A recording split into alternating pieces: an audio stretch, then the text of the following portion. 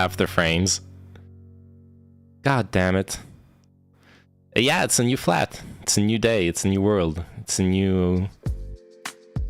Destiny? No, that's a banned streamer. No Destiny's here. We have no Destiny, no Fate, no Future. Actually, that's going to be relevant to the discussion later. No Future. Feeling of helplessness. Feeling that society has abandoned you, so you're going to abandon society.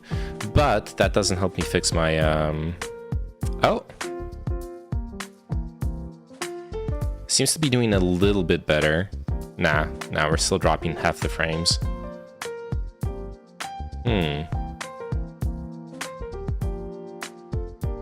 It is doing better, though. How about I abandon these nuts on your chin? How about you come say that in my chat?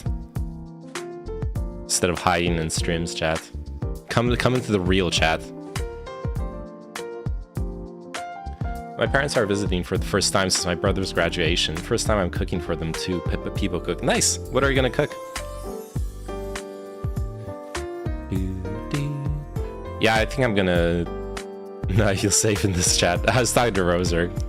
You are safe in my chat too, okay?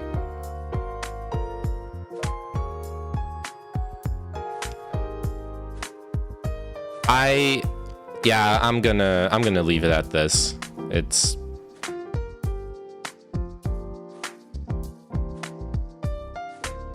roughly okay. Pan roasted pork neck steaks with oven roasted broccoli and rice for sides. That sounds very sexy. Can I marry you? Can I have you cook for me? And I'll just stream all day.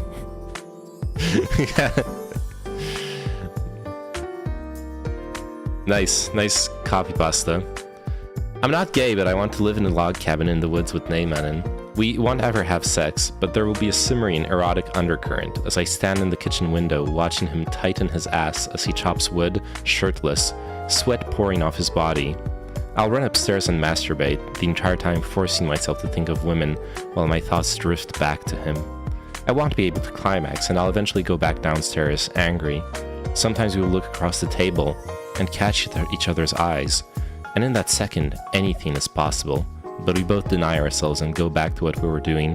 One day, one of us will die, and the other will bury him outside the log cabin.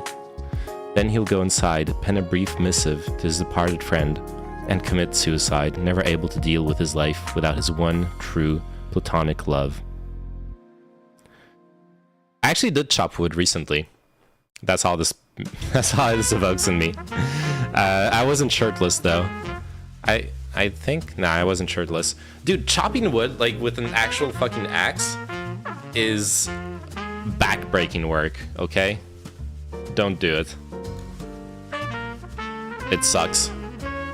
I do not recommend it.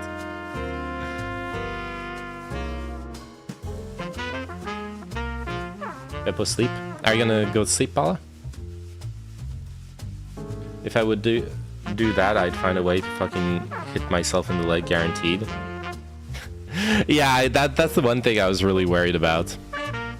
I was really worried about, like, missing the log and just, like, slamming a 5-kilo axe into my leg. Oh, Peppa Sleep is in chopping wood. Oh, yeah. That's how old school boxers used to train. That makes sense, because you get, like... Your back is getting like a crazy workout, I imagine. George Foreman on his return to boxing didn't lift weights or hit the gym. He just chopped trees down all day. Interesting.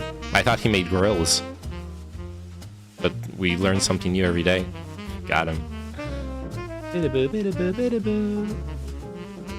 I'm doing jazzy phrasing. This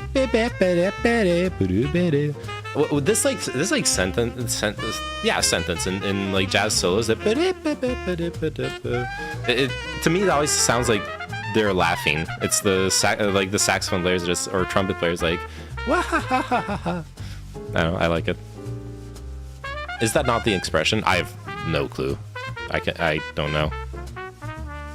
Express these nuts. I hate myself.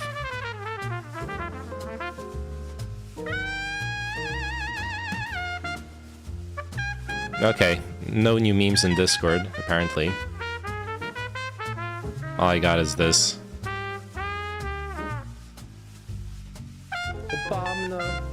Oh, that was not loud.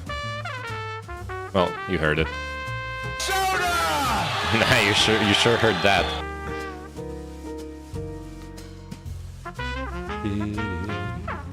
Let's see, NASA Live. Who is Perry Caravello? Who the fuck is that? Venezuela. Oh, this is a while ago. July 13th. Venezuela is reportedly hosting Sniper Frontier war games with Russia, China, Iran, and more countries participating. These countries are making a geopolitical statement right in the US's backyard that unipolarity is over and the multipolar force is here. Oh yeah, I remember that.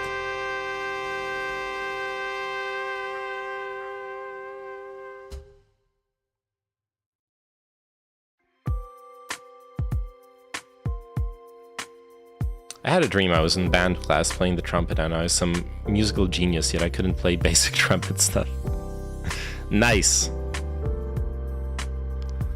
How does that work out? How are you a musical genius and you can't play basic stuff? Explain that to me. Also, wait, where did I...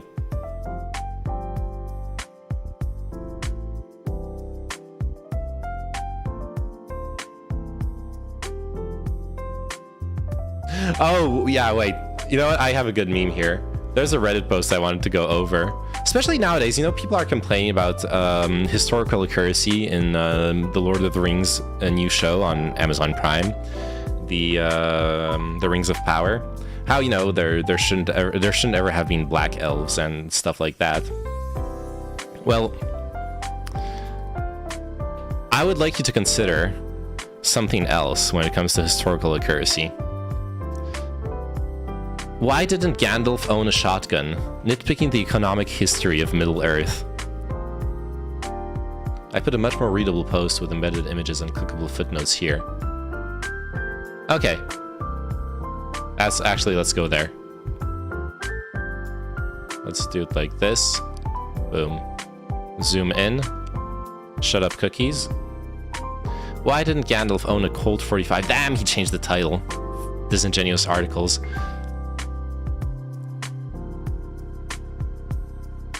Hobbits are an unobtrusive and very ancient people, more numerous formerly than they are today, for they love peace and quiet and good-tilled earth. They do not and did not understand or like machines more complicated than a forge bellows, a watermill, or handloom. Handlooms are unironically can actually be really fucking complex, aren't they? Like, many people consider them as one of the first computers. Confession time. I have never read Lord of the Rings. No one. Okay, you don't have to read Lord of the Rings to be mad about culture war bullshit, let's be real. I've tried. It's boring as hell. I simply cannot bring myself to care about the various hobbits, bobbits, Vishtuar the Maleficents, Gandalf the Eggshell Offwhites, and so on. Okay, this guy has... Okay, he's at least watched the movies. You can't write, like, Gandalf the Eggshell Offwhites and not know... Like, that's an advanced plot point. Gandalf the Grey becoming Gandalf the White. Like, come on. This person is lying. Fake news. I like fantasy books, I really do. I even adore The Hobbit, but Lord of the Rings just utterly fails to capture my interest with this overly detailed lore, meandering exposition, and total disjointedness from The Hobbit. Seriously, imagine if 20 years later the authors of Winnie the Pooh came back with a trilogy of books about how Piglet and Roo are dragged into a world-ending contest of good versus evil that gave them PTSD, and then they got on a boat to Heaven America with a bunch of heffalumps. That would be sick! Why hasn't anyone written that? I wholeheartedly disagree with the writer. That's actually... I want that. I want the dark version, the dark trilogy of Winnie the Pooh. Oh, I hate this guy so much already. There's also one other question that bothers me. When Gandalf is imprisoned on the pinnacle of Orthanc, why doesn't he just pull out his Remington 870 pump action shotgun and just start unloading into the Uruk-hai? What a stupid question, you say. This is just a work of fiction. It doesn't need to conform to your standards of realism, and even if it did, it's set during the equivalent of the Middle Ages. Of course they don't have guns. Well, smartass. First of all, everything absolutely does have to conform to my unnecessary standards, you Philistine. Second, you would think it's the Middle Ages, but human society has actually been around in Middle-earth about as long as it has in ours. Weird, right? Okay, realism. Realism in Lord of the Rings, okay? We're gonna argue that Sauron was actually justified in attacking Gondor, because Gondor was gonna join Fantasy NATO by allying with Rohan. And since Minas Tirith is in Mordor's backyard, actually Sauron did nothing wrong. In fact, the only way to have stopped the War of the Ring would have been for... I need to go full screen for this. The only way to stop the War of the Ring would have been for Gondor to have pledged to never ally with Rohan, and to have actually entered an alliance with Mordor. That would have preempted any invasion. And so I present an investigation into the most minute details of the world building of The Lord of the Rings by someone who's never finished the books, but has seen the extended edition movies. Okay, yeah, I was gonna say, of course he's seen the fucking movies. He could not make the jokes he does without having seen the movies. And is really just using it as a way to externally motivate himself to do some reading. Cool story, bro. But first, let me be specific. My question isn't just why Gandalf doesn't own any sort of firearm. Any pansy from like 1200 AD onwards get their hand on a tube that shoots out some metal bits. I want to know why Gandalf, wielder of some of the most elite weaponry in Middle-earth, doesn't own a top-of-the-line 5.56 M16A2 with an adjustable stock. I want to know why Gandalf, premier purveyor of magical explosives, hasn't got his hands on an FGM-148 Javelin missile anti-tank weapon system. Okay. How... Gandalf isn't a purveyor of magical explosives. At no fucking point in the book does Gandalf actually do a fucking fireball. The Lord of the Rings magic is extremely powerful. It's high fantasy, but it's a lot more subtle than D&D fireballs. Come on. And that's actually a really cool part of it. I like the fact that it's powerful while still being subtle. It's a nice approach in fantasy. I've heard enough. This is going to be a tanky take on the movies, yeah. In other words, why hasn't Middle-earth had an industrial revolution where technology and the economy have advanced to a point where Gandalf can get his hands on the sort of weapons that would make Sting and Glamdring look like expensive box cutters?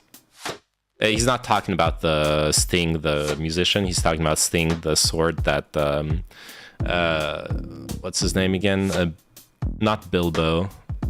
Frodo. That Frodo finds in the tomb. Gandalf does fireworks and is famous for that with the hobbits. Yeah, that's true, but the fireworks are actually like actual gunpowder, no? Like, correct me if I'm wrong, but in my memory, he actually brings like a cart full of actual fireworks, and then he does magic to like make them have cool shapes and entertain the hobbits. But that actually supports my argument. Magic is a subtle thing. It's not like shooting out a fireball. It's shooting a firework and then subtly manipulating it to have it take on a cool shape, right? Or maybe I'm wrong in the fireworks thing, but in my memory, that's what happened. Like I touched on before, from the dawn of the Second Age to the point that Gandalf is seized in Orthanc, there was a 6,459-year gap. From the dawn of Elven civilization, which seems to have begun at a much higher level of technology than our world did. Look, and everyone who knows about fucking Lord of the Rings already knows what I'm about to say.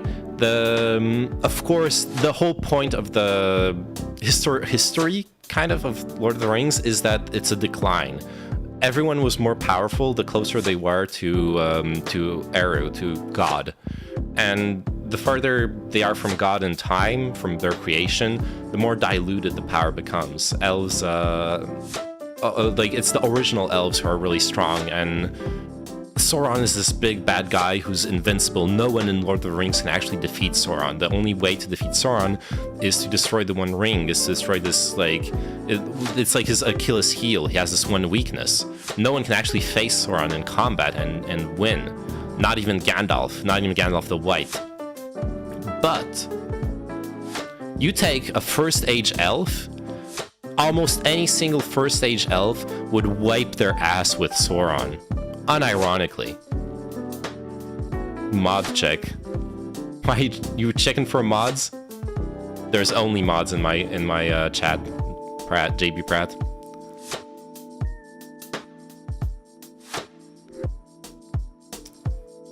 So yeah, I mean, who cares?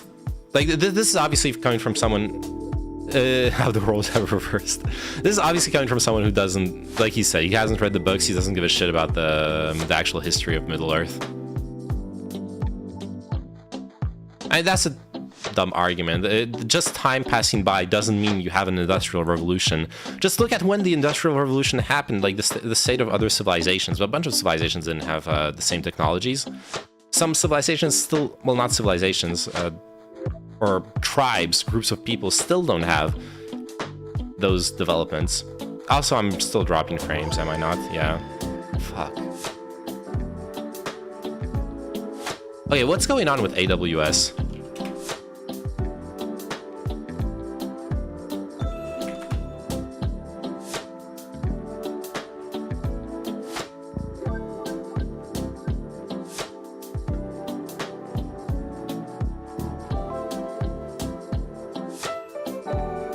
Sheesh. Yeah. There's a lot of shit that's down. I miscalculated. These steaks are a lot thicker than I anticipated, and I have no clue if an hour and 30 minutes is enough to cook 4 of them. It should be a fuck if I know. Wait, fuck. Just sear them. Just sear them and put them in the oven.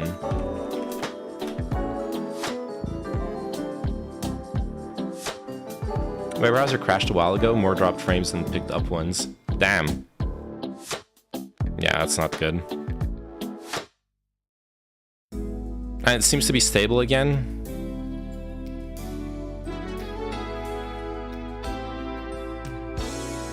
India and Nepal was recently introduced to this site. Oh, what the fuck are you saying? I wonder if this is like what's affecting my internet connection or not. And the stream was fine on other days, so.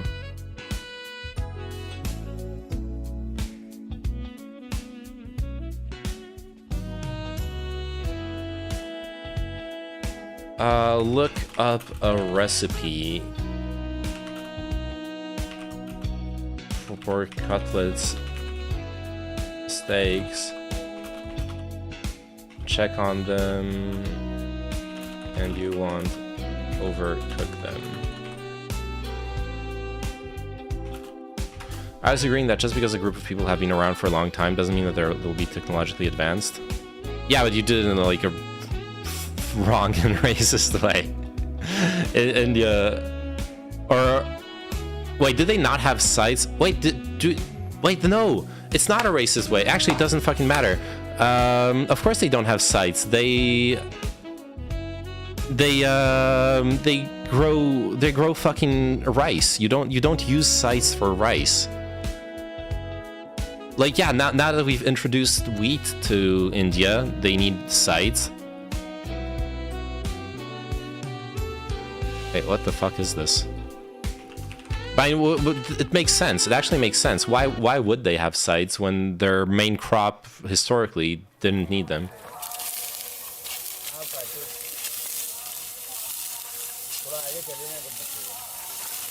Traditionally, they did by hand. Yeah, but did they even grow wheat before interacting with Western civilization?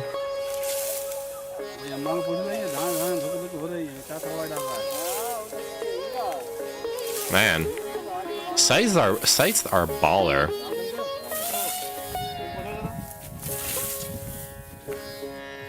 This is actually such a cool way of cutting your wheat. It's a really fucking smart invention.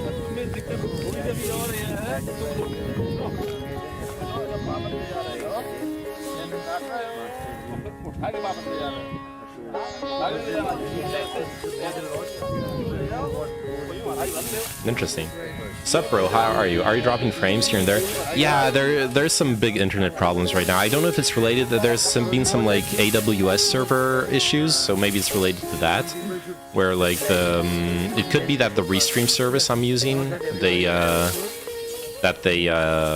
servers are on AWS, or part of them are, or it could just be, I don't know, like today has shitty internet. But yeah, I'm having some frame drop issues. How are you doing, Spaniard? Haven't seen you in quite a while, actually.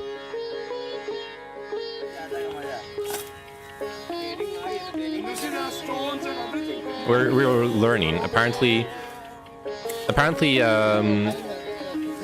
India hasn't had sites for their agriculture until very, very recently.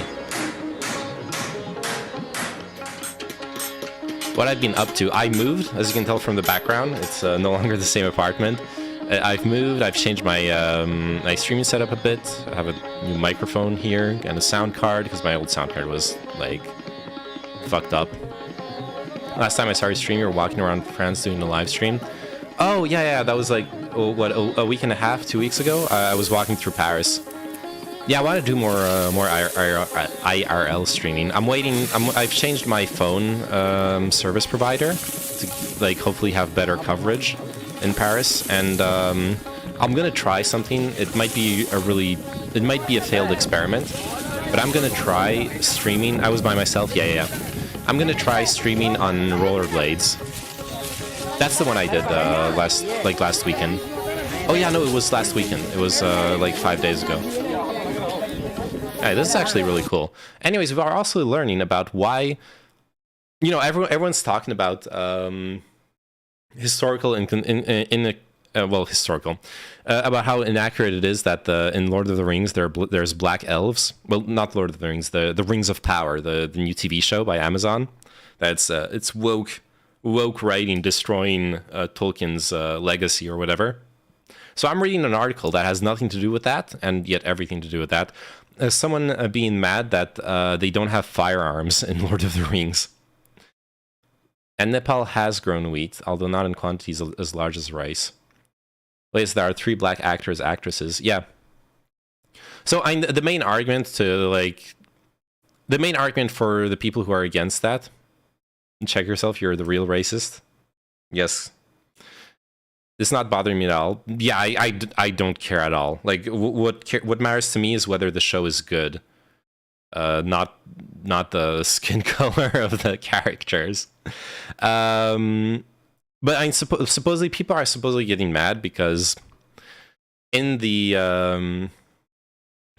actual original text there is some descriptions where some of the main elvish tribes are described as being fair-skinned. So supposedly that's where it's coming from. Which doesn't, like, I don't think it matters. There are some stories where it could like really break things. Man, we shall see. There's descriptions of swarthy men. What does swarthy even mean? Let me Google that. Dark complexion. Oh, yeah, but no, men, yes. No, yeah, it's already established. It's one of those things that actually, like, Nazis jumped on when in the Tolkien books, is that the tribes of men who ally with Sauron in Lord of the Rings, the ones who come from the southern desert, they're people of color there, and that's accurately represented in the movies. The only men who are men of color that you see are this like North African basically army that arrives to help Sauron when they siege Minas Tirith, the Haradrim, exactly. That keep in mind though, like, because Tolkien has suffered from accusations of having this like dog whistling racist narrative or whatever. It's false. Tolkien has exchanged letters with Nazis because they were contemporary to him. The Nazi party was contemporary with Tolkien.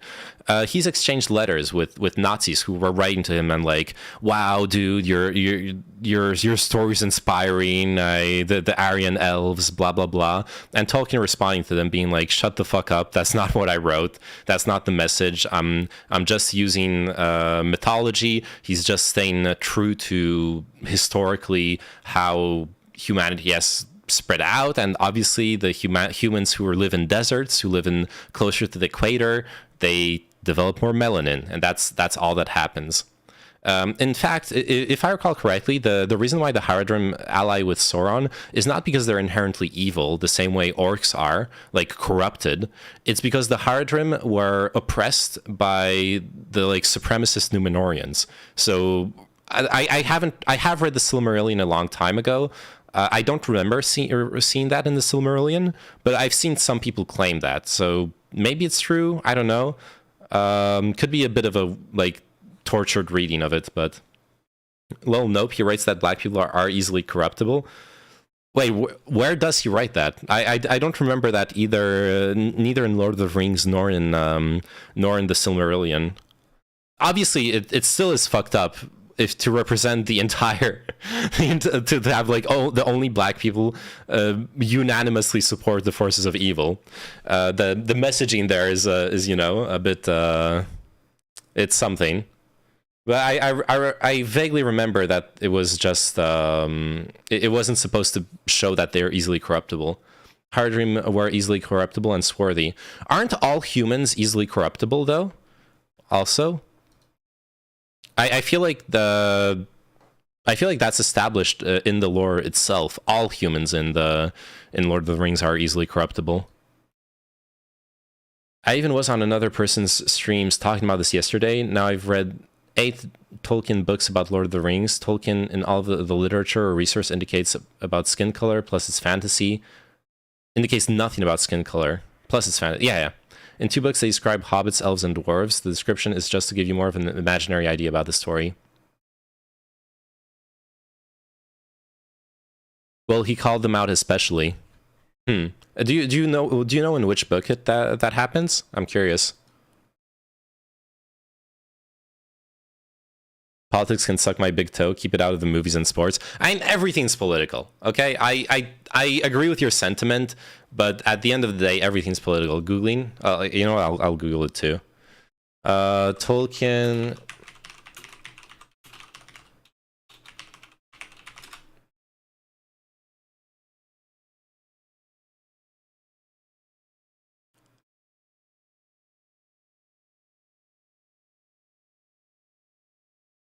Okay, well, I got this sort of wiki here, I guess. Haradrim, or the Southrons, were the men of Harad, descendants of the men who woke in the far eastern land of Hildorian at the beginning of the First Age. They are the proud, doughty, and warlike people of the Harad, in the south of Middle-earth. Ancient enemies of Gondor, they allied with Sauron during the War of the Elves, and Sauron... And the War of... Oh, Elves and... Okay, what the fuck is this sentence? And the War of the Ring. Eventually, many turned against Sauron when Manwë sent the wizards to the southern lands of Middle-earth. Doesn't sound like they're that corruptible. If you know, all they needed was some wizard influence. Anyways, they didn't join the migration to the Edain. After Morgoth, the original Dark Lord, came to corrupt them to his service while tricking them to abandon Iluvatar. A shadow of ever after lay over all of humanity, even the Edain, wherein portions of the ancestors of Harad later began migrating after coming into conflict. Still some went west in search of the light of Valinor, and servants of Morgoth hunted them.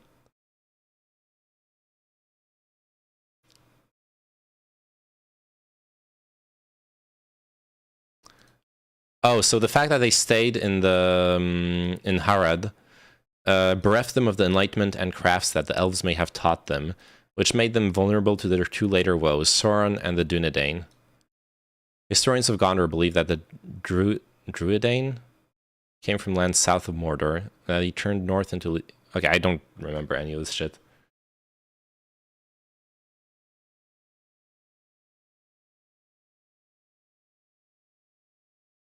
I just want to sit in a theater, with some popcorn and other snacks, and just watch a movie and enjoy myself. Why can't I, wait, what was that meme? I just want to grill.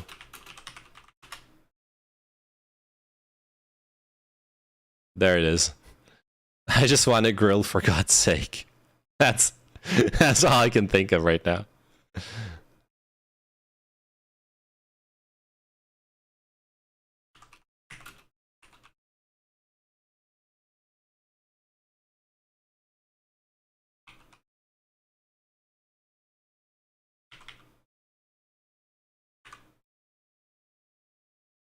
I love it.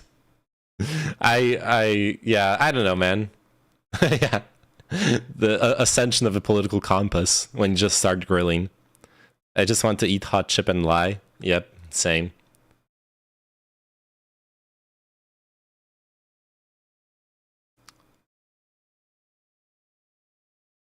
Okay, so there's some... yeah, so I wasn't wrong. The Numenorians began setting themselves up as lords in Middle-earth in the Second Age, and they demanded tribute of goods in the world, causing the oppression of the Haradrim. So they basically colonized the Haradrim. So the Haradrim allying with Sauron is actually because Sauron was the enemy of their enemy. Where was this from? Lord of the Rings Appendix B, the Second Age. Okay, so it's not even from Christopher Tolkien. It's from the actual original books.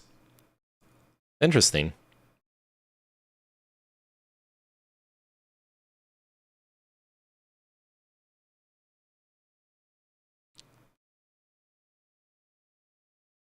All right. Anyways, back to the real Lord of the Rings abuse. Why didn't Gandalf own a shotgun?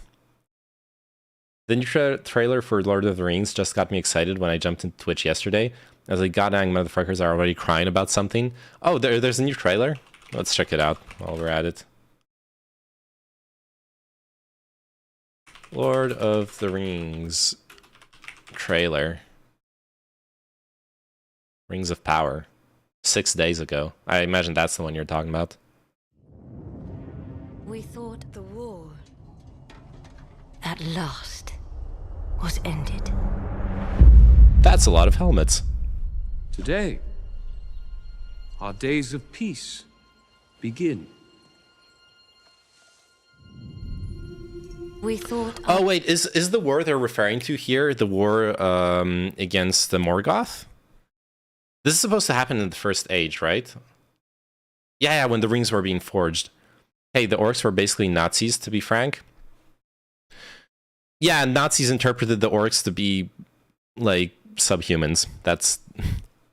anyone can project their enemies onto them. Tolkien himself, in correspondence, said that he kind of resented those kinds of readings of his books. Our joys would be unending. We thought... This is before the One Ring was made. The show, The Rings of Power, it's called The Rings of Power because it's supposed to be about how the rings were made in the first place. Our light would never dim. The skies are strange.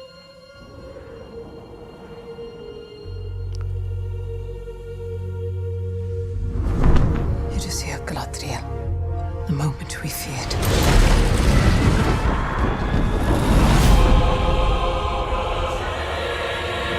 This is a great setting for a show, absolutely.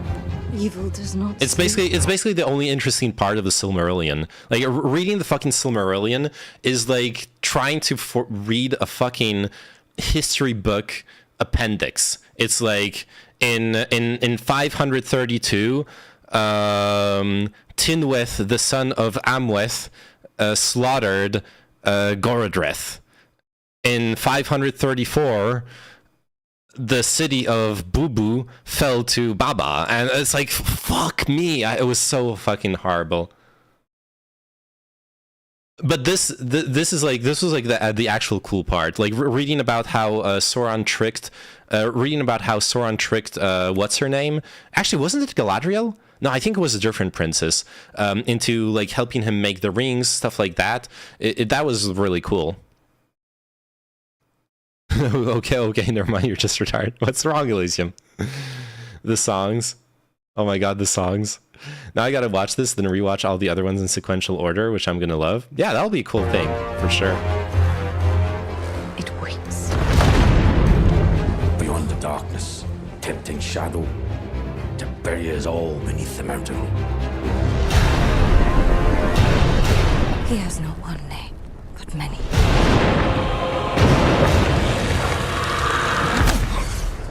Have you heard of him, lad? Have you heard of Sauron? Okay, this is one weird thing though. Like I was saying earlier, Sauron in the like first age is not a big memer, okay? It's all about Morgoth. Every fucking elf in that age can murder Sauron with like no effort. I guess maybe I'm confusing. Maybe the rings were forged in the second age, which would explain why they're afraid of Sauron. Yeah, I guess I'm misremembering. Yeah, Sauron did. This is second age. Okay, thanks. Yeah, because Sauron started forging the rings after Morgoth got exiled, pushed back into the east, right? If the evil rising is left unchecked, it will take us all. The two towers is where Sauron was powerful. Yeah, but what I mean is that even in the first age ends with the War of Wrath. Okay, thanks. Yeah, no, what I mean is that Sauron, like once Sauron has his rings, he is at the peak of his power. Then he loses power when he loses the One Ring, and he like regains power as the ring comes closer to him. But like essentially, he's capped out. He's at his most powerful. He doesn't necessarily become weaker or stronger. It's more that he needs the ring to be at the full height of his power. Yeah, Sauron is basically a demigod even without the rings, exactly. So like, that's what I'm saying. You take Lord of the Rings, which is what, third or fourth age.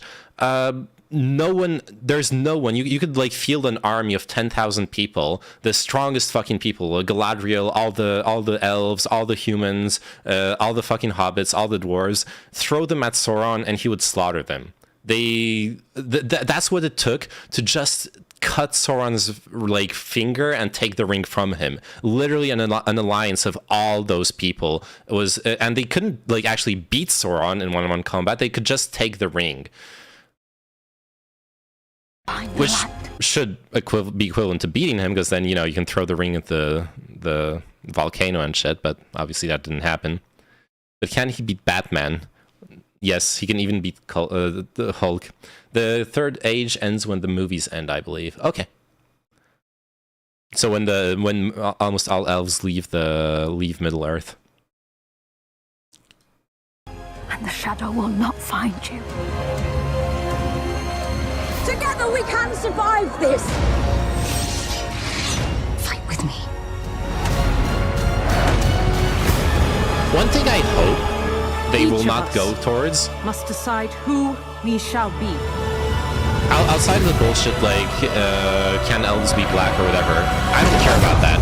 The thing I actually care about, they keep showing Galadriel, because that was Galadriel just right there swimming. They keep showing Galadriel on as like this warrior princess, constantly fighting and yelling, shouting, being really emotional and stuff. The thing is, Galadriel at this point is already like 1,000 fucking years old, right? She isn't like an emotionally impulsive teenager.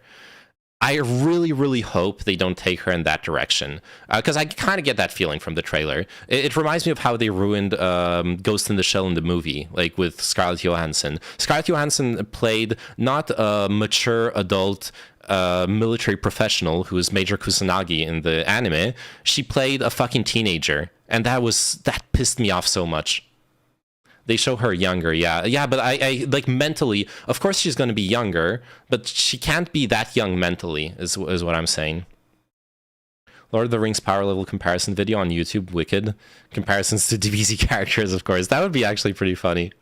There can be no trust between hammer and rock. Eventually one or the other must surely break.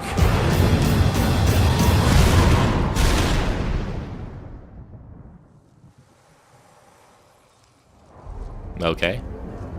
Was Galadriel that old? You have been told. I could be wrong in that. I've already misremembered things, but... Let's finish the trailer, and let's Google that. Spooky. Okay. How old was Galadriel in the Second Age?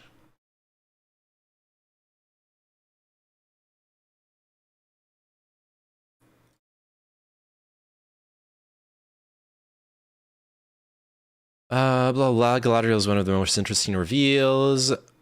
So we know that when Galadriel finally returns to her birthplace of Valinor after the destruction of the One Ring, so at the end of the Lord of the Rings, she is over 8,000 years old. So the Galadriel we see in the Rings of Power is significantly younger and more prideful than the Lady of Lothlorien. This doesn't help us, but okay, how... When was Galadriel born? YT, I don't know what that means. 1362.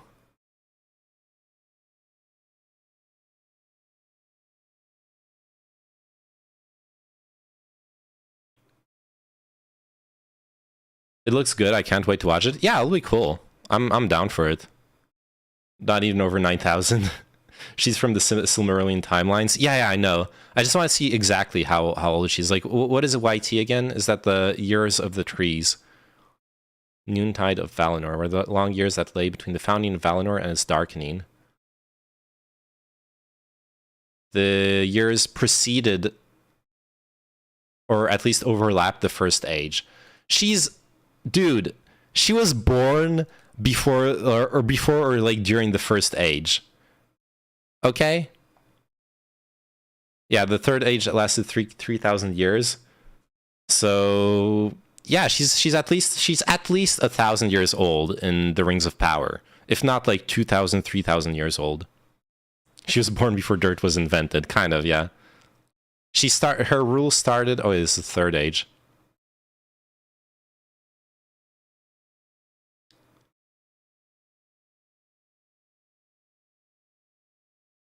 She's still a child.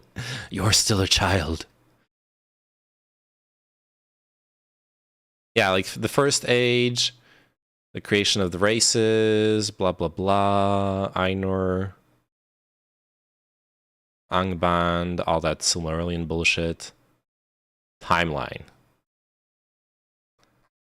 So, like, the First Age lasts 590 years. Then the Second Age... The One Ring is forged in 1600. Galadriel and Celeborn leave Eregion to go to Lothlorien. Yeah, so like the story is basically going to start when the ring. Okay, the Rings of Power are forged around 1500. She's at least like 1,500 years old at this point, maybe like 2,000 years old. Name search Galadriel in those, sure. First mention of Galadriel is in 1350 Second Age.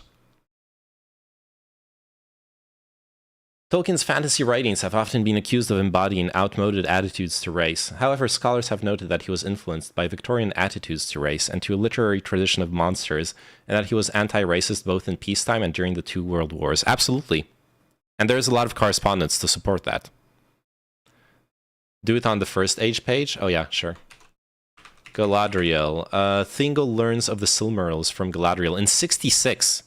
Galadriel was already running around in 66 of the First Age, telling people about the Silmarils, which... Why? But sure. You can't have, like, elfish heroes without some tragedy happening.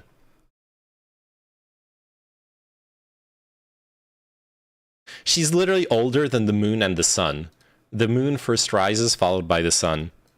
And she's going to be portrayed as like this impulsive, feisty... And to be fair, this is something that's often like hard to swallow when it comes to fantasy elves. Since they age slower and they live longer, a lot of fantasy stories present them as people who mature more slowly. So like a 1,000-year-old elf might actually be like a 20-year-old human being in mental maturity. So this might actually make sense, honestly. This Meishu is going through a phase. Oh, yo, you know what? Yeah, you know what could even piss off people even more when they accuse like the Rings of Power of being woke? Give her like purple hair. I was thinking like a 16-year-old brat, lol. Yeah, I maybe that's the direction they're gonna go with this. It's just like hard as a human being to wrap your head around that. Like you're 1,500, 2,000 years old, and you're gonna act like an obnoxious brat. That's rough. That's a rough one for me. All right, so going back to this article, D&D also had that lore, but yeah, I never liked that. Yeah. Going back to this article, which I was reading before we veered into the Rings of Power trailer and stuff. She's 3,000 years old, bro, I swear. Exactly. This guy is basically arguing that in Lord of the Rings, after those thousands and thousands of years of development, there should be firearms. Not just firearms, there should have been the Industrial Revolution. Elves mature at the age of 100. Do you have a source for that? You got a source, bro? Bro, you got a source? You got a study supporting that? Is it from a reliable source? Is it peer-reviewed? Preempting the pedants. Did the Industrial Revolution even happen?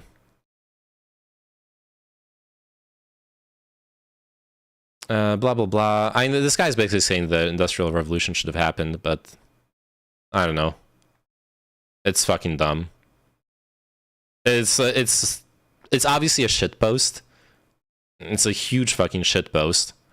But if the point of the entire shitpost is that they should have had more technology, then that I don't know. The whole story of the Lord of the Rings is decline. This dude is 100% correct, but it's a fantasy world. I wouldn't say 100% correct.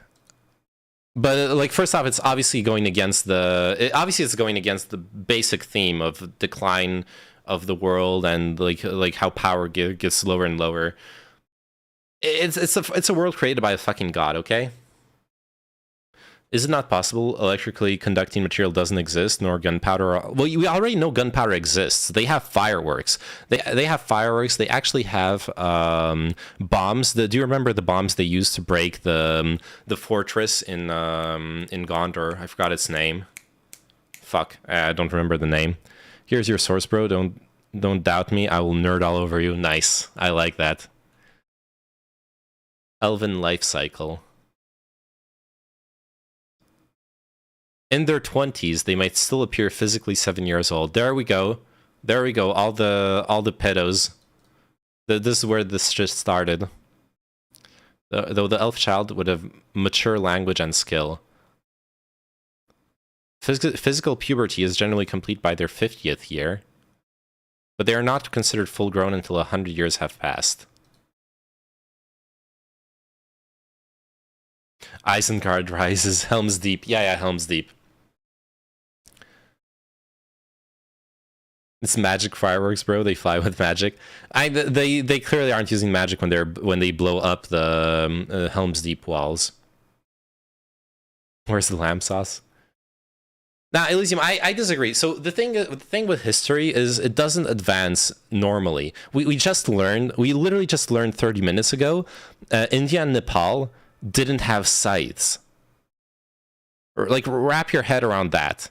You have some of the oldest civilizations in the world with agriculture spanning thousands of years back, and they don't have a scythe.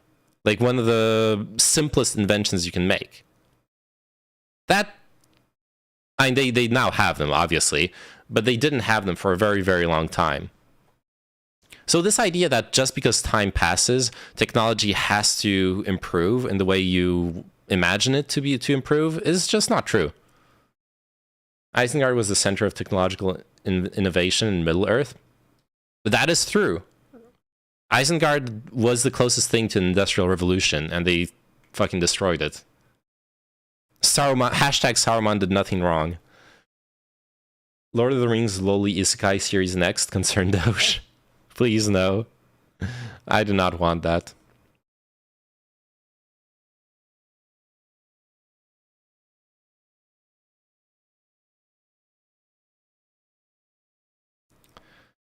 Okay, so this is just a bunch of explanations on how like GDP could have increased in Middle Earth and all that stuff. Man, you know what? I need to like read this off stream. This is way too long of a shitpost. I thought this would be a funny thing because I stumbled upon it just like going through r/Paticnamux, going through like my old tabs. But I'm keeping this for another stream. I can't read that on stream. What we're gonna do? Okay, I have the panel in 7 minutes. I'm gonna watch this real quick. Apparently, this has nothing to do with Lord of the Rings. Let me change the stream title actually.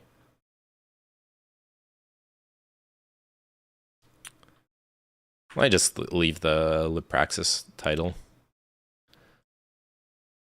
Who's Victor Bout, Russian arms dealer? So basically, I don't know if you guys remember, a month or two ago, this lady, what's her name again? Oh yeah, Greiner. She got arrested in Russia because basically it's really fucking stupid what she did. I'm sorry. She doesn't deserve what she's going through, but it's really fucking stupid. She had a cannabis vape on her that she brought into Russia through the airport, through international lines. So if you've ever been wondering, like, hey, I'm like, when I go on a vacation, I'm jonesing for weed, all that shit, don't do it, okay? Don't do it. Many countries are really, really harsh on drugs, and international trafficking charges usually aren't gated by quantity. Just because you have only a little bit of it, they'll treat you as a trafficker if they want to. If they want to fuck your life over, they can. So don't take that risk. It's a really fucking stupid risk to take. But anyways, obviously she either didn't know or didn't care.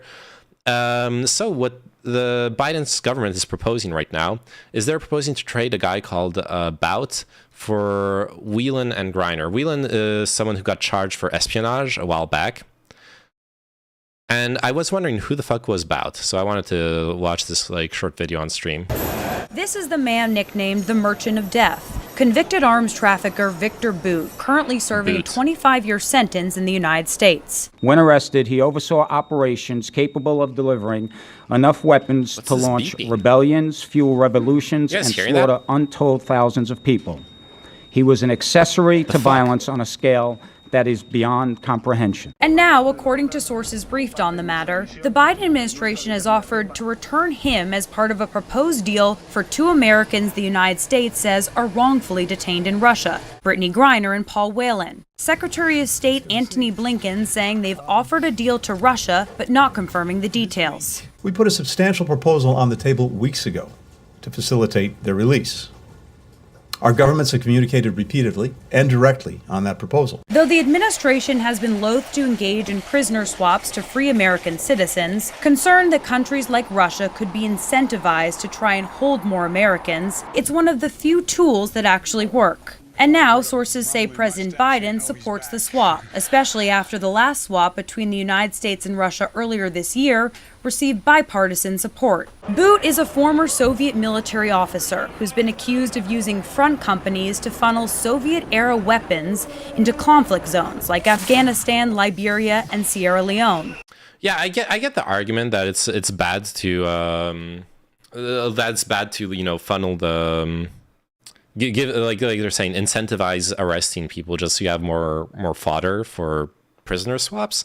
But like in moderation, there's nothing wrong with it. She's quite tall. She is. USA is also rumored to be throwing in 3 first-round picks as well. Oh yeah, because she's a basketball player, right? Listen, I would like to get out of Russia if I was held there. Fuck it, let him go. Yeah, I don't think there's anything wrong with this. I mean, this Bout guy is obviously like a fucked up person, but fuck it, man. I mean, he's probably done quite a bit of his time already, no? Even working with U.S. government contractors in Iraq. He's a dangerous person. He was Okay, maybe he hasn't been arrested for that long if he's worked in Iraq. Wait, dude, wait, this guy fucking sold weapons to contractors in Iraq, and they, oh no. Arms dealers in the world. He was convicted in a U.S. federal court in New York of conspiracy to kill Americans. A far cry from Booth's global arms smuggling operation, Griner has pleaded guilty to bringing less than a gram of cannabis into Russia. I did not plan or have the intent to bring any cannabis or banned substance to Russia. I do understand what my charges are against me, and with them being accidentally in my bags, I take responsibility. Griner says she had medical cannabis to treat her pain from numerous sports injuries, and that she accidentally took it with her while she was rushing to pack up for the trip. She's like in the courtroom, and maybe this is her lawyer. Maybe that they're like their lawyer or something, but. This looks like fans, you know, showing up to her court case. Oh yeah, I know you might go to 10 years for jail, but hey, can you sign this basketball for me? Took it with her while she was rushing to pack up for the trip, having recently recovered from COVID. In a Russian courtroom today, she described her harrowing arrest at the Moscow airport. My rights were never read to me. No one explained any of it to me. I definitely knew I was being detained. Yeah. And I kept asking if I could leave, or I don't want to sound unsympathetic to her, because I really am sympathetic to her. Like she never deserved this, but dude, your rights don't get read outside the US. There are different laws.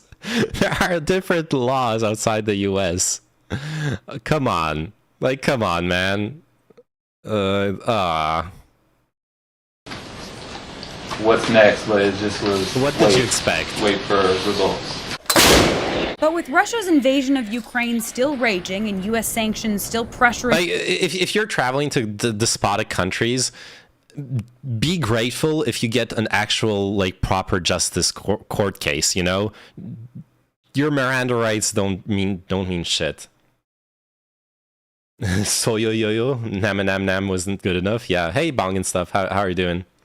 Whelan is the real swap target, feels like. He's been accused of being a CIA asset, the reality of which I'm not sure, but allegedly he met with someone who gave him a flash drive with a classified Russian employee list for certain institutions. Okay, interesting. I like how they juxtapose this woman with artillery fire in a war zone. Russia's economy, U.S. officials believe the Kremlin is using Griner as a political pawn. The family of Mark Fogel, who was similarly detained for bringing cannabis into Russia that he said was for treating chronic pain, believes he is also being used as a pawn. Last month, he was sentenced to 14 years in a Russian penal colony, though the State Department has not declared Fogel to be wrongfully detained. He made a terrible mistake by taking medical marijuana into Russia, but 14 years in a hard labor camp is essentially a death sentence for him. He's 61 years old and he has a very long history of spinal injury. I'm not smuggling drugs by plane. I'm simply traveling. I'm a sovereign citizen. Oh yeah, try that sovereign citizen shit in a foreign country. See what happens. For sure. Your opinion is dog shit. That's what I'm just gonna do. I'm just gonna be the moderator that's basically interrupting you all the time. You know? Oh, being super annoying. So no. No. So I'll remember. Test. Okay. Hello. Hello. Oh yeah. Yeah. Wait. Let me see. Wait, how do you spell that? Stop. Is it it's Oyoyo or it's Oyoyo or it's Oyoyo? Which one? Hello. Shut the fuck up. All right. I love it. Oh no, it's the thing where I have to like disconnect the camera from OBS to use it. I don't know what they changed, but now I need to disconnect the camera from OBS to use it in Discord. Yeah. You can run 2 instances of OBS depending on what camera setup is, and have it go to both, and then pipe one to your stream and pipe one to OBS. By the There we way, go. I have a new overlay, so I don't know what you guys think. Oh shit! Oh, I can What is make that? it even bigger. Oh.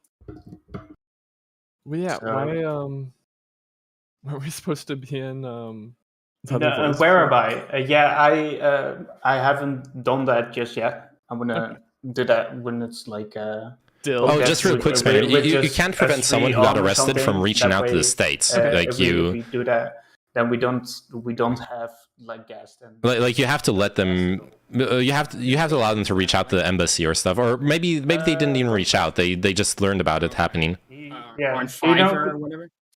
Do you know Contrast? No. Oh, okay. No, I have no idea who. Contrast is not so erudite's editor. Mm. So he made it for me, but it's still a work in progress, obviously. So it looks good. Oh, I'm really important this year. Fine. Okay, welcome. Hello. Welcome. Hello. Hello. So nice to have you here. And nice to have everybody here from anybody's chat. So thank you for watching, tuning in for the Praxis podcast. This week, we are going to talk about partisanship. Basically, is US politics getting ruined by partisanship? So Elysium, you proposed this topic. So I want to give you like the first opening statement, and then we just go to the next one. And keep your opening statement short so we can just talk about the matter at hand. So there you go. Elysium, go ahead. Cool. Yeah, so I think most people agree that we're in a very partisan moment in history across a lot of nations, not just the United States. And so a big topic of conversation is how do we deal with partisan politics? What's the way out of partisan politics? What are the solutions to partisan politics? And how do we just navigate political situations like this? So for my opening, I think the core of my understanding is that the US is a moderate country, especially compared to a lot of other countries in the world. We seem to respond to moderate politics like the most. So of all the ways to deal with partisan politics, I don't view many of them as very successful. I think they're just going to drive further away from that. I think the only real way to get out of partisan politics in a short amount of time is to actually win convincingly and not go crazy when the policy proposals you have after that to keep the moderate vote on your side. Okay, interesting. Then next up, we have a guest on for today's panel or podcast. That's I'm really important. So I'm really important. Thank you for coming on. I really appreciate it. As like a kid, I always my favorite video clip was actually Pretty Fly for a White Guy, and yeah, I think it's just unreal to have you on here, and I think it's so much fun. But that being said, like go ahead and give your opinion. Well, thanks for having me on here. I appreciate getting to chat with some fellow libs. I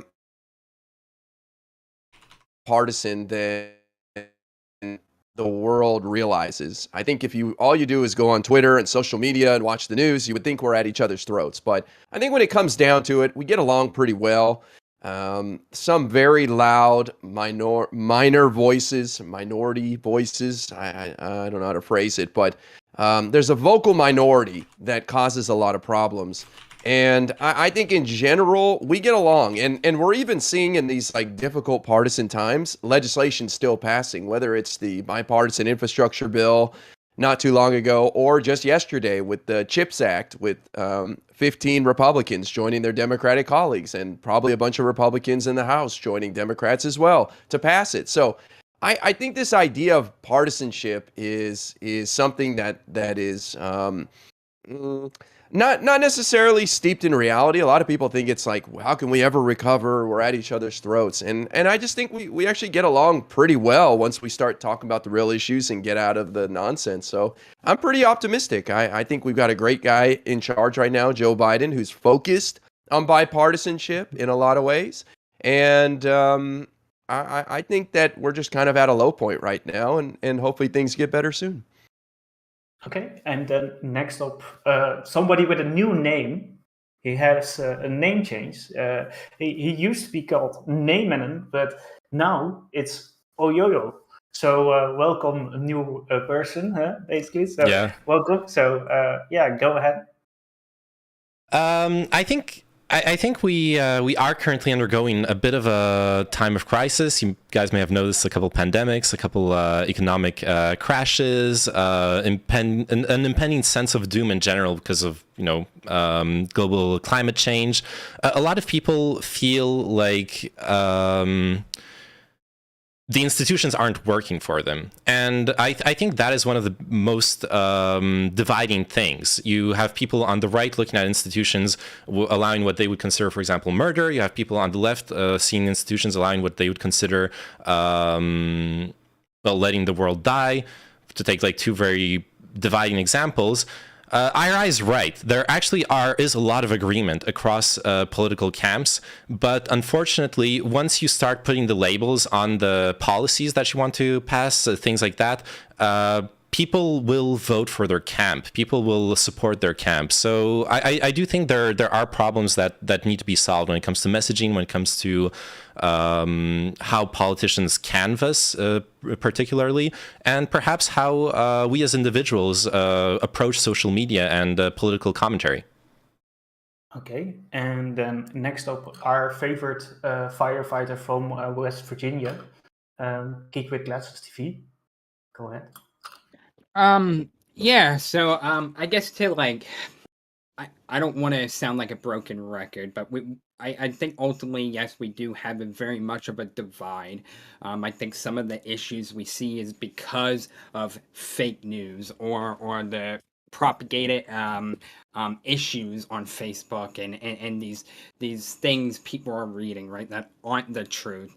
I think ultimately we can come together and find a common cause. We are very much polarized right now. I think our institutions are possibly at a breaking point, meaning there's a lot of outsiders that are insiders now.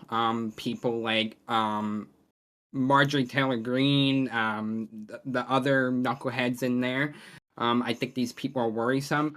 I think you're seeing more of the Republican voter base voting for people like these folks. And then the people that aren't voting, I think we need to do better in canvassing, outreach and programs, establishing the grounds of how to properly intake news, maybe having these social media companies or corporations do better at controlling what's out there, or the bots that push these fake stories out there, right? We saw that in 2016 with Russia pushing disinformation relating to Hillary Clinton and her health and so on and so forth.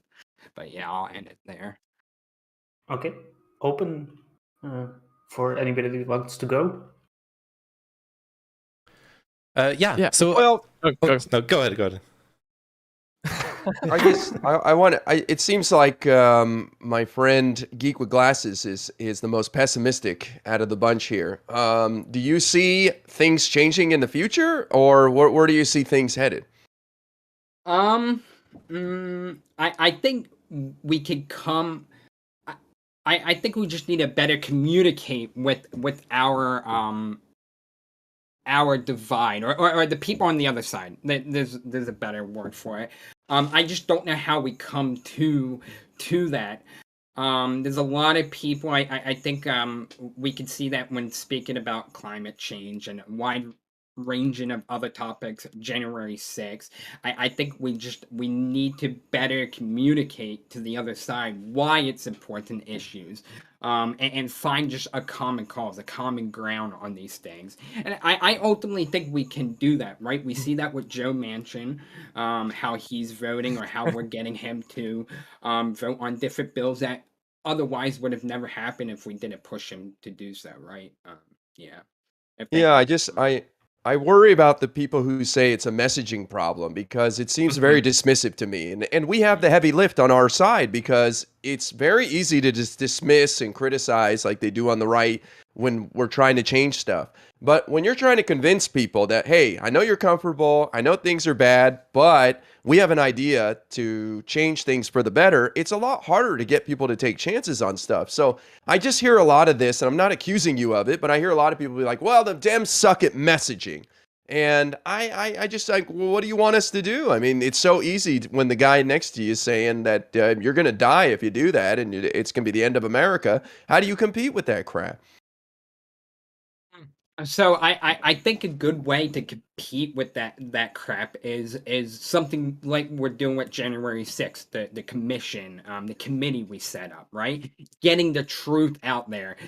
You don't just have Republicans or Democrats battling back and forth. You have a long list of people on there, Liz Cheney, a Republican, a Democrat on there, speaking about these issues and not yelling at each other, but calmly addressing, okay, these are the issues we're facing, the crisis of what Trump was trying to do or trying to accomplish, overthrowing the government, basically, even though he didn't win, he wanted to be there another 4 years. I think that's one way of doing it. I think we need to do better at. I agree. At messaging. Messaging, go ahead. I agree that the January 6th panel is like a good example of how to convey information. It's just very slow and stuff. I don't like the idea that it all comes down to messaging. It feels very much like the progressives or the Bernie bros who would just be like, if people just understood the message more, if people just heard me say things again, they'd totally agree with me. Just not realizing at the end of the day, a lot of stuff I don't think comes down to messaging. It comes down to people just don't agree. Well, it also boils down to a fundamental issue of approaching things. When your idea is, I need to get the message across better, which sometimes can be the issue, you are of the opinion that your message is the fundamentally correct one.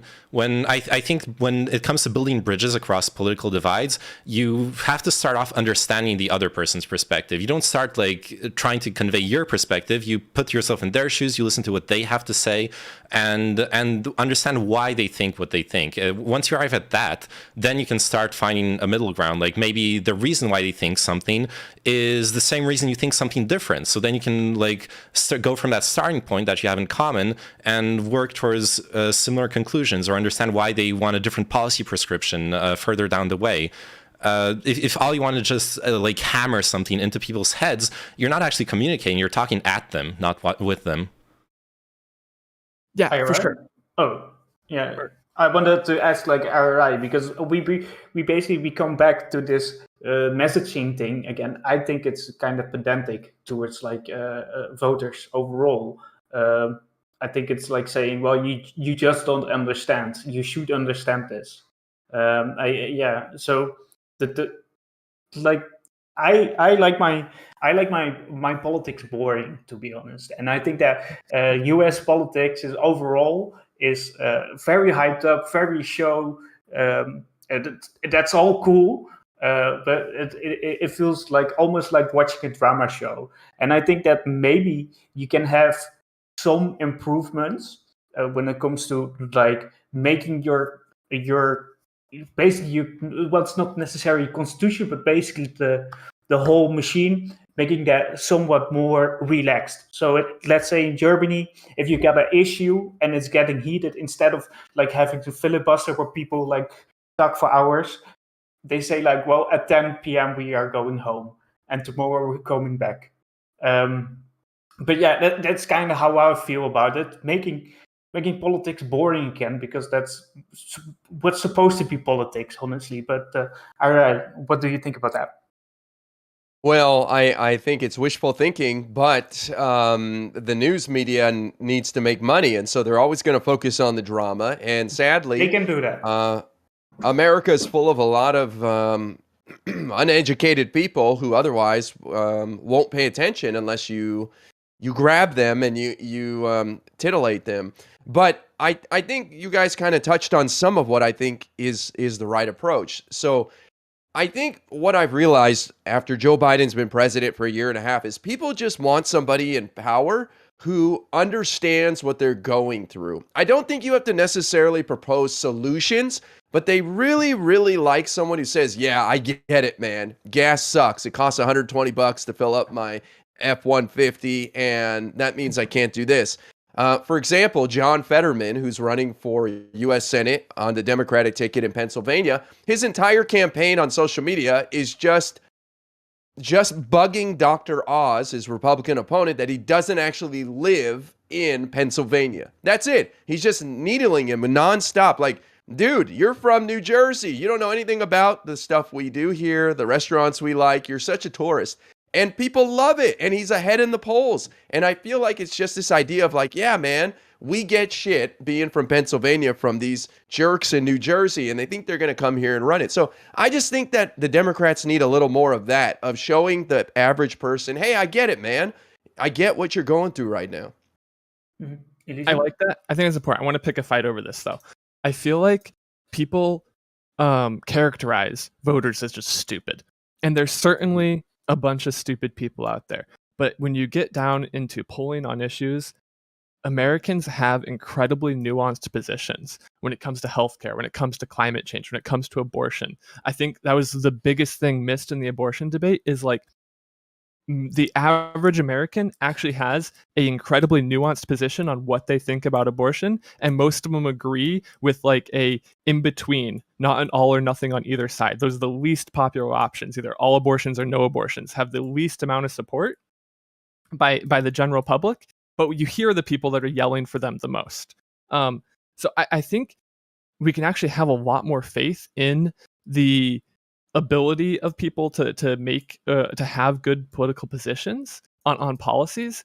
But when Oyoyo was talking, we can have a huge disagreement on a policy and go down and like break it down and get people to agree on it. But I think there's a lot of different things that actually are what people are voting about. And someone might have a strong position on a particular political debate that's going on, but that has nothing to do with how they're actually going to vote. And so we spend a lot of time like fighting over a bunch of stuff that isn't actually what people vote over at the end of the day, which is kind of what I was talking about at the end there. I think a lot of just like a lot more personal things instead of the actual policies in messaging. It ends up probably being what people vote about instead of like the big fight over what policy do we pass here. Well, I mean, that's the problem too, because like both of you pointed out, there actually is a lot of agreement among the American people when it comes to many very, very divisive topics. I think for abortion, it's first trimester abortions are generally the consensus from the polling I looked at, and that's great. That actually covers like 95% of the abortions that women look for. So that would be a great thing to pass for women's rights, and it would satisfy a lot of more conservative people too. However, people don't vote based on policy prescriptions. They vote based on you talk maybe a sense of rapport with the politician, but also that's where partisanship comes, just along like party lines at that point. I feel like if Americans actually voted according to the policies that they get polled on, when they get polled on without like asking, do you support a Democratic policy or Republican policy, just asking, do you support a certain level of healthcare, do you support a certain level of abortion, then the voting patterns would be very, very different, but they just don't reflect that. Okay. So, we were talking about a lot of things. We're kind of looping because we noticed that there are like several things that are playing into this. But one question that I want to ask you guys, what would be a solution to partisanship, or just basically about how we can get things done? So anybody that wants to tackle that one, go ahead. Okay, I'm pretty doomer on this. As we've talked about, Biden is like the bipartisan president, and he's not even getting much bipartisan support for nearly anything. Like working with Manchin is one thing, but working with the Republicans is an entirely separate thing that hasn't been working out. So I don't really, all of the solutions that I know of, or like that I can think of, are like all these really long-term solutions to like how we approach dialogue in the first place around partisanship. And I don't like, these are just way too long term to really make sense to me. Well, I mean, I would refute this idea that we can't work with the Republicans. I mean, I could point to just 3 bills. Again, bipartisan infrastructure bill. We just had gun reform bill that was pretty substantial. And just yesterday, we had this CHIPS Act to invest $280 billion in innovation and outright subsidies for a pressing issue for Americans. So I understand that we're not able to hit every single issue and solve all of our nation's problems. But if we're able to come together on these important issues in this horrific political climate, then I would have to disagree that there's no hope. I mean, do you see it? Like, do you think those were not substantial wins? Okay, we're gonna have to see how much goes into the climate change budget. They're wins, but I don't know if I describe them as substantial wins. I think they're great. I do think they're great, but I don't know there's enough bipartisan stuff going on to like address the actual number of policies or legislation that needs to go through for a government to be like functioning well. It's not going to fall apart, but it's like in a quasi limping state as it was under Trump, I feel like, and under Obama. It's definitely not living up to the speed of policy or speed of legislation that I think would be appropriate. I think that's just oh, sorry. Yeah, that was addressed to IRI. So, well, I just I look at our country. The United States is the 3rd largest country in the world. It's a lot of people to govern. We have this pretty crazy experiment here. I mean, look at the 2 countries above us, India and China, and they're running things a lot differently than we are. So nothing's going to be easy. Okay, and I actually think that we're more fighting apathy rather than tribalism, in the sense that the vast majority of people just don't care what's going on, and the only way to get their attention is through crazy people like Donald Trump or big personalities to grab their excitement. Because honestly, I hate to say this, but I think like Americans, as much as they complain about stuff, like there's a lot of good things happening in this country too, and so they're a bit apathetic to get involved. And I know that would drive our friends further left than us crazy to hear that, and they'll point out statistic after statistic. But how else can you explain such low voter turnout? But I mean, it's more of a general question. But I mean, I'm just saying, look, for me, gun control that just happened, that everybody forgot about already just a couple weeks ago, that was huge. That was a huge come together for the 2 parties that nobody thought was possible. So I'm very optimistic that it can be done when necessary. All these things feel like so close. So like, okay, gun control, infrastructure, they're always like a fraction of the legislation that was planned for these things. The gun control one's really hard because, you know, maybe if the if abuse cases are effectively all blocked from getting guns, that could be a huge indicator to cut down on gun violence and stuff. Like it's more vague. We're getting close on legislation, but we're always like it's cut off from ever getting to what we want it to be, I feel like. Do you think who do you think has a bigger role when it comes to passing policy or legislation? Would that be like the federal government or state and local level government?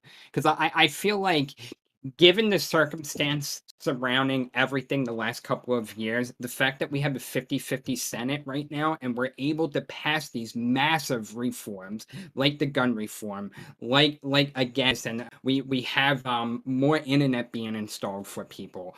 We have optic fiber, like they're running optic fiber cables everywhere. And this is new, because of the offset of that money from the infrastructure bill. To me, I feel like the federal government only has so much power. We also have to look at state and local level elections as well to determine, is everything going good? Because there are good things happening on a federal level. There's good things happening on state level. So like, I guess ultimately my question is, which one do you feel, is it doing enough or could do more? I mean, for this conversation, where I'd be very focused on federal. States don't have the grand resources to make these infrastructure projects the way that the federal level does to allocate these budgets in the first place. And we look at that, like, the infrastructure bill is great. I don't disagree.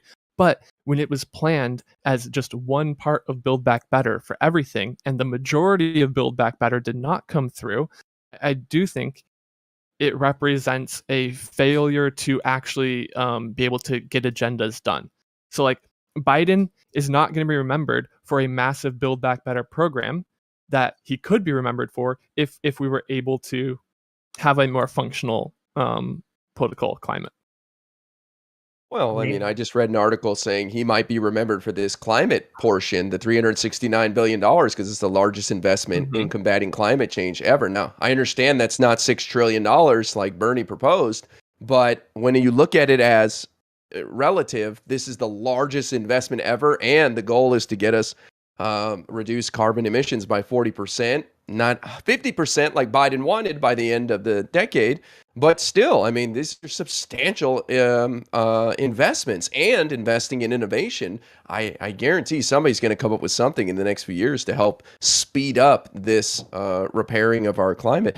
But I understand where you're coming from, but I feel like this happens a lot, where people will have heard about this big thing, and then when they get the final version, which is how government works, right? You always start with a big goal, and then you come down, that they're disappointed, and they ignore, and not to give you a hard time, but I see it a lot, that people ignore the actual wins on the table and what has been accomplished. Yeah, and we didn't even mention COVID relief, right? I thought that was huge for the US. I never saw the US doing something like that. So, go ahead. Well, I just want to say, I always ask people, like, well, what about the $6 trillion that Bernie proposed that is missing now that you think was absolutely necessary? And nobody can ever detail anything. Again, it's not to give Chinchilla a hard time. I'm just riffing off what he was saying. It's always people have this idea. It's like, you know, you ask out the hottest girl in school and she says no, and then finally some average girl says okay, and you're mad because you're not dating the hottest girl in school. It's like, well, you've got this wonderful person who's really into you, and they're pretty hot. Like, what do you want? Wow, is this the red pill arc of the conversation now? This is the incel conversation. But we're not going to shift topics into incel conversation. But Oyo, go ahead. Yeah, I actually really wanted to bounce off something you said earlier, IRI, when you talked about apathy, because I do feel like disillusionment, lack of faith in the institutions, and a feeling, like you were saying earlier, of that the politicians aren't talking to you, don't understand your life. Those really play into this, because then any populist can arrive, and it's the easiest thing in the world when someone is disillusioned, disenfranchised. You tell them, I know you have problems, and I know who's causing them. It's them. You can point at the other side. You can point at the other part of your party. Whatever enemy you need that's politically expedient, you will get support from those disenfranchised people that way. And I think because the original question was solutions, I think an approach that kind of kills two birds with one stone, because we also I talked a lot about how people do agree on a lot of policy positions, but still vote in very partisan ways, even when it disagrees with their policies. I think certain forms institutionally of more direct democracy can actually address that. There aren't many studies about it, but studies have shown that more proportional voting lowers the levels of apathy. People are more inclined to vote because their 5% vote for a smaller party will actually matter in the legislative chambers. They will have some seats, not 0 seats. And on the other hand, this is obviously a very delicate thing to handle, but many countries, even states in the United States, California does it a lot, to run referendums where when you vote you were voting just for the policy. You're not voting for a Democrat or Republican. You're just saying yes or no, do I think this policy is right for me? And I think those approaches can work really well when it comes to bringing those people back into having a voice in the institutions of the country. Okay. Well, no, go ahead, Chinchilla. Yeah, I just want to say this. You can also, with a referendum, you can also cause a lot of polarization, which happened in the Netherlands. We had a referendum on Ukraine joining, or not really joining the EU, but in 2014 or something, 2016. And what happened there was the referendum is like, well, suddenly my music is going way harder. So, but the referendum was kind of shitty because of the fact that you vote against a law that's already like passed. So that's how you have a referendum usually, because you cannot vote just on random blanket things, right? So then it's like a vote against the system. So it actually frustrates the system overall, the referendum. So it can actually have like a polarization effect to that extent. So I do the ideas of direct democracies, they can also be like actually like a tool to make things even more like not being able to get things done. But yeah. If I can respond to that real quick, like you're right, Yeah. and the other big example is Brexit. That was hugely polarizing. Yeah, It still exactly. is polarizing for UK society. But when you look at countries that have functional referendum systems, they don't vote on vague things. They vote on like a very specific policy that was written by lawmakers. They aren't voting for like should we stay or leave in the EU. You would be voting for say like just very very specific precise things. You can set up institutions in a way like where it doesn't like wheel out of control in that way. And obviously you probably wouldn't be voting on undermining the already existing institutions the way you described in the Netherlands.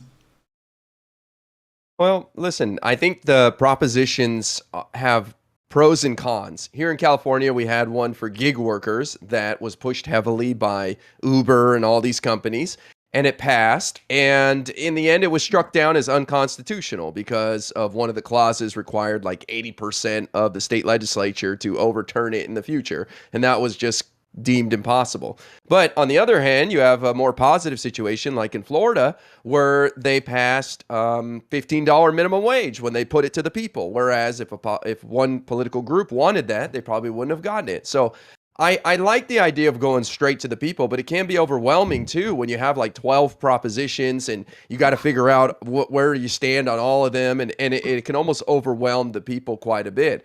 I do like what you were hinting at with ranked choice voting, where, hey, I could take a chance on this not as popular candidate from not one of the two major parties, and my vote isn't totally discounted if they don't win because it gets moved to my next choice, on and on. So I do like that we're headed in that direction. I think it's good. But I think you hit on a bigger theme, which is people right now are looking for people to blame for their problems. I think this is even bigger than politics. This is why I think communism and leftism appeals to a lot of young people right now, because instead of dealing with their problems and perhaps things in their control, they want to look for some big boogeyman that they can just point to and say, that's the problem. And I think Republicans have tapped into this really, really well by saying it's the leftists, it's the transgenderism, it's the LGBT community, it's the groomers, the teachers, the liberals, all this. They've tapped into that. And all they're doing is giving people a boogeyman to be mad at. They're not giving them any solutions at all. So we need to get on board with that. We've done it a little bit thanks to Donald Trump saying, look at these fascists, white supremacists, racists. They're tearing our country down.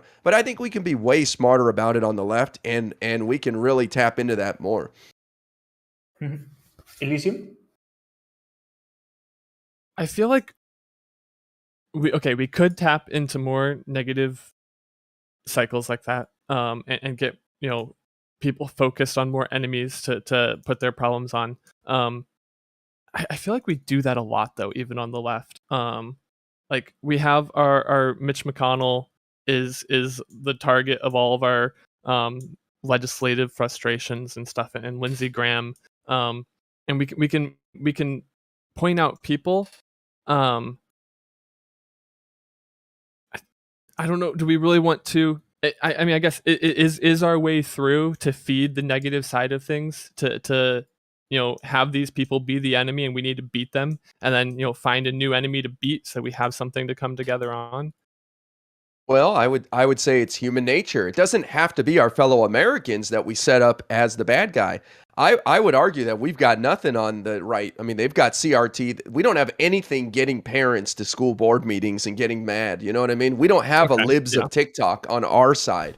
Now, I'm not saying we need to do that and vilify our fellow Americans. I'm saying we could do that with some sort of bigger thing, kind of like Bernie and the 1%. You know what I mean? Something like that. That's a little more creative. We could unite everybody on and be like, that's the bad guy. You know, and in times past, it would be something like China or communist China or something like that.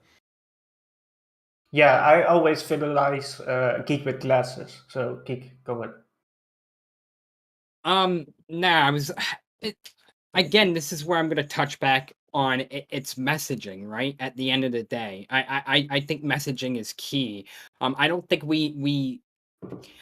I don't see the greater good in attacking someone. Sure, that might be in our nature to go at their throat and lay down, oh, you voted against the expanding healthcare for, victims of burn pits, right? Active duty military official who were there burning batteries and shit like that and getting cancer. I don't per se believe in like attacking them like they're just some god awful humans, but I just don't see, again, I think we need to come to some sort of common agreement or some sort of common ground enough so we can start getting more things passed. There's a 50-50 Senate right now. I don't know much good that attacking one another does, other than lead to something like January 6th, where you have these group of individuals who, whether they were radicalized by President Trump and his rhetoric or what was online at the time, I think at the end of the day, these people felt attacked already. Whether whoever did it, I think you can point blame in 5 different directions. But I don't want another one of those happening. So this is where I feel, we should go out. We should communicate to these people more. We shouldn't. The internet does a good job to huddle us as a group or keep us in a specific section, right? Instead of going out there talking, communicating with humans, canvassing and stuff like that. That's why I think communication is important. I think in the age of the interwebs, the internet, I think ultimately there's I think more people listen to the crazy stuff than not. And I think if we get ourselves out there, I don't do a good job at it, but like communicating with the other side, I think bipartisanship is going to happen. I mean, I think people want to see American succeed or America succeed, right? We're the powerhouse. Go ahead.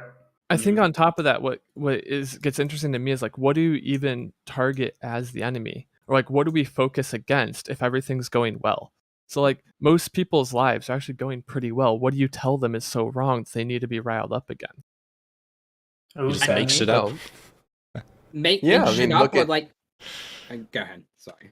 Well, look at libs of TikTok. Like, why is that so successful? You know what I mean? It's not actually addressing any problems. It's just outraging people. You know what I mean? Like, it's making people mad about stuff that they didn't even realize they should be mad about because it's not happening in their neighborhood. You know what I mean? Otherwise, they'd already be mad about it. They'd never seen something like that before.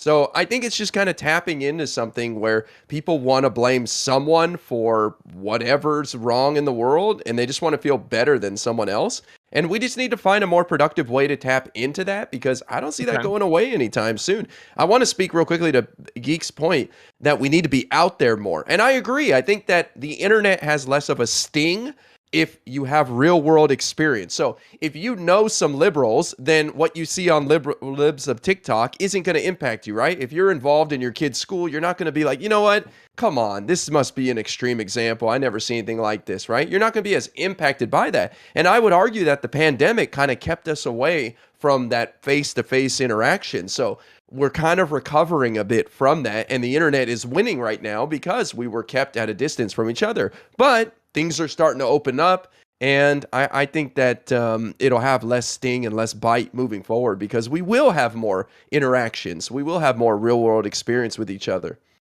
Sure, but don't you see like more people in America have we're seeing more people have access to internet in America than ever before, and we still continue to see on a federal level and state level investing in this infrastructure.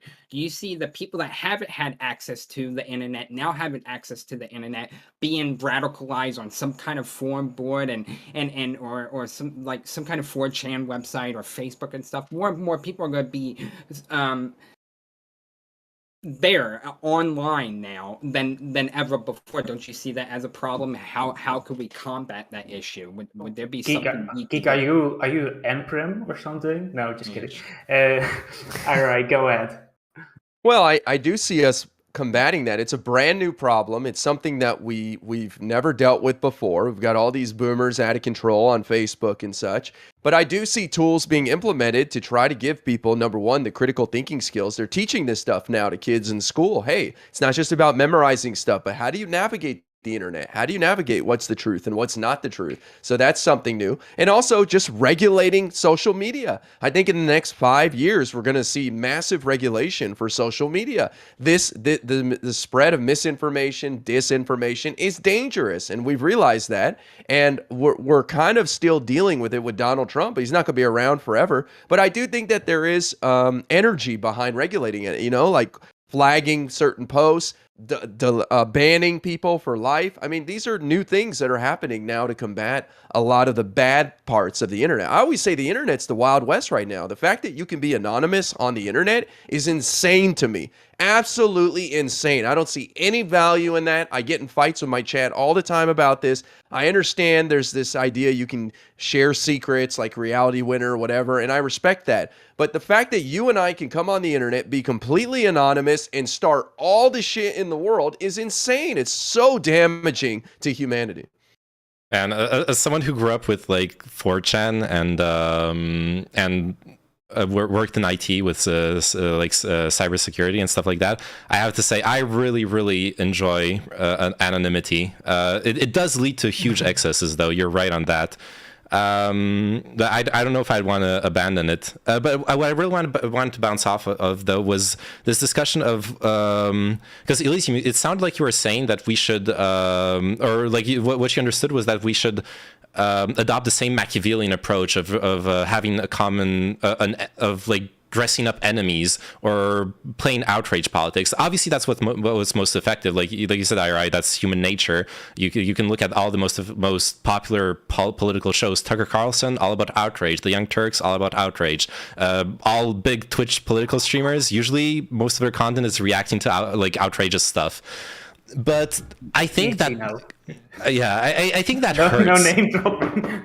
I myself do it. It is what's effective. It's fun. It's fun. You laugh at how stupid some people are. You laugh at how like bad what they're doing is. But if that's all you're proposing, I think that's actually really damaging to the political landscape. You're creating this narrative that the only thing the opponents have to offer is the worst, because that's what you're going to be focusing on. That's what Libs of TikToks does. That's what all of those shows do. They like cherry pick the worst possible examples to make you angry. And I don't know what the solution to that is, honestly. I feel like, because it is what is most effective, and it is what's going to bring you the most eyeballs, what's going to bring you the most ad revenue, et cetera, et cetera.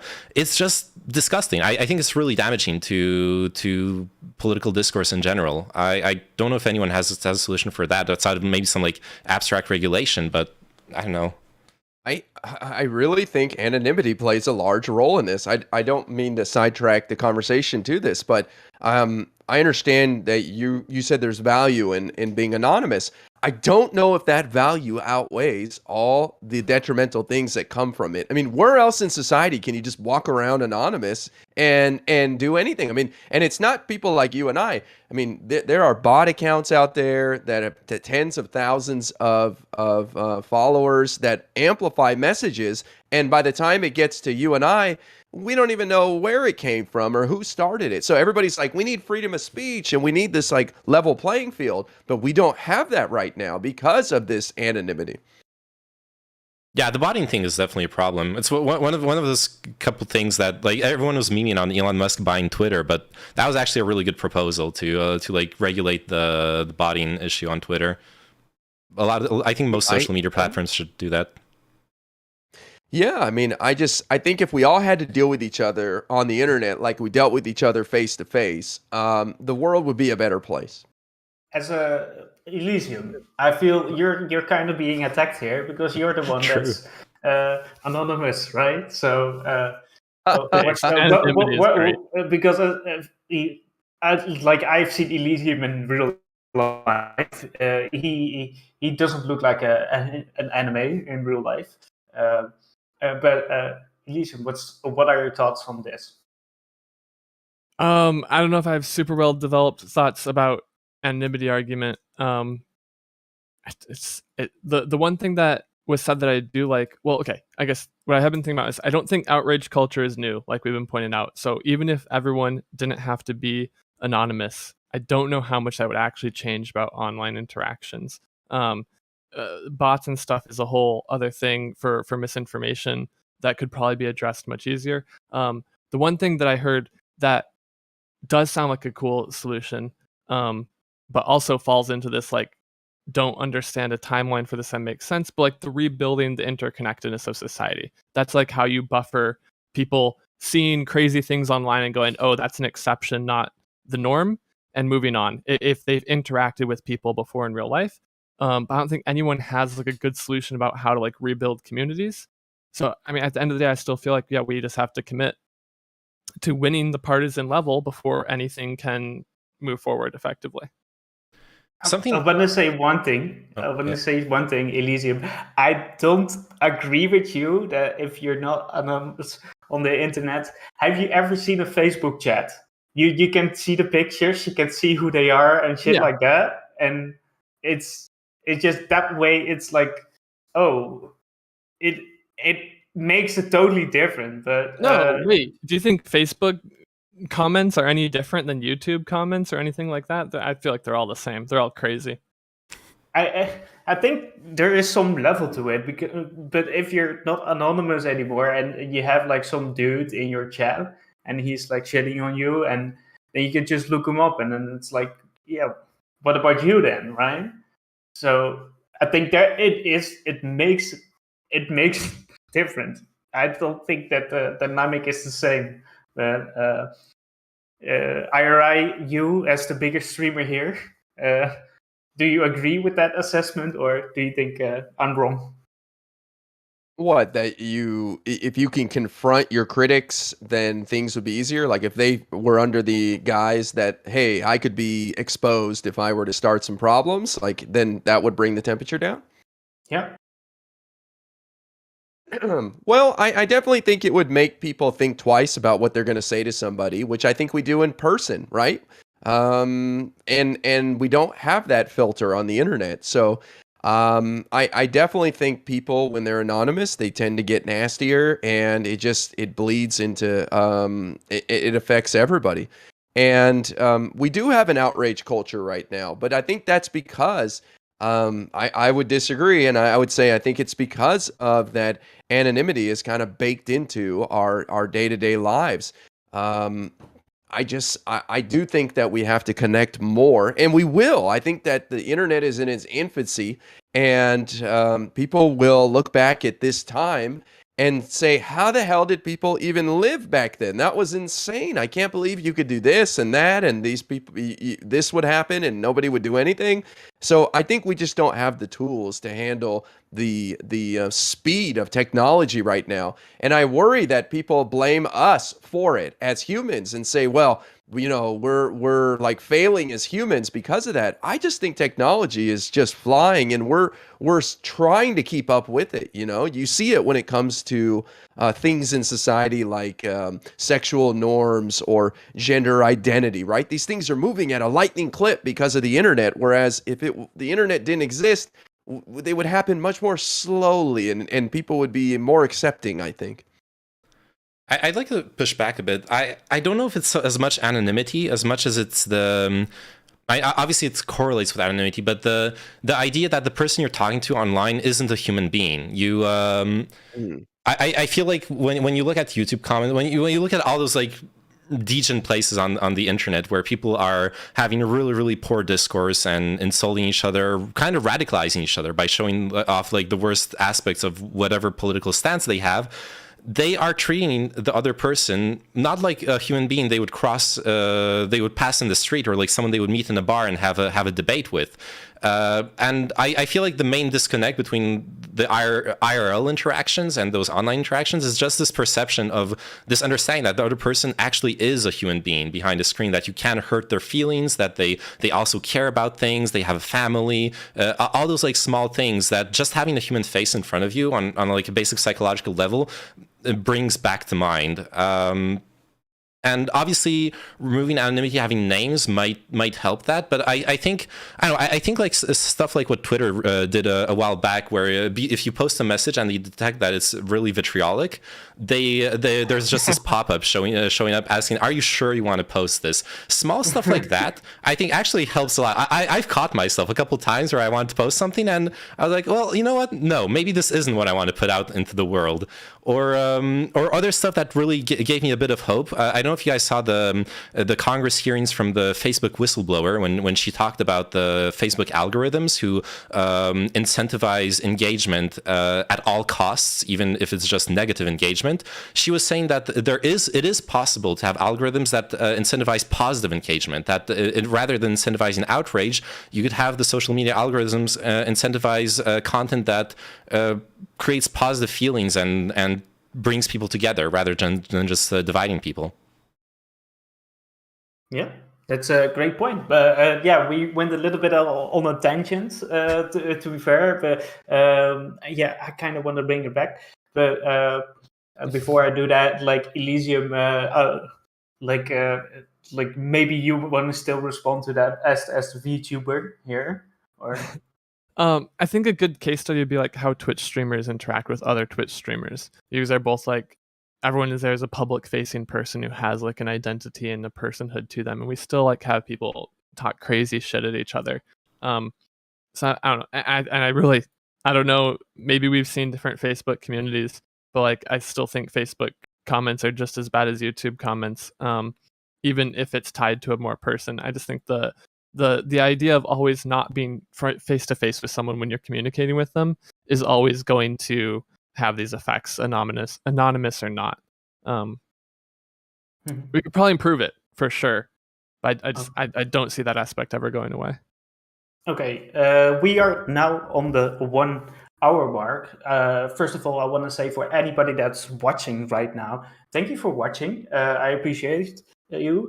This is the Limb Praxis podcast. We do this every week, Thursday evening, 4 p.m. EST, live on Twitch, twitch.tv/chinchilla with 2 underscores. I have some lovely guests still here with me. I got a geek with glasses who's right next to me. Next to that is Elysium. Underneath me is IRI, or I'm really important. And next to him is Oyoyo.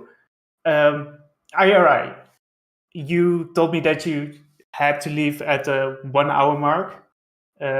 So thank you very much for coming on. I really appreciate it. And I will say that it was fun and lovely to have you on here. And I really appreciate it.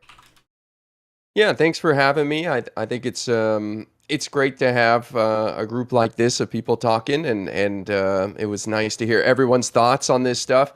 I don't have a solid answer for these problems as far as going back to the partisanship stuff, but I think it's temporary, and I think a lot of people are unable to think back, even perhaps. Well, I shouldn't say unable. I just wish more people would think back just a few years ago when we voted for like Antonin Scalia or RBG for the Supreme Court with 90 plus votes. I think Antonin Scalia was 98 to 0 or something. So we were less partisan at one point, and I'm really confident we can get back there.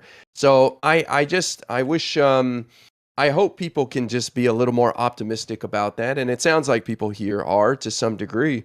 But I'm confident this is just a low point, and things are going to get better, and we'll see what happens. But again, thanks for having me on, and I just encourage people to try to focus on the positive stuff. Like, last thing I'll say, I understand that the climate change bill, or the climate bill that is going to pass, hopefully, of $369 billion, it's not the $6 billion. It's not exactly the Green New Deal, but this would be the largest investment in combating climate change, and it would send a huge message to the rest of the world that we're serious. And I worry that win gets lost in people's expectations, and that's unfortunate. But thanks again, guys. I appreciate you all, and I'll see you guys around Twitch. Thank you. Bye-bye. Bye-bye. Okay, so that being said, we are not quitting just yet, because I know Elysium has a lot to say about this topic, and he probably has a lot of other points that he wants to bring up. So maybe we can bring it back to the topic, one of the things that you want to talk about, and maybe we can go from there. Wait, before we get to that, Elysium, what's your feelings when with IRI saying you're not a person? Because he said the people here are pretty optimistic, and you are pretty doomered. So, is it because you're a VTuber? Do you think the not having a human face makes probably being anonymous? Yeah, probably being anonymous. Heard that. Yeah, okay. I think to a certain extent, I think that if we talk about kids, like you were talking about 4chan, and you were probably like 17, 18 years old or something along those lines. I think a bit earlier kids, even, but I think those kids can still be anonymous. Okay, I think that would be great for them, because I don't want to have them being cancelled when they were like 15 and they said the N-word also on 4chan forum. I think that's just sad. But you can go even further with that. I was like playing a video game on a forum, and some like 40-year-old guy was asking me my name and address. So yeah, maybe it was good that I was anonymous when I was 14. Okay. Well, yeah. There will be a lot of complications to that. Yeah. Okay. I do think the last thing I was saying was very fair. I think part of playing partisan politics harder or better even is focusing on your wins. Even if I think the core of the problem there is that our wins aren't what we want them to be, we still do need to they are still wins. We still do need to take our wins where we have them. Getting any bill passed is better than getting no bill passed, even if it might not address as much as I want it to. So I think that is very important. I think that does play into getting people to vote, being a core issue of like, we don't get big voter participation, and that can help. So I think there's a strong point there. I don't know that is what really is going to change anything major. Saying that we're in a low point now, I understand, but I don't see the path out of this low point without a convincing side winning politics. I think it's much more likely that we're going to see the splits continue. So like, we've only been seeing stuff get done when one party has the presidency, the House, and the Senate. At any time one of those falls to the other party, it becomes a massive deadlock. And the idea that we're like going to see these very convincing wins for the Republicans or the Democrats again is definitely not guaranteed to me. And that's where I see the problem in the future going. I have an issue with how you're presenting with like what you said at the end, because you're not presenting an issue of partisanship. You're presenting an issue where, now I understand. Okay, you're saying it's a deadlock because the parties can't work together, can't work together because of partisanship. Okay, sorry, yeah, that makes sense. how true is that though? Because like you go back to the ACA, right? Like Obama passing affordable health care. I mean, ultimately the Republicans won in what 2010 or 20. I can't remember exactly. Republicans won, and he was still negotiating, everything leading up to the Affordable Health Care Act. I mean, whether it's everything we wanted, but I think at the end of the day, we came to a common ground where yes, we need more Americans to have health care or have affordable health care. And we laid out a very basic, not basic, but a very broad legislation that can always be built upon, right? It doesn't have to end there. We always can go a step farther, and that's what Biden is trying to do, right? When it comes to negotiating drug prices and so on and so forth, right? So I think we were able to I think we're able to come together. It's just how we come together, right? And I hate this, like, we have to be so divisive to get anything passed. I don't think that's true. Again, I think it needs to be like January 6th, right? Okay, so I might be wrong, but the ACA passed when Obama had both majorities, right? This wasn't negotiated. It did, but it was negotiated. Sorry. Oh, okay.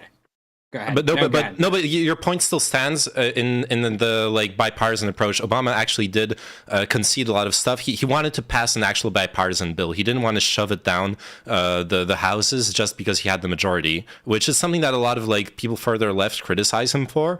But that was his approach, for better or for worse. He chose to negotiate even though he didn't have to. And then it got cut down to being a enrollment program. Yep. Which, I mean, who knows? It's unlikely that you would have gotten everyone to agree on what a actual healthcare system would have been at the time. But I don't know. Yeah, I feel like that's not an example of the bipartisanship working out, because now 10 years later, we're still trying to figure out our healthcare system, and it's unlikely we're going to have a big healthcare push again for maybe another decade. I don't, Elysium, I don't know. I think it's like a twofold. Like, I think at one hand, like Geek is right with where you can say we can bridge the gaps, but I think it's actually more on those economical topics, because a lot of U.S. citizens just look at Europe and they think like, well, that actually that welfare state that looks kind of appealing, right? But then on the other hand, you have people that are like debating about if gays can walk on the streets together, and the other side is like debating about like xenogenders. So they are very far removed from each other, and there doesn't seem to be like, they don't seem to be able to connect. So I think there are topics where people are actually like, they actually don't really care about which way it's moving. And then you have these like, yeah, you have the social topics, the hot button topics, and people just vote for that, right? So yeah. But I don't know. I'm not 100% following. You think? Well, that I think I think that people actually, they are very bipartisan on like some topics. So I think that I wouldn't say like the Medicare for all. I'm not saying that everybody wants the Bernie Sanders Medicare, but I overall feel that everybody within the US wants more of that, right? But then on the other hand, again, you have these hot button issues, and that's where people are segregating themselves along those lines. So you have like agricultural communities that don't want to have to do with city folks and that kind of shit. And vice versa, by the way.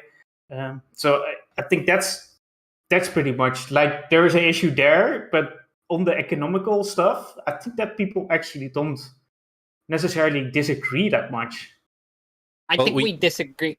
No, Scott, go ahead. No, go ahead. I was just going to say, because that kind of pans out in how we've seen the right evolve towards adopting a lot of left-wing populist talking points, where clearly on the economic side, they see that their voter base does actually like those talking points. So they've been adopting. But go ahead. So fuck, I forget what I was gonna say now. Oh shit, sorry. No, you're fine. You're good.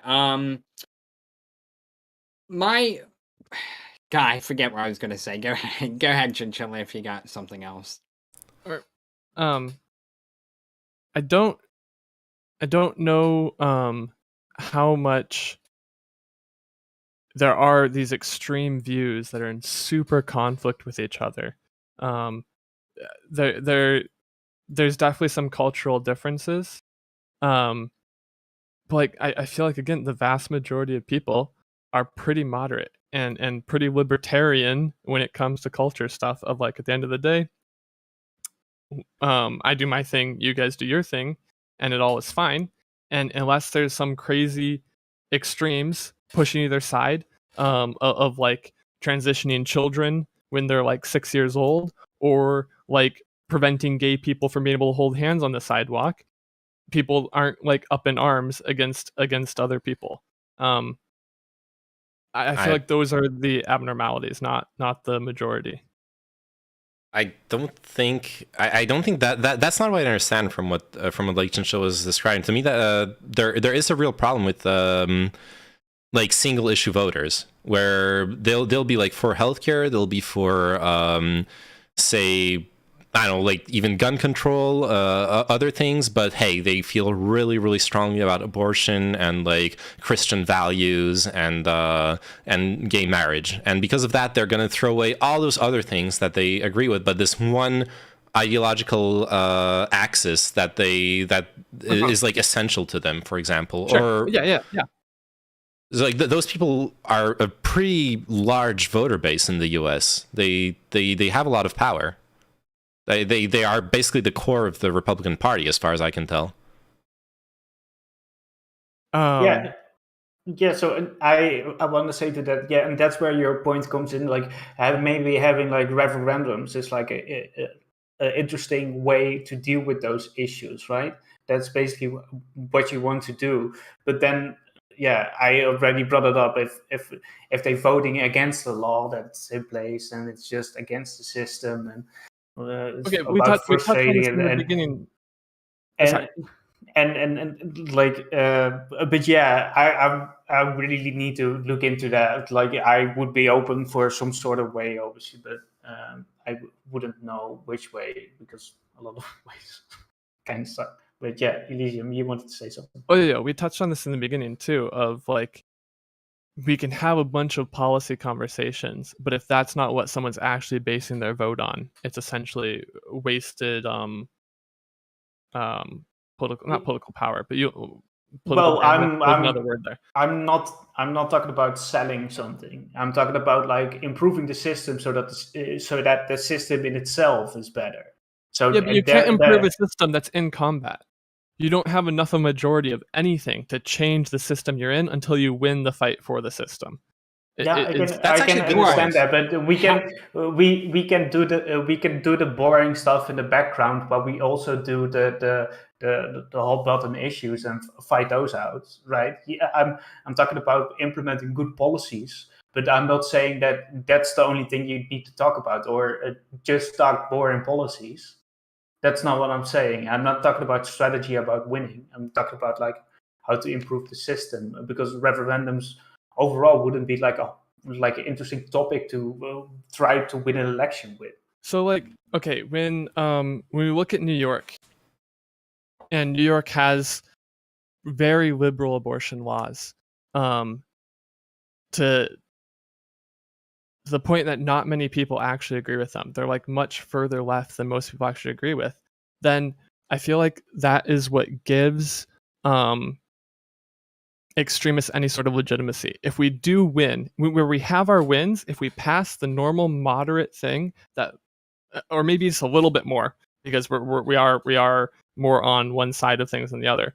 So like second trimester abortions being okay and something, and then third trimester is pretty universally agreed on like something that shouldn't be happening.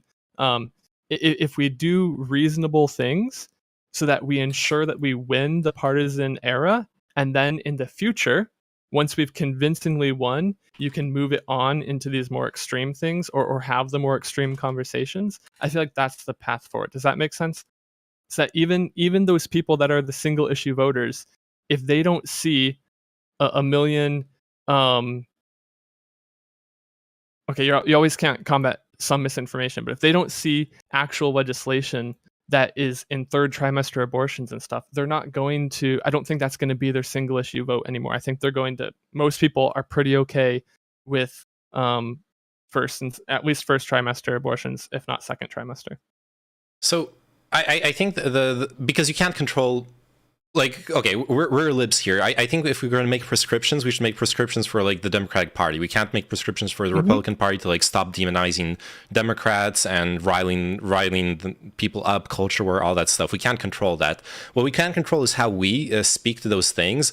And I think when it comes to those like really hot topics, showing willingness to compromise, and exactly the way you described, showing willingness to be like, hey, Roe v. Wade was 2 trimesters.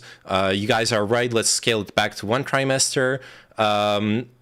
Would be perhaps a really, really good way of like building back bridges, but also something that I don't think has been tried much, at least in U.S. politics, is really focusing on this internal disagreements of the opposing party. Like we always focus, as liberals, we always focus on within the Democratic Party. There's like the further left people, there's the moderate Democrats, and we're constantly fighting against each other.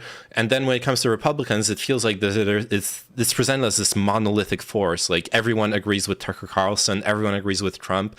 The January 6th hearings were really positive for that. Seeing that Liz Cheney is actually not pro-Trump is great.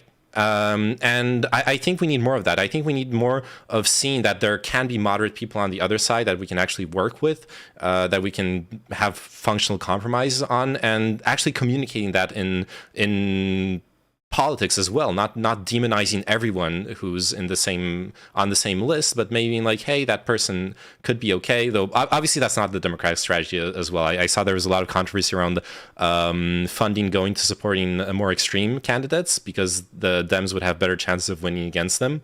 So yeah, I think it's complicated when you add in like really Machiavellian electoral strategy, but for communication at least, I think that would really help. Just creating more empathy on both sides, more understanding of the other's positions. Yeah, I feel like that's awesome, but like super long term. Like this to me, this sounds like the same conversation of like if we could improve the dialogue between the parties and stuff, or just in general, like on news and stuff, would be better. But like I agree that would be great. This just feels like you're talking. It feels like the same thing, and we look at past eras of partisanship. It feels like it takes like generational changes, era or tier of solution for things to change, and that feels like a very long commitment, and also assumes that like you're going to get enough people. So as much as Liz Cheney is on the January 6th committee, I think there's only one other Republican on there. I think. It assumes there is enough people from the other side that want to build that dialogue as well, or even more importantly, who represent the other side that want to build that dialogue. Liz Cheney wasn't building that dialogue until she fell out of favor within the Republican Party by opposing it. And now most Republicans aren't going to view Liz Cheney as representative of bipartisanship or Republicans, right? Yeah. It's better than nothing, but it's not. These are going to be very, very small steps, and I don't think it's going to be met. Also, I just want to say one thing about that. It's like Liz Cheney, that might be looking good for us, right? It's like a lot of people look at like Joe Manchin, and they think like, oh, he's like some dickhead because he's like a moderate or something, you know? So it goes both ways, and then we are okay with actually like having Joe Manchin because he's the tiebreaker, right? And that kind of shit. But I don't know. I think I'm okay with shifts that aren't too massive. Meaning, I'm okay with things not happening tomorrow. Okay, I'm okay with generational processes, I guess, Okay. not a very quick change, right? Because I feel like you have that quick change, that radical change. It might radicalize a group of people. And I keep going back to January 6th, but you're going to have something like the 6th happen, or you're going to have some monumental change in government where, I don't know, let's say our government just falls or something along those lines. I think it's okay for things to take a little while. I don't think our system was built to have things happen in a day or two, right? I think there's a reason why there's a House. There's a reason why there's a Senate. The House might, fundamentally, build the basis of legislation. And then it goes to the Senate. They might negotiate. It goes to a committee or whatever the case may be. I think these things are okay. I don't. I don't see it as being a bad thing, but I understand what you're saying. Where as waiting for so long, maybe the right processes don't happen, or the right. Have you seen Elysium's background? He wants to become the emperor. Okay, Yeah. so he wants to I am the Senate. enact that change. I don't think any of these changes are happening fast. Even if we're talking about January 6th, I would say this is a change that is decades in the making. The Republicans' messaging to their base that has radicalized them has been 20, if not 30 years of building. So I don't see any quick changes happening that I'd be afraid of. And I mean, maybe that's just a fundamental disagreement, but the prospect of having a government that's going to limp along and not be able to effectively address things for long periods of time sounds that is a very big worry and problem to me. Even if we say, hey, in 20 years, it will have worked itself out. I can't imagine in 20 years from now, we're still going to be as partisan as we are now. There's definitely going to be political changes by then. Yeah, but you got to start somewhere. Like we're working with the tools we have. Like you said yourself, we can't change institutions without bipartisan shift. So what we can change is. I don't think sitting around being like, or not sitting around, just saying it'll work itself out in time. I'm okay with slow changes. That feels very underwhelming to me. Or like, I guess the more important question to me is, okay, how do we make that change happen? I think certain. First, because there's many different aspects to this, right? We kind of flew over different ones without really classifying them. I think with complex problems, you always need to decide what scale you're working at. Are we working at the individual scale? Like when you meet a conservative in real life or on a forum, how do you talk to them? How do you address their concerns? Then on an institutional scale, that we did talk about a bit more. I had a couple of proposals. They have their own disadvantages, but at least it's something. But like you said, we can't change the institutions without more support. And then on like a party level, how do we communicate things, et cetera, et cetera? Obviously, the prescriptions are going to be different in each situation. So I don't think there's anything immediate that can be done. Except maybe on the policy side, something where you could perhaps get a bipartisan effort is social media, because the conservatives have made social media a huge culture war talking point. Yeah. If you can create some kind of compromise where you can have a bill that addresses their concerns of like social media bias, lefty control of it, compromised with control of, say, like outreach politics and misinformation, you could perhaps create like a really strong social media bipartisan bill regulating that, and that would be, if it was a well-designed bill, that would be an immediate change to political discourse across the entire country.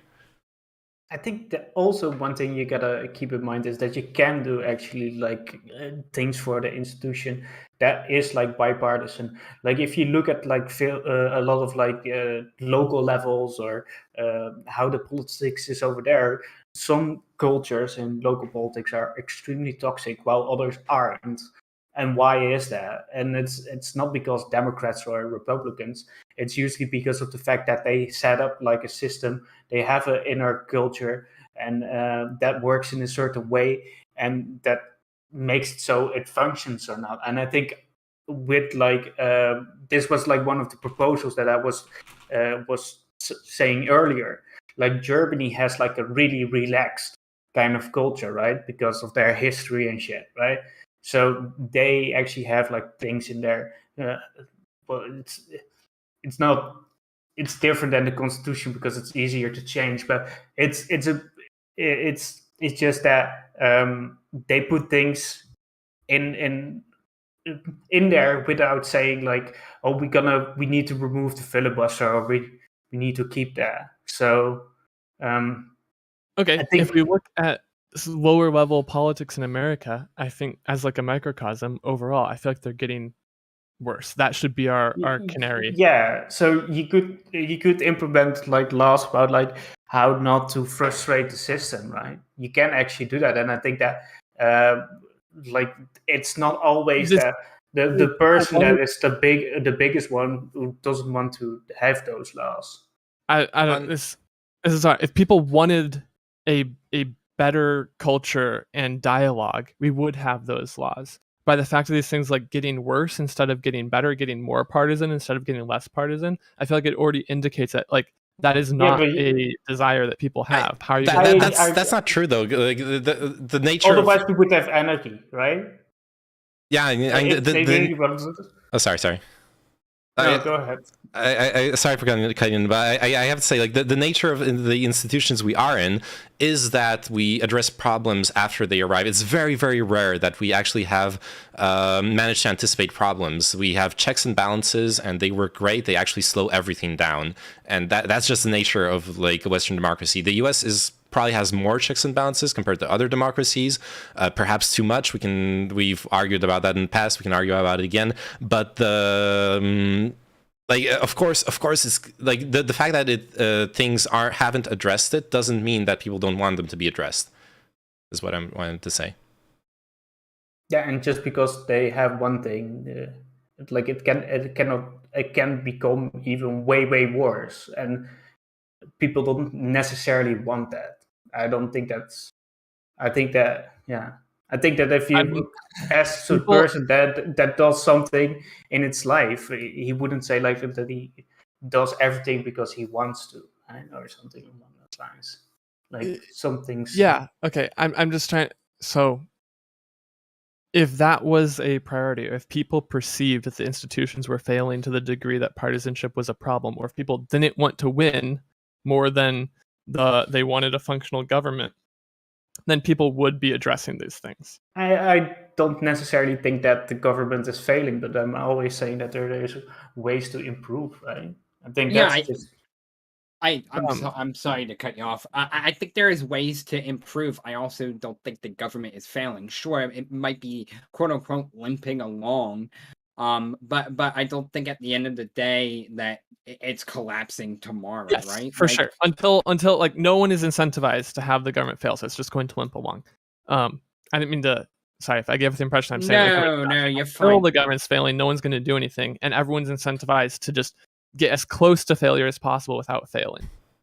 I don't think who's incentivized to fail. Yeah, so I guess maybe this has biased me too much, but I've been watching Wisconsin, and I think to me this is like the signal of what's going to come in more states, or we already see it happening in more states, and what's going to come more on the federal level. But in Wisconsin, the state legislator is supermajority Republican, and the governor was Republican and became a Democrat one. And before the Republican governor left, the state legislator took away a bunch of the powers of the governor, and have refused to approve any of his appointments or anything. And so then now these Republican appointments from the previous governor, whose terms have expired, are just staying in office. And the Supreme Court of Wisconsin, who's also Republican, has ruled that they can, because technically they don't leave office until they're replaced. Even when their term expires, they can just refuse to actually leave. And until a replacement is approved for them, it's their office. And so if the state legislator just never approves a replacement, all these appointments from a previous governor are going to be there indefinitely. And so the system has essentially broken down because one of the sides wants to win more than it wants to have a functioning democracy. In the sense of like well-functioning democracy, not in the sense of it can't do anything. But I see that happening more and more on a federal level as well.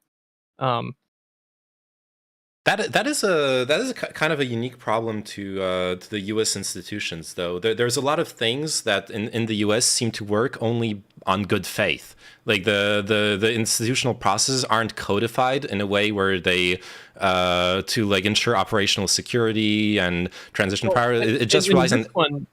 They are codified to ensure that someone always has that position. It's just that is being used to then fuck with the system.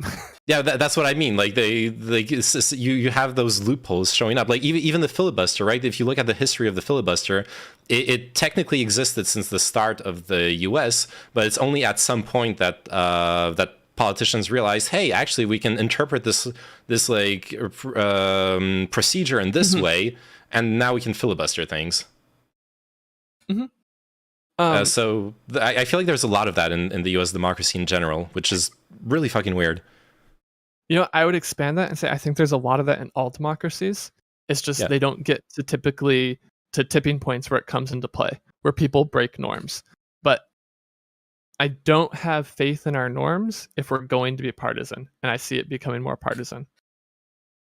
Yeah, I don't really have a solution for what you described, but I did actually want to bounce off of something you said earlier, if that's okay, because you mentioned local politics. I actually had a prescription for local politics that I thought was interesting, which kind of already happens, but can definitely be scaled up. It's to have citizens committees to basically involve people. I think that will be most effective on a local level, though you can also do it on federal level. Some countries have, but to basically have groups of people weigh in and be like a committee, study a policy proposal or help draft policy proposals, things like that can involve more people, kind of like jury duty. You know, you can get a letter someday, and they'll be like, hey, we need your help on like drafting a policy proposal. Those kinds of things could force people to work together with very, very different opinions. If you had like liberals and conservatives on both sides of a committee, it could on a very individual level help people bridge the gap. But I don't know if that's interesting, because I remember that in my the county where I was representative in, basically they used to have like a culture where they had basically the person that is in power was sitting next to the person that was leading the agenda, and they were like basically like controlling the agenda. And at some point they said like, well, this is like, it's too much power for them, right? For those that are already in power, because nobody else could like speak that much. So they changed it up with like, they actually said like, we want to have people that are just citizens involved. So now citizens could sit at the table as well. And they did have like different formats in the evening, and they also organized it all on the same evening, so you could go to different like topics, so you could shop between the topics, whereas before that it was on separate evenings. So those are useful ways to change a political culture on a local level, right? But it really depends on what you want. So maybe that new culture is more to decisive, and people come in and they just go to the agenda and start getting shit. Then maybe you want to reel it back a little bit. So there are different ways to address that, and that's usually not about partisan at all. But yeah. And I kind of touched on this, and this is what I meant by like committees or oversight committees or whatever you want to call them is getting local organization to do these committees or like outreach programs or whatever you want to call these things. I kind of touched on it in the beginning. I think like South Africa does it. And they get like a group of people together, like outsiders of politics and whatnot, and get, South Africa left and right together to talk about policies. And it seems to work in their favor more than it doesn't. So like I always go back to, I don't think there's one silver bullet that's going to end all of this polarization here in America. I think there is a group, or I think there are multiple things we can do. It's just, again, it takes people to do these things. And when you don't have many people, everybody gets caught up in the 9-to-5 job or whatever, or whatnot. It's hard to keep up about what's going on and how, what's going on in America and all the legislation that's being passed, how it affects them, and so on and so forth. It's easy. I think the Republicans do a good job in the fact that, like, when they communicate to their base, it's always like a very simple message. Gas is high. Biden's fault, right? Like True. True. So I yeah, think, brother. no, I know.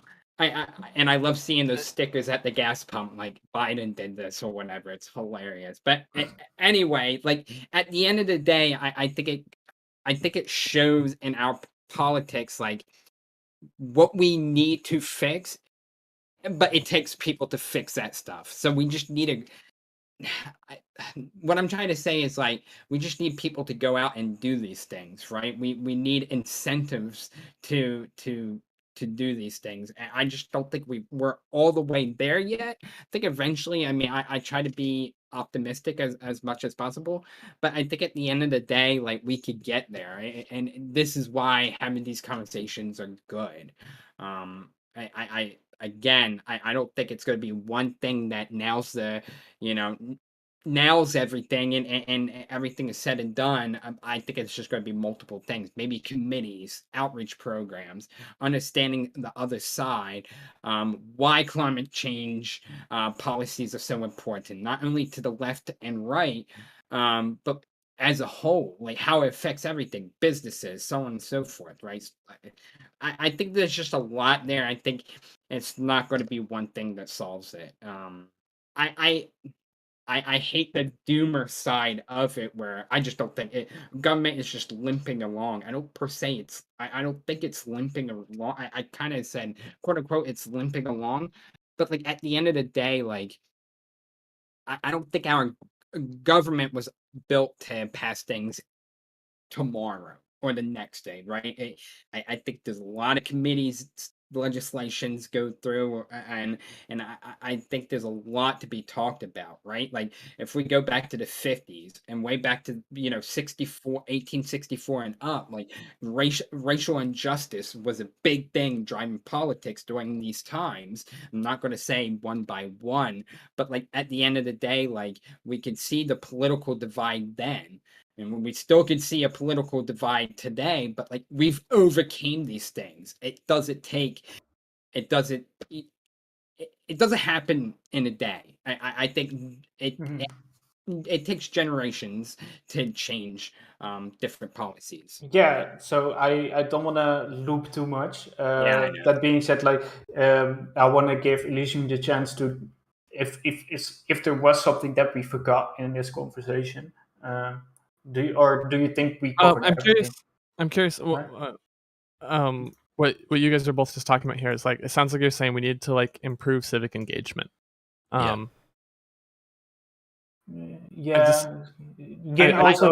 Also you can sometimes you have your local council members overall being like in a very, very toxic situation, and if you are part of that county or whatever lower level of government, then if that really toxic behavior, right, you can address that with with some people without like necessarily saying like, well, you gotta vote on this in a different way, like how sometimes families control a certain part of like a county or something along those lines, like nepotism and that kind of shit. Yeah, but who's going to do any of that? Well, usually the mayor is usually a good person to address those things, and he has his staff, so his staff will work on that. So I guess it's kind of looping back to the apathy thing. So I don't have a good representative context for this, but I know my local city council, they struggle to just get people to run for the offices. The people who are on the city boards, go ask their friends, hey, will you run for this position? I can get you into this position if you want to run for it and do some stuff here. And the only people that are really invested, there's a lot of changed culture around how cities work, and only small business owners that are going to be in a city long term really seem to be the ones that are invested in the outcomes of a city and stuff, and that's rough. But civic engagement in general, I don't know how you're going to bolster it in any realistic way. Or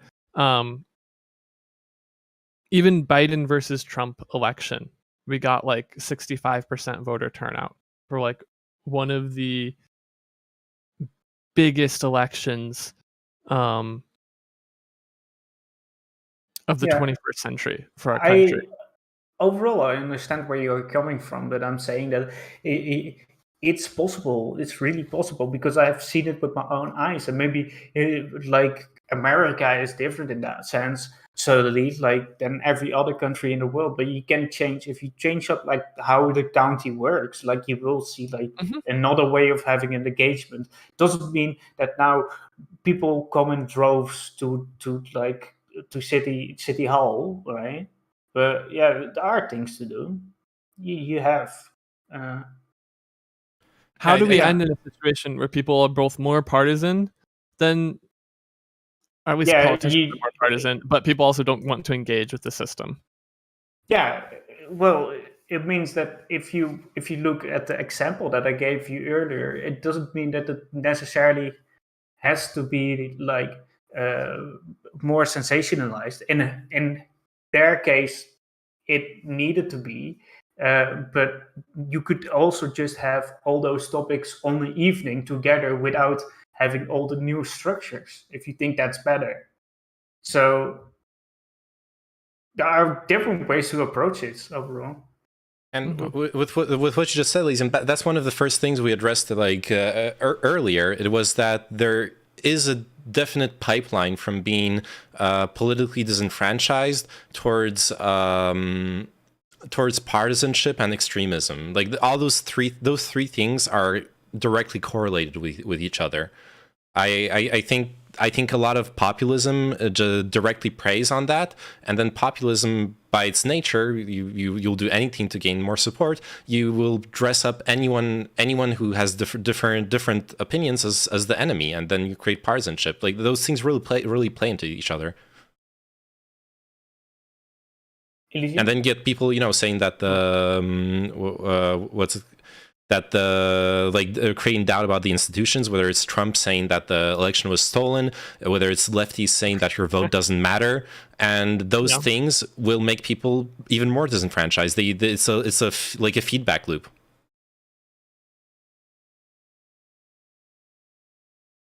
I understand what you're saying. I just don't like the word disenfranchised there, but yeah. Okay. Wait, what's wrong with it?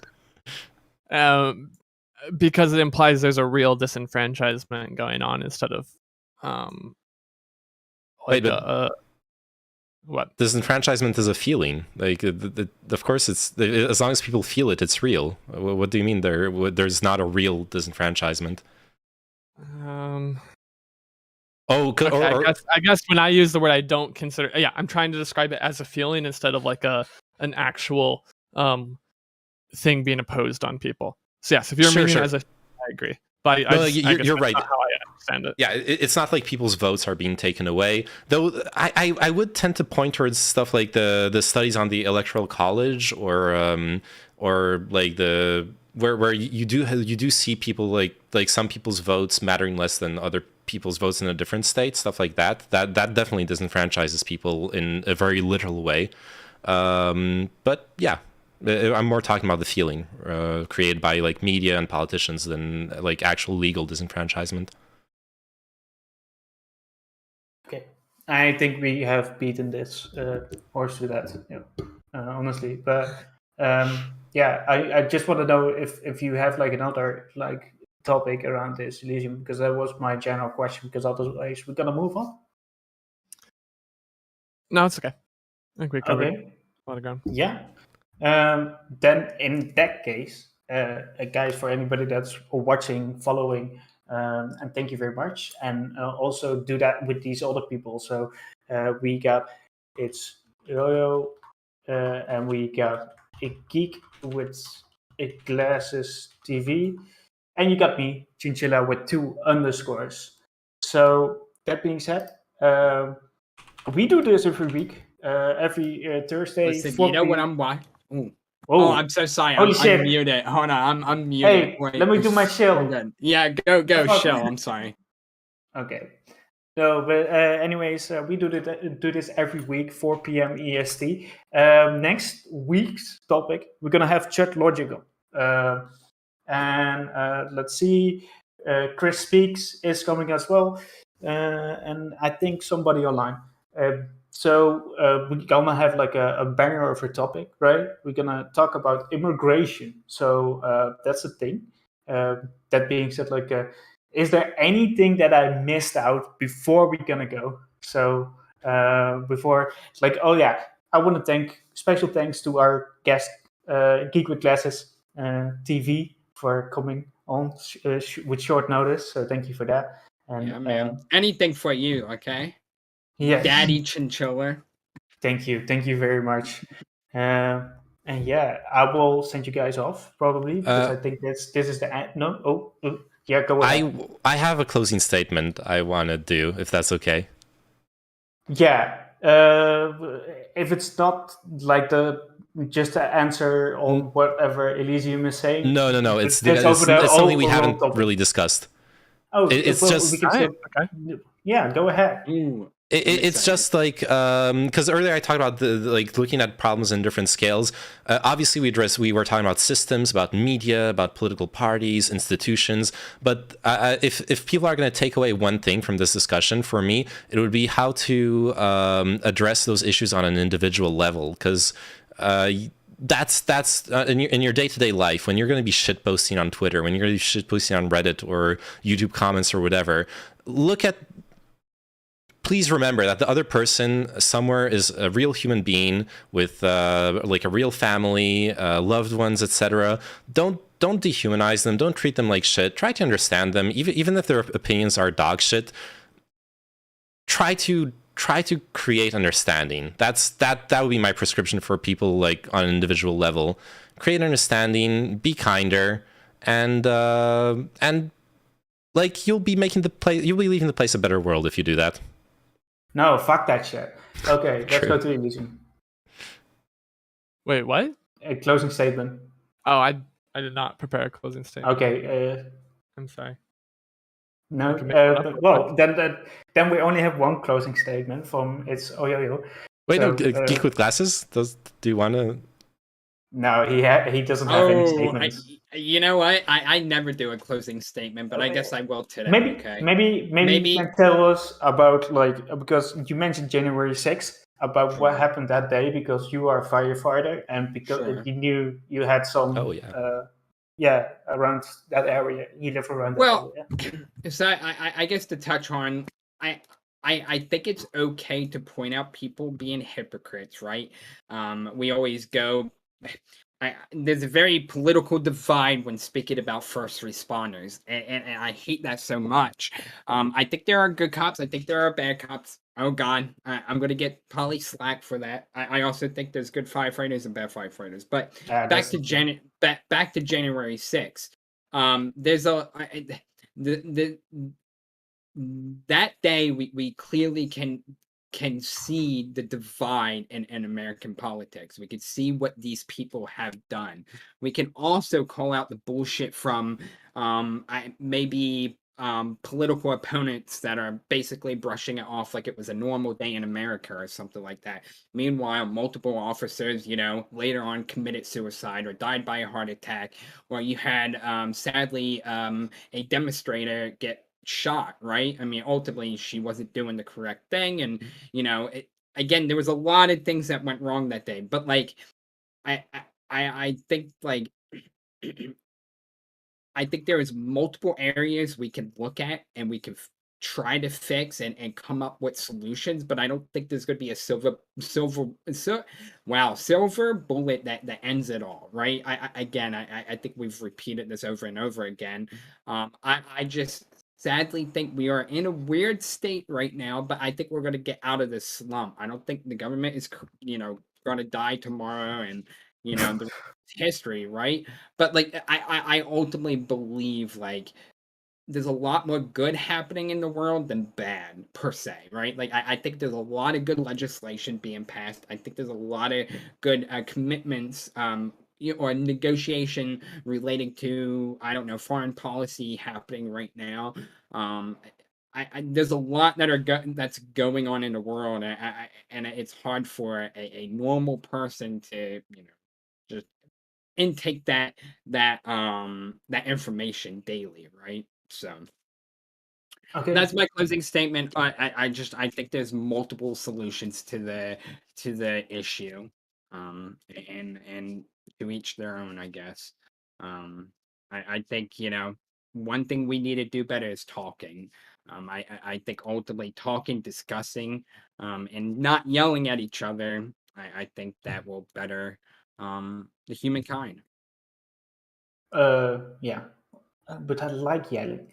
Just kidding. But anyways, I don't want to feel like Elisa. We don't feel. You still don't want to do it closing statement. Because I think it's at this point. You gotta have save one, the right? doomer. Save the doomer, for last, right? Okay, I'll give you a hopium doomer. Statement. What I could have done was also just say like, well, thank you for the positive message. Keep it classic TV, and now we're gonna quit. Larry Bye-bye. Potato said, "Who Disney pilled him?" Disney did. God damn it! Disney pilled. Okay, Elysium, go ahead. I do think the Republican Party is really fractured right now. I don't think Trump is a viable candidate, even if he wins his primary, which he would if he could run, because I don't think the majority of Americans would ever support him after January 6th. So there is like an opportunity for the Democrats to secure successive wins in politics or in the legislature as well. And so I think it really comes down, like the big question is, what do you do with like the time we have to ensure that like we can win the next few elections in a convincing manner to force a more sane era of politics in America. Because as long as the Republicans feel like their politics is viable, I don't see any incentive to change. Okay. So that's like the time frame that I'm working in. Yeah, positive. We can do it. On that positive message, I'm going to send you guys off to my good friend. It's Oyoyo. He is a new streamer with a new name. So there you go, right? So, and he's going to have some fun with you guys. So. All right. Listen, it's been fun, guys. I love you all. Love you too. Thanks for the panel. Bye-bye. Bye-bye. Namenon. Yeah? You're Are still you dead called naming me? on streams. No, you're still called. You dead named yourself on streams. Okay. Oh yeah, I know. That's okay. Okay, fine. All right. Got him. See you. Bye. Oh fuck! Wait. Ah, no. I had a thing planned. Wait. Stay. There we go. Camera back on. Let's fucking go. After all this Disney pill shit.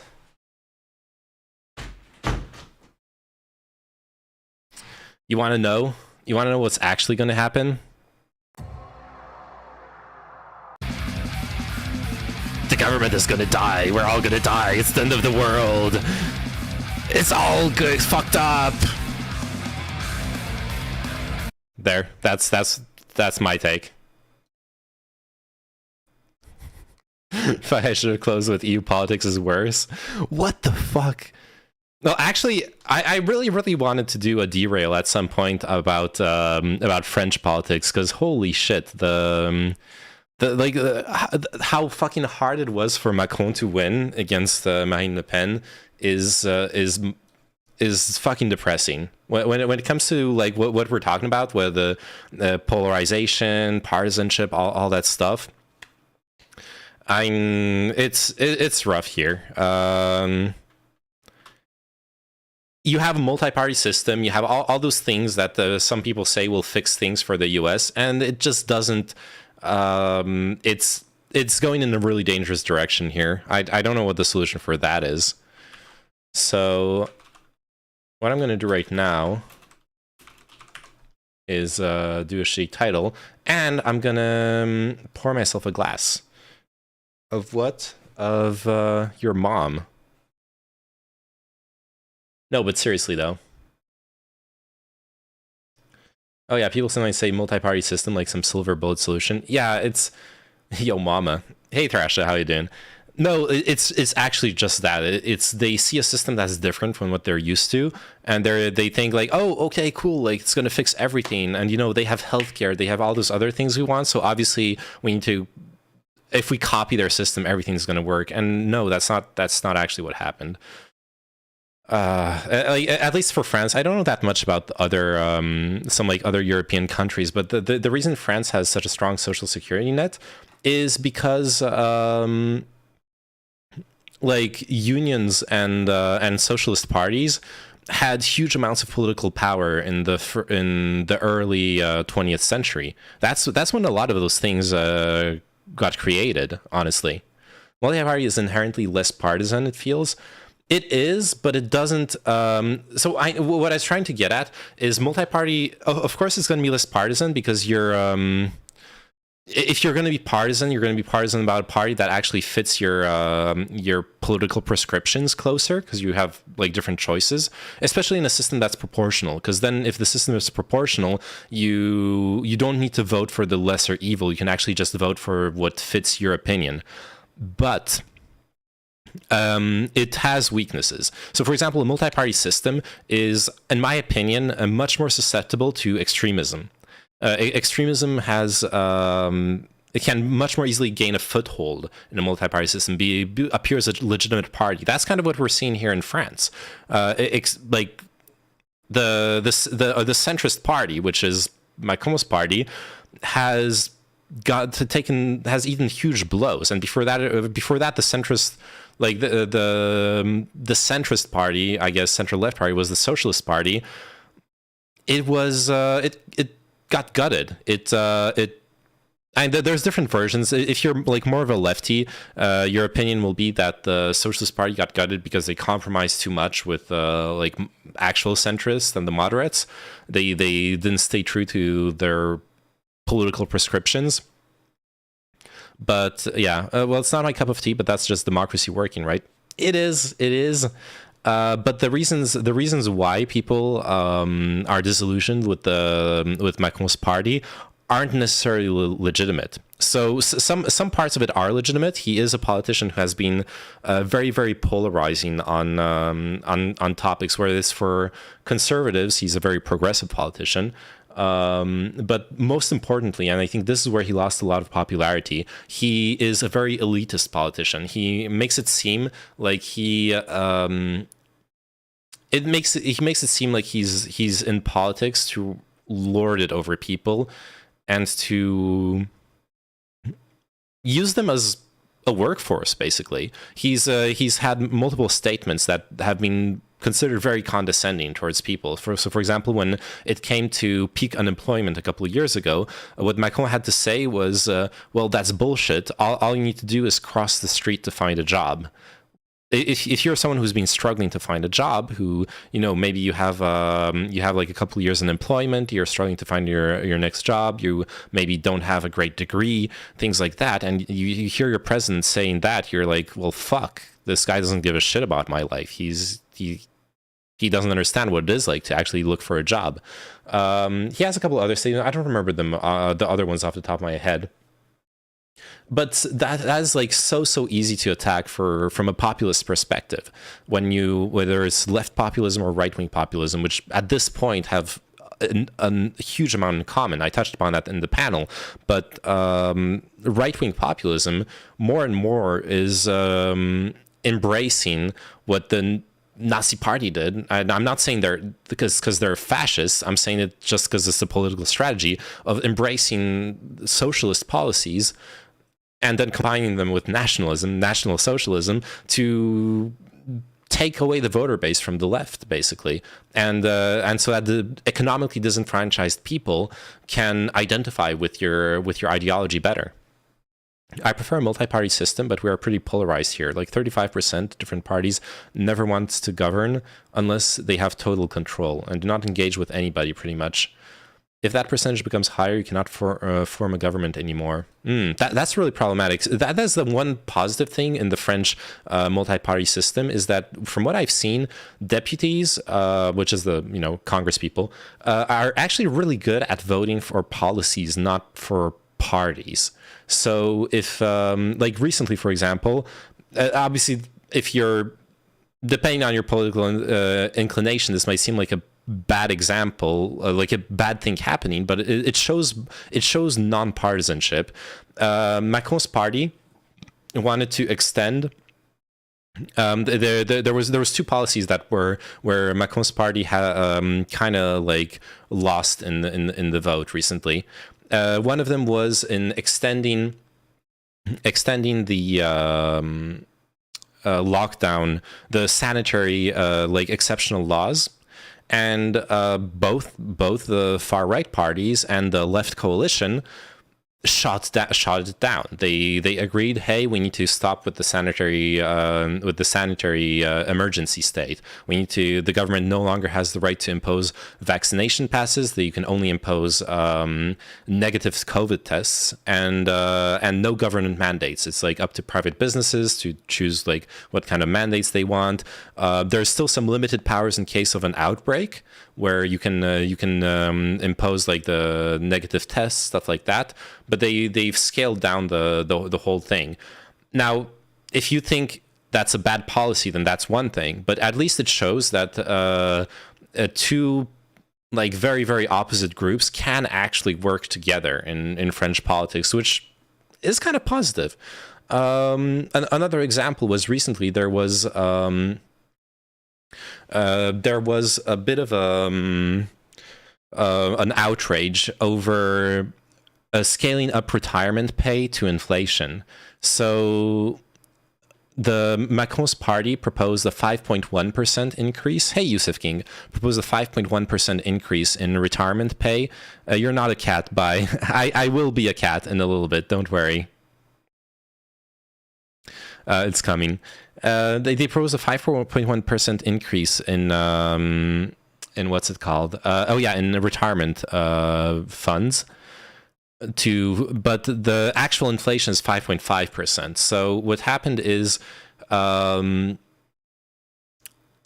got shot down. Or rather, not that it got shot down, but that they managed to pass against Macron's party the full 5.5% inflation fix to retirement pay. And then when after that happened, unfortunately, they ran another vote a couple hours later when there weren't enough Congress people in the chamber from the opposition parties, and they passed the 5 point. They like shot down the 5.5% that passed like 4 hours earlier, and they passed the 5.1% increase, which is really fucked up. And definitely like a problem with the institution. What's the subject of the stream? So I tend to cover a lot of various things, but very often I cover politics. And right now I'm talking about politics because I just ended a panel called Praxis. The guy in my chat, Chinchilla, is the person who hosts that panel. Today we had, so obviously Chinchilla, our friend Elysium, I'm Really Important, who you might know if you follow politics streams on Twitch, and Geek with Glasses TV, we discussed partisanship and how to resolve the increasing partisanship in American politics. That's why I'm now comparing it to French politics and discussing that. Now, to catch up with chat, true society is fracturing too much. There are too many parties now, almost in the Netherlands. That can be a problem as well, for sure. Oh, I kind of disagree with that analysis. A lot of those leftist policies that are being adopted can also stem out of conserving the system as it is, but it can also be a populist bent, like you said, but it can also be about maintaining the status quo. If true, in a country that already has very strong socialist policies, for sure, conserving them is technically being a conservative. I actually agree with that. And something very interesting that I've seen, I don't know how it is in the Netherlands, but France has been extremely reticent to culture war stuff.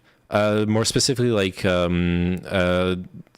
modern wave feminism, intersectionality, generally the like modern feminist LGBTQ talking points are very, very unpopular still in France. They've gotten a bit of a foothold, but it's a minority.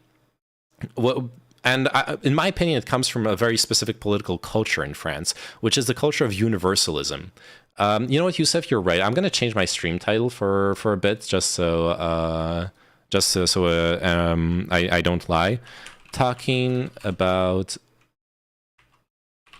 politics, partisanship, France, and then I'm a cat. There you go. So there is this political philosophy in France, which is universalism. For example, it's illegal in the French government to talk about race. Race is recognized as false science, and you will never see a French politician use the word race. You will never see a government text talking about race. At best, you'll maybe see ethnicity or like country of origin, citizenship. It is a big taboo. In U.S. terms, you would call it colorblindness. Basically, it's like colorblindness taken to 11. And there are a lot of positive aspects to it. Honestly, there are flaws to it, which are the same flaws that appear in colorblindness as an approach to racial issues. But there are really big positive things. The main positive thing I would say is it circumvents the issues of essentialism. You're not essentializing people by their skin color, by their sexuality, by any of those characteristics, which I think should be an end goal for all like socially progressive measures. And certain aspects, I like it sucks to concede this, but certain aspects of like modern progressive ideology, especially when it comes from the US, does really pull hard into essentialism. And it's wrong. I think that's the wrong approach. Now, the flaws with universalism, which are, at least in my opinion, obvious, but I'll leave that to your appreciation. I'll announce them anyways. Is you end up kind of sticking your head in the sand when it comes to understanding like subtle systemic biases and issues.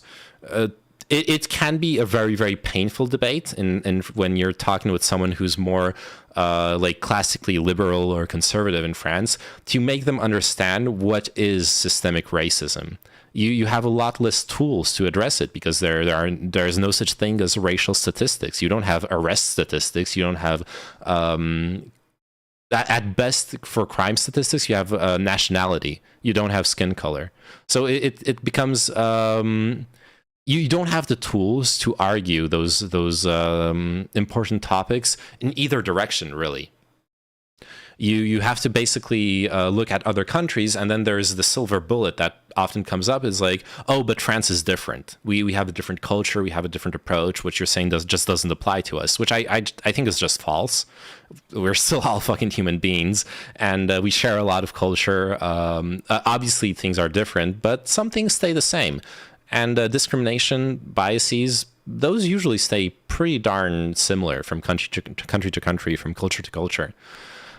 So It's a mixed bag. The reason I'm talking about this is because you do have a lot of people when it comes to lefty positions in France who actually are very, very inclined to do essentialism of a Marxist bent, like essentialism on your socioeconomic class. I have a friend like that, and in any discussion we have about inequality, about social justice, he borderline. I usually talk him back from that because it's a ridiculous position to hold. But he'll start off a conversation saying that, you know what, if we resolve economic inequality, then none of that other shit matters. There are race issues, like it'll erase everything, which is just demonstrably false. You can have an economically equal society and still have systemic racism. I think Destiny has this great example when it comes to collective cooperative companies. A co-op could very well democratically. The workers are owning the means of production. They can very well decide, hey, we are not going to hire black people. It can very easily go into a very, very dark direction. And I think a lot of like more classically socialist people just don't want to think about that. They want to stick to their guns. They want to stick to like socioeconomic essentialism, or what I like to call Marxist erasure. Erasing race, erasing sexuality, erasing gender, all those pretty important topics as well. And what they will usually say is that, where it starts to go into weird like conspiratorial populism, they'll be saying that they use discussion of gender or race to distract us from what is the real problem, which is socioeconomic class. I really take issue with those kinds of approaches. So yeah. Any questions? Any reactions? I'm gonna pour myself a drink, and then if we don't find a topic, I'm gonna be a cat. Okay? I started playing Stray yesterday, and it's a lot of fun.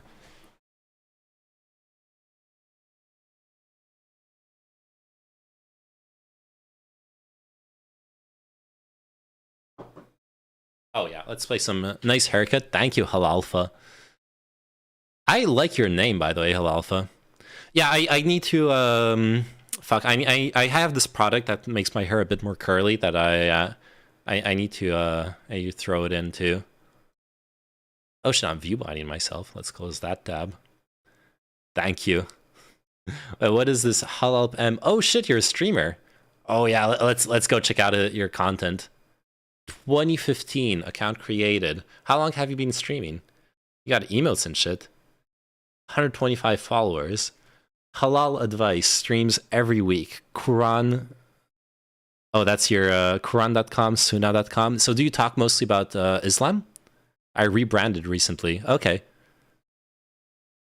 What's your stream about?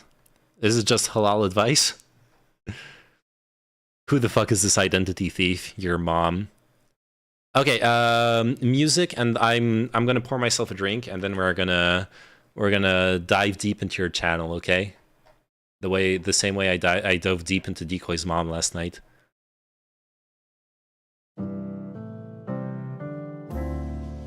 Just halal advice. Okay, I have a question for you in a second.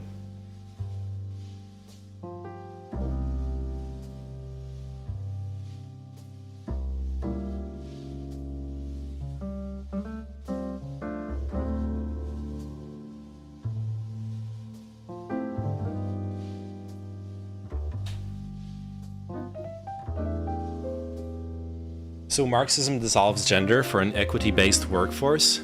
I disagree with that if that's the case. Yeah, so that's an argument I've heard from like classical Marxists in France. What I was describing was basically this disconnect between like younger, more modern, like social justice inclined people on the left, and more traditional people who or more traditional lefties in France who ascribe to like a more traditional Marxist perspective. They basically believe that there is no either that there is no more important, no cause that deserves talking about other than socioeconomic class, or that all other causes are just terribly minor compared to that. Also, check out my donation page as well if you'd like. It's a charity. I don't see it in your about page. Oh, there it is, charity. Okay. Also, you're gonna have to forgive me. I'm gonna. This is not halal. I'm not, unless you can halalize my my drink. So that's something I actually wanted to. Medical aid for Palestinians map. Okay. I remember this is something that made me a bit sad. I remember seeing sometimes that like charities for Palestinian aid can be a bit controversial because they sometimes get accused. They sometimes get accused of being how do you oh yeah, they get accused of the money going to Hamas, Friends for Hamas. Yeah, exactly. Which is very, very sad. I don't know about your specific charity, Medical Aid for Palestinians. I mean, that sounds good. I'm absolutely for that. People in Palestine absolutely deserve medical aid, but would have to look it up if it's got like ties to Hamas or not.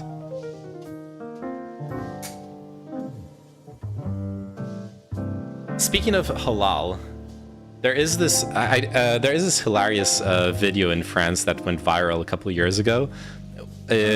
Two Arab kids sitting around. One of them's like just like filming themselves with the phone, and the guy pulls out a ham sandwich. It's the most Muslim charity on Streamlabs, so halal. If it's Streamlabs approved, then it's probably... Oh yeah, it is a Streamlabs charity.com thing. Okay, yeah. Oh hey, name Hey Lemonese.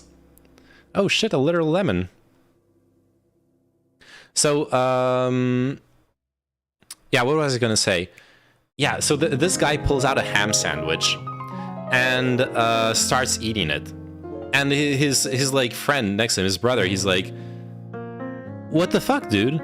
You're why are you eating ham? You're a Muslim. What are you doing?" And the guy's like, "What? No, don't worry. My brother halalized the ham." What do you mean halalize? You can't halalize. You can't eat ham. It's not halal. And it's like no. My brother he did like a prayer above it. It's fine. He blessed the ham. Obviously it was a skit. I don't think those people that actually exists. But yeah, halalized LeMayo. Yeah, I thought it was hilarious. I have to say, like North African Muslim communities in France get a really bad rap because well, they're like the big minority. Those areas tend to be poorer, and that's where a lot of crime happens and things like that. That's usually where like racist, Islamophobic French people their attention will be drawn towards. I lived for 2 years in a neighborhood where I was the minority. Everyone like living around me, all my neighbors, they were Muslim, they were of North African descent. Ramadan was wild. I loved it, like going back home late and all the food stalls, everyone out at night, like chatting, eating, drinking tea, all that stuff. I loved it. And I don't know, it was such a wholesome experience actually, seeing like how people because it was like the total opposite. The thing that people don't talk about enough when it comes to media, maybe something I should have brought up during the panel earlier, is we need like more positive stories about the people who keep getting portrayed as enemies, you know? Positive stories of you know, all those Muslim families coming together and celebrating things, sharing things. I think that's those kinds of things have their place in media. They don't outrage people, they perhaps don't get as much engagement on social media, but those are things we can fix. We can have different social media algorithms. We can, and we can have, people do like positive things too. I hope so. Did they bring you food for Eid Mubarak? I don't remember anyone ever doing that, no. But I don't know, I'm a fucking introvert, okay?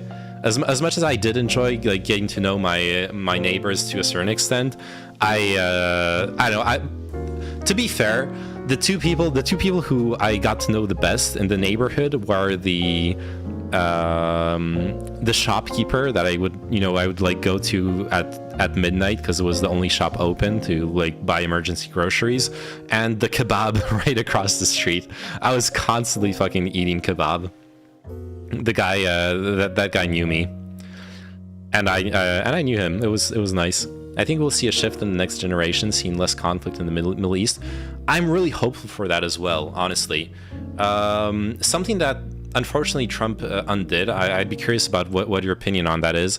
I think when Obama set up the nuclear deal with Iran, that was like such a huge hallmark of change for the Middle East. Seen, because the U.S. has always been aligned with Israel and with Saudi Arabia, and now being able to reach an agreement with Iran, take away the sanctions, let them have nuclear power plants, it's amazing. That was a huge step forward. Sadly, Trump like shit on all that. Probably his worst fucking foreign policy decision of his entire term. But things aren't ruined. I think there is potential to come back to that.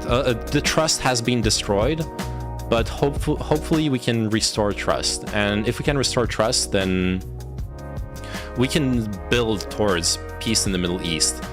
Just having this like alliance on both sides, the US working with Iran, but still working with Israel, for example, I see that as very positive. I know a lot of Israelis would probably be feel very queasy about that because we've all heard the I forgot his name, but that Iranian politician saying that they want to wipe Israel off the face of the earth and nuke them and all that shit. But to create peace, at some point you have to extend an olive branch. It's easy to say dangerous Arabs, but it's just more complicated than that. Absolutely. There's so many Muslims in the world, and it's hashtag not all Muslims, but like unironically. Ahmadinejad. Okay, yeah. Talking of Trump and this, have you seen his 9/11 comments today? No. Can you? I'll just Google it, or you can link me. Trump 9/11. What's he saying? I got a WAPO article from 4 hours ago.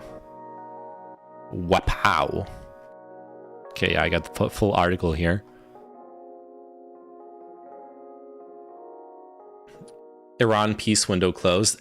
I'm not doomer-pilled on that, okay? We can restore the nuclear deal. We are dangerous. Yes, lemons are very dangerous. We can restore the nuclear deal, Elysium. I'm not doomer-pilled on that. Have you seen...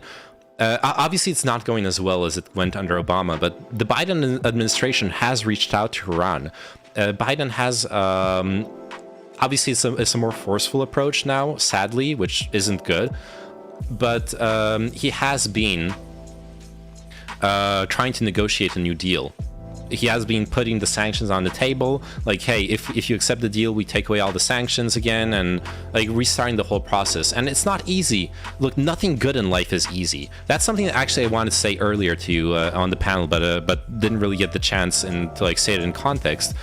Of course, things are slow, you know. When you want to be the good guy, you can't take the shortcuts. You can't just demonize people. You can't just sacrifice people for the greater good and stuff. If you actually want to be the good guy, if you actually want to be righteous, as Hal Alpha is saying, if you actually want to be doing good unto the world, you just can't take the easy shortcuts. You have to take the hard path, and you have to believe in it and trust in it. It's really only going to end after a one-state solution, but Biden administration is Zionist. Well, man, that's a complicated topic. present day, a one-state solution isn't realistic, but in an ideal world, I agree. A one-state solution that is neither like a Palestinian ethno-state or an Israeli ethno-state, I would be for that. Just fucking live together, learn to live together. That would be great, but it would be a process to get there. I would look forward to it, but I don't know when that could happen, or what exactly would be the path to get there, rather. Okay, so Donald Trump on 9/11. When he first ran for president, he invoked the 9/11 terror attacks regularly. The destruction of the World Trade Center and Pentagon offered a lot of points of political utility. From his claims about having helped clear rubble at Ground Zero, which appears to be false, nice, to repeatedly using it as an example of the dangers of terrorism. Blah, blah, blah. The attacks also offered him another useful political tool, facing Jeb Bush. God, I love the Jeb Bush memes. If only. You want to talk about partisanship? If only this had been the result of the elections, none of this would have happened. There's a timeline where this is US politics. No partisanship. Everyone votes for Jeb. Anyways. Launched in response to 9/11 by Bush's brother, President George W. Bush. Oh yeah, whatever. I want to move past 2016 and see what he said recently.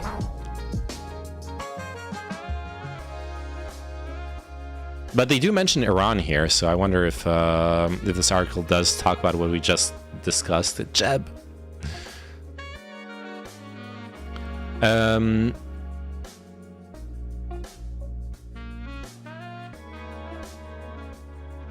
Oh wait, what?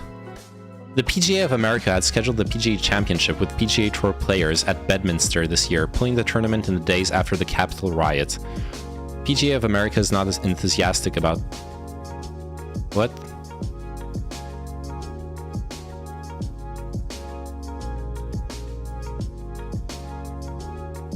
I don't understand. Wait, what is the LIV? Oh, the LIV is the Saudi-backed golf league. Oh no. The LIV competes with the PGA for golf. Oh, I understand. Okay, so I understand now. So it's the Saudi golf league. Governments and like rich people do this all the time. There's this famous French sociologist. I forgot her name, but she's brilliant. She calls it cultural wealth. So a lot of obscenely rich people, because they're so focused on, they're like good business people. They're so laser focused on running their business that they are culturally bankrupt. They don't understand or appreciate like the certain subtleties of art or like other intellectual pursuits. So what they will do is they will buy into them, or athletics in this case. They will buy into them. They will buy sports teams. They will buy expensive art. They will they will support artists. They'll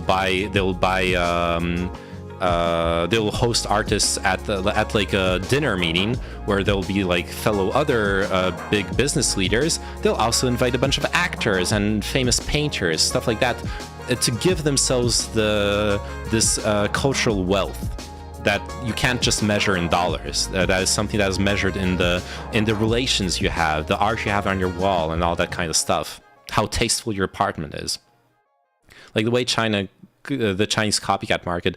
There are aspects of it that mirror this absolutely. So they found a club willing to buck public opprobrium. Wow, pulling out the Vosh words, I see, opprobrium, and host a tournament in the United States. Trump's facility in... Oh, so Trump hosted the LIV. I see where where it starts to get spicy. In an interview with the Wall Street Journal, Trump discussed his willingness to host LIV. Part of it obviously is money, the grease that's allowed the LIV to rapidly build a stable of competitors and advocates. Trump figured the LIV and PGA would merge at some point, with those who had agreed to work with LIV being no different from those who hadn't, except that they would have $200 million in their pocket. Is that why you own crane art? Yeah, I'm going to change the art on the wall. But there's also an element of revenge. This is what was already here when I moved in. Chat, what are we calling name now? Like, what's the nickname for It's Oyoyo? It would be just Oyoyo or Yoyo. Or you can call me name. I don't fucking care.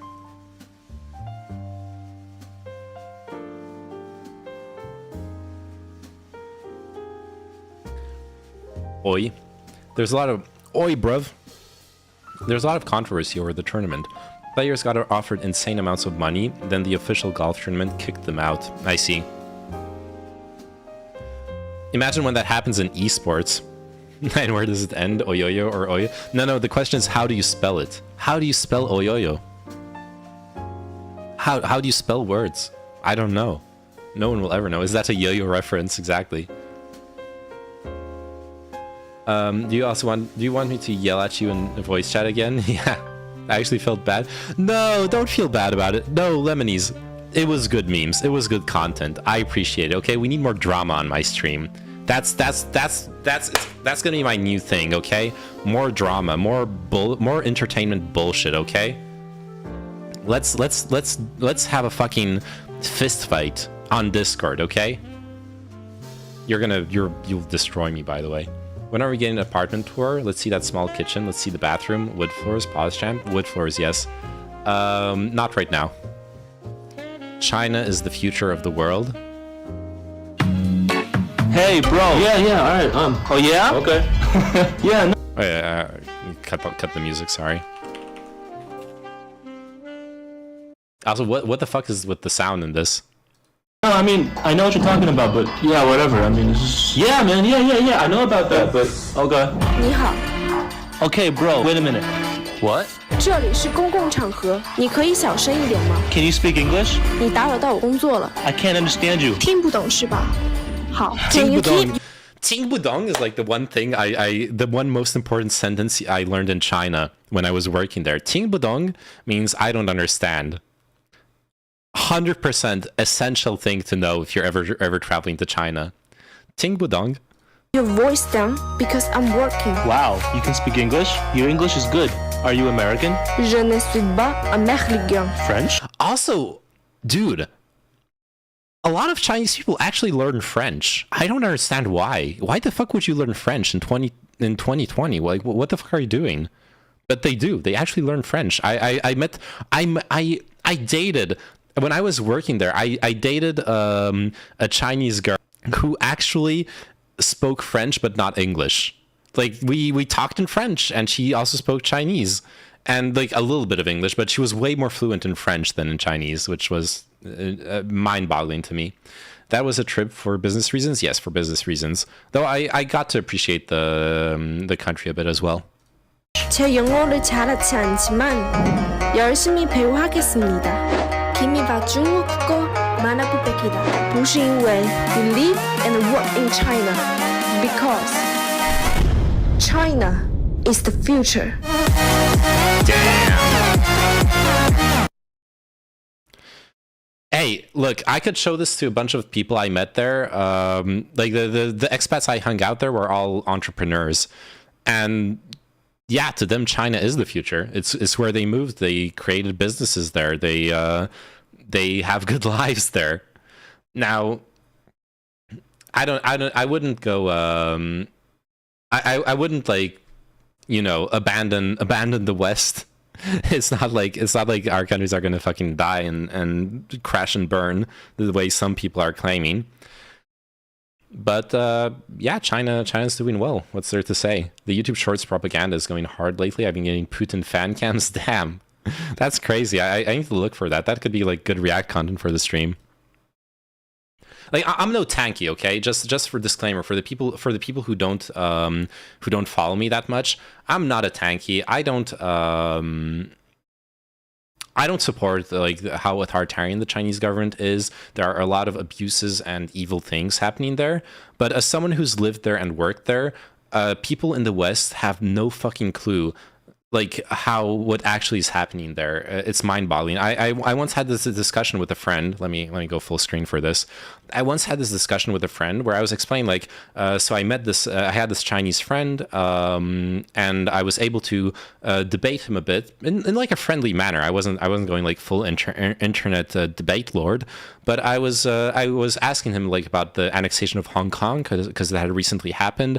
I talked about the Uyghur genocide with people in China in a very soft way. I'm a very diplomatic person, especially IRL, and the discussions were great. It was very interesting to hear the perspective of those people, to hear what their experience was of those stories and etc. They didn't really convince me. I probably didn't really convince them either. But at least we were able to exchange. And then I was talking about this with someone who's never been to China, who only knows China from Western news, and he was like, "What the fuck did you do, bro? Bro, you could have gone to jail. Like you're crazy. Why did you do that? Why did you talk about that? You risked your fucking life." And like, man, there is a way of approaching people where you're respectful of their country and their propaganda and all that stuff. And you can still have those discussions. And obviously it was in a private setting. Actually the Hong Kong discussion I had in a restaurant, but no one fucking speaks English there. It was like my friend was going the crazy paranoia world. That's not how it works. Now, obviously, if I had gone in there and been like a foreigner asshole, trying to convince everyone, trying to debate everyone, trying to like proselytize, I don't know if that's an actual English word, then I probably could have gotten in real deep trouble. But I didn't. Anyways, so Trump welcomed the Saudi golf tournament. People who were affected by 9/11 petitioned Trump not to host the tournament, even releasing an ad targeting him. Through an aide, Trump reached out to those families. A family member recalled that the aide said that 9/11 was really near and dear to Trump, and it's so important to him, and he is going to remember everyone who signed the letter, and he personally told this individual to reach out. This did not smooth things over. To the Journal, Trump expressed somewhat less robust sympathy to the families of those killed. "I don't know much about the 9/11 families," he told the paper. "I don't know what is the relationship to this, and they're very strong feelings, and I can understand their feelings." Well, if you don't know what the relationship to this is, you don't understand their feelings. This is contradictory. I can't really comment on that because I don't know exactly what they're saying, and what they're saying. I can understand that their feelings, but I don't know what they're saying, and I don't know what they're saying. Who did what? Good one, Trump. Nice. Good one. Proselytize at the altar of Western capitalism. Uyghur re-education camp is more gray than people think. Many of their religious practices are cultural rather than essential, and goes against Chinese health standards. Like it's required to make circumcisions in hospitals. Man, this is one thing. Apart from the Uyghur re-education, I'm not for re-education camps. Even if we like go take the more moderate version of what they are. Obviously, they're less bad, but they're still bad. That being said, man, I fucking hate male circumcision. I'm circumcised. I'm circumcised because I was born in the US, and the doctors told my parents, hey, you should be circumcised. Also, on my father's side, my family is Jewish, so clearly, they weren't going to be like, oh no, circumcision is weird. They were like, oh yeah, cool, let's circumcise the kid. I think that's fucked up. There's definitely a double standard. There's a big double standard between how female circumcision is treated and male circumcision is treated. And there's a bit of a biological justification on why they are treated differently, but come on, stop with the double standard. They're both fucked up. Is it harder to fap without pee-pee skin? No, but no, it doesn't make it harder to fap. It makes it harder to get. It does make it hard to get a hand job. Like what I've noticed is partners very often will pull too hard on like one side because there's less slack in the skin, And if there's less slack in the skin, it's very easy to pull too hard. That's something I've personally noticed. But there still is some slack. There still is loose flesh, like Praxis said. But if there's less slack, then it's easier to hurt. Like the other person needs to be more careful in how they hold your penis. Now, the other thing that I would say is this is hard because there is no objective measurement of how much pleasure, how much sensation you have in your penis. But there is a hypothesis stating that if you're circumcised, you feel less pleasure. Some people will say, hey, that's a good thing, less premature ejaculation. I, as someone who sometimes has trouble ejaculating or trouble maintaining, like, feeling that much pleasure, I don't like it. I genuinely don't like it. I feel like perhaps I'm not sure about it, but perhaps I was basically like robbed of the proper sensation in my dick. I don't know if it's true, but sometimes I feel bad about it. Penis experts in chat, especially. I'm not gonna say it. It's the difference of multiculturalism versus collectivism. Oh yeah, that's another thing I want to bounce off of. I think a lot of people misunderstand.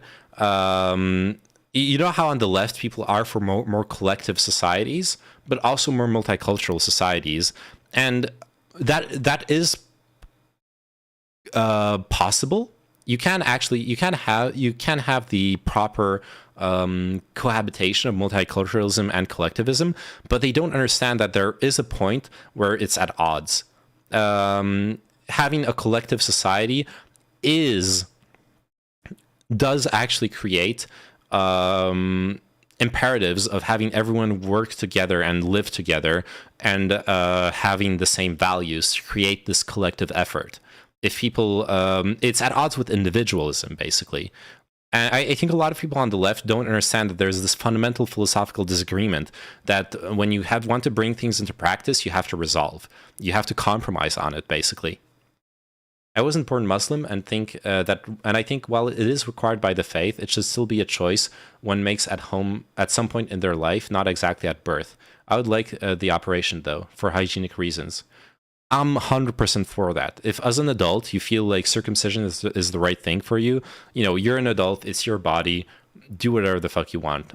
For me, to clarify, what I was railing against is circumcision at birth, for sure. It's super sensitive with pee-pee skin, yeah. Man, this is fucked up. I mean, it's classic like Trump word salad, but still fucked up. He also marveled at a question about Khashoggi, saying that the controversy really seems to have totally died down and that nobody has asked me that question in months. That's such a bad answer. That's such a bad answer to like one of the most brutal political killings in the past in the past decade, the murder of Khashoggi. And all you have to say is like, well, people don't talk about it anymore, so it doesn't matter. Like, fuck off. Hello, Wowie. I had a boyfriend once who got his pee-pee skin chopped on a kitchen table as a baby, and he lost feeling in his pee-pee. Yeah. Yeah, a lot of, especially in religious context, a lot of people do it in like medically wrong ways. And even with the like proper medical procedure, you can still have bad. You will always have like bad cases of things going wrong. Now, to be fair, this is a bit of a personal confession, but to be fair, when I say that I have trouble having orgasms and stuff like that, I have to confess it also definitely has to do with masturbating a lot, perhaps a bit of porn addiction. I think a lot of men also have huge trouble admitting to porn, to like some level of porn and masturbation addiction. Like you don't have to be fully dysfunctional and fully like obsessed with those things to have some level of addiction to it. I think female circumcision is terrible. It's way worse. It is worse. And it's not removing the G-spot. The G-spot is internal. It's removing the clitoris. So the way female anatomy works, for all you virgins in chat, is you will have like something sticking out. That's the clitoris. And then you have like an internal component of it. and you can have contact pressure inside. It depends on the shape of the vagina and stuff like that, but you can have places where you apply pressure that stimulates the inside of the clitoris, and that's what's called the G spot. I once tuned into a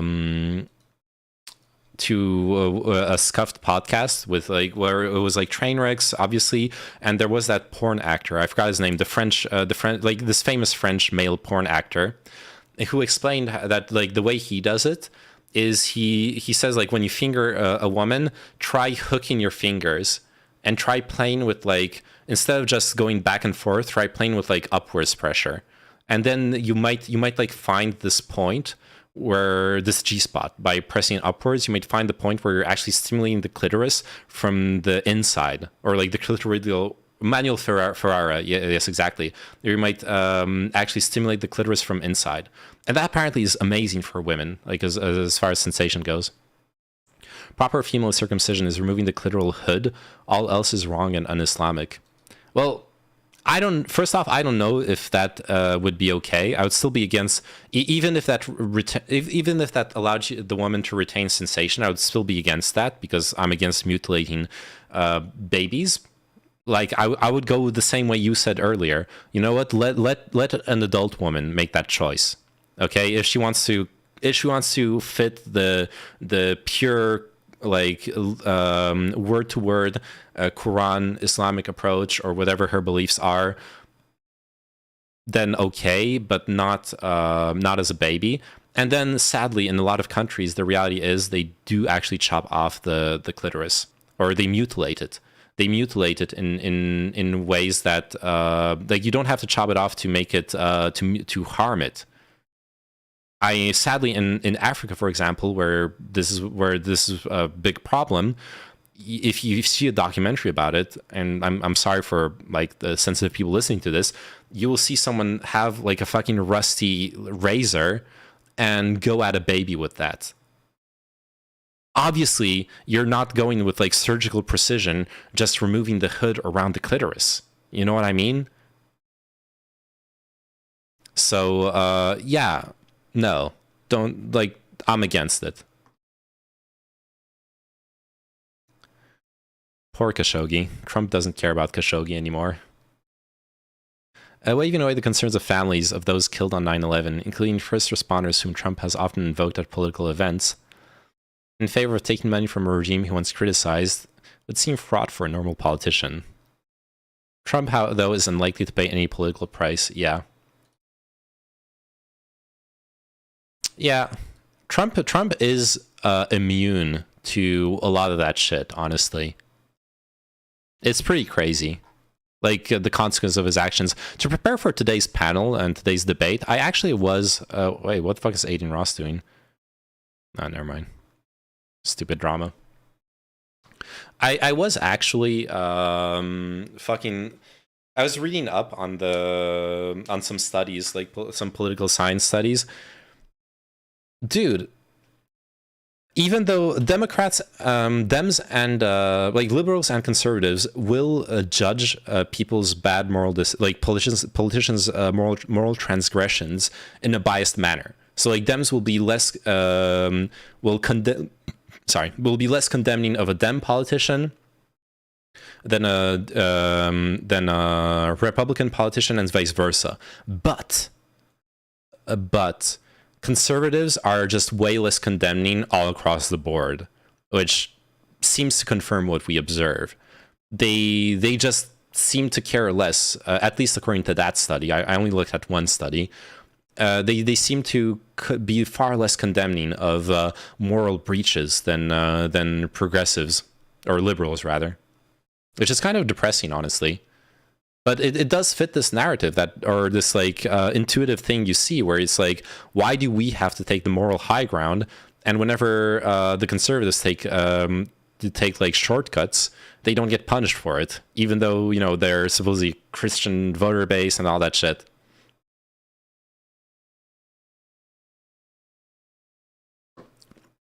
Damn, there are 4 types of female genital mutilation. I guess that's something that's not often talked about because of how like sensitive of a topic it is. And there could be some forms of female genital mutilation which I would treat on the same level as male genital mutilation, perhaps. Where once again it would be like, don't do it to minors, but if an adult wants it, fucking go for it. And others which probably would have to be judged on the same level as extreme body modification, like splitting it right down the middle. Something Lemonese is very, very familiar with. Okay, that being said, we're gonna go into some chill times now. Oh wait, I also need to change my CloudBot thing real quick. It's promoting the wrong video. I have a new video on my YouTube channel, which, by the way, for those who are new here, you can subscribe to me on YouTube, and I have nice videos coming out regularly. Better and better videos as time goes on. Good shit. Please do subscribe to it. Let me see. Oh yeah. Oh yeah, this one. Copy link. Wait, how much longer are we getting out of stream? Is this value? We're like almost 4 hours in, and I'm gonna play a bit of Stray, unless y'all want me to address something else in discussion. Doesn't have to be political. We can talk about some chill stuff too.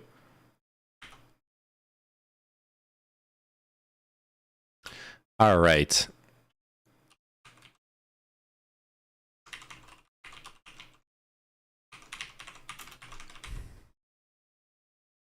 Yo, monsieur, when are we getting the Twitch subbers going? Did you submit your paperwork yet? No, I had a problem with the tax registration stuff when I tried once. I think since when I tried was at the start of the Ukraine war, when I was getting good viewership, my viewership isn't good enough to justify going affiliate. I'm sorry, it just isn't. I understand why you would want to sub, and I do want to have emotes and all that shit, but it's really hard to justify for me. I don't think it's worth it. I am going to have emotes, by the way. And I'll just put them on the third-party stuff, like BetterTwitch.tv, FrankerZ, all that stuff. That's where I'm going to upload the emotes for now. So, yeah. That's going to be our approach for... I don't know. It's still something I go back and forth with. It's just I really don't want ads. What's wrong with affiliate? What's wrong with affiliate is pre-roll ads. So basically, when you go affiliate, also dual streaming, of course, multi-streaming is another big thing. Yeah, those are the 2 main problems with going affiliate. I really take issue, especially with pre-roll ads and multi-streaming. Pre-roll ads lose you 30% of new viewers. People who click into your stream and get a pre-roll ad, 30% of them, they leave right away. Obviously, you can help that by running ads during your stream, stuff like that. By apparently there's ways around it, but like it's more work for very little payout. If you're just looking at ad revenue for a stream my size, who the fuck cares? And then multi-streaming to me is a huge loss. That being said, a lot of streamers multi-stream even as affiliates. I feel like not going affiliate because of multi-streaming is dumb. It's bullshit. Like everyone stays affiliate and multi-streams. A bunch of people do. Can we at least do dono goals or something? Yeah. That's something I need to work on. Absolutely, I need to work on a dono goal. So a meme one I wanted to set up is a hot tub stream with Sophie. Well, they're idiots for not having ad block. LeMayo, on phone you don't have ad block. I watch Twitch on my phone when I want to go lie down in bed, and not sit in front of my computer. I'll watch Twitch on my phone, and then I get ads, and then I have to consider, like, I'm getting a pre-roll ad. Do I actually want to watch it?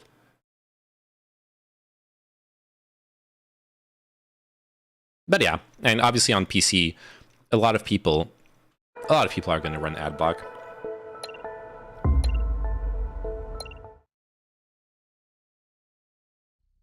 Feels weird, man. What is this?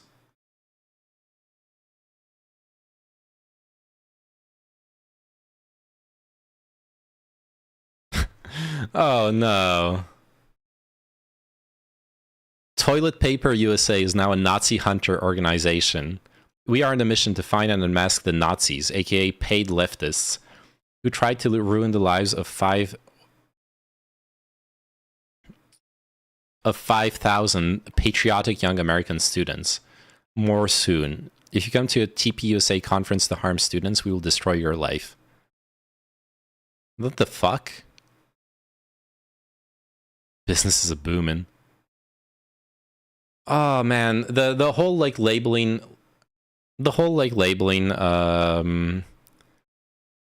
leftist Nazis is so cringe.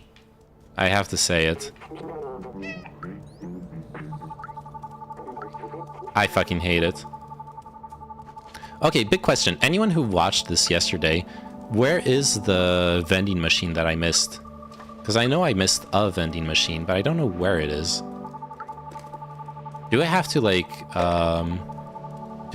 backtrack to,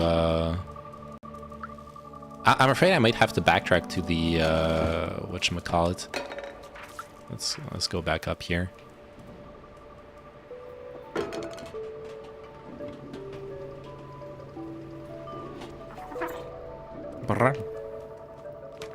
I'm a cat. Did you get the one that was below a guy? It's on a balcony. No, I don't think I did. Below a guy that's on a balcony. So the only people on balconies around here, unless it's in like a different zone. Wait, I just realized that Chatter's name is Halal Alpha Lameo. Yep. Yeah, go check out his Twitch page.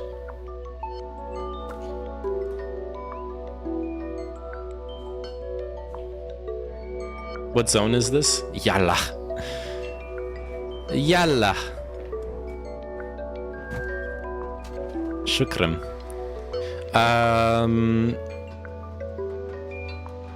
This is the safe zone in the slums. This is the slums. So it definitely wasn't here. This is already like one of the secret zones we explored, or like below a guy that refuses to pet you.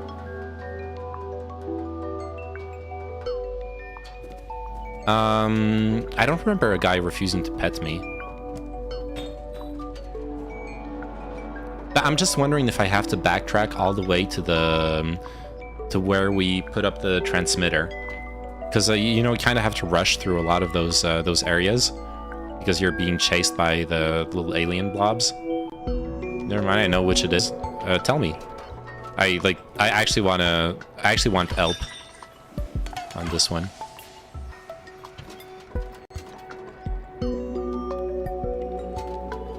Because I don't want to leave this zone and have to backtrack, or like leave this zone and not have unlocked that last thing. I could just look it up. You know, I'm just gonna look it up then. Mirror. Mirror. Let me alt tab. Sorry for those who are just seeing me play this. Find Rosie. Oh, I don't know where Rosie is.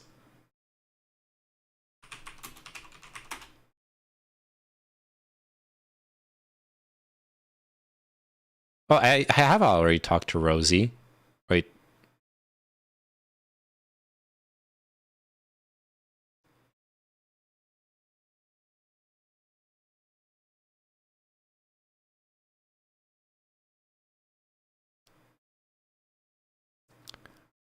So there's this drink. Find Roser, yeah, that's what he's saying.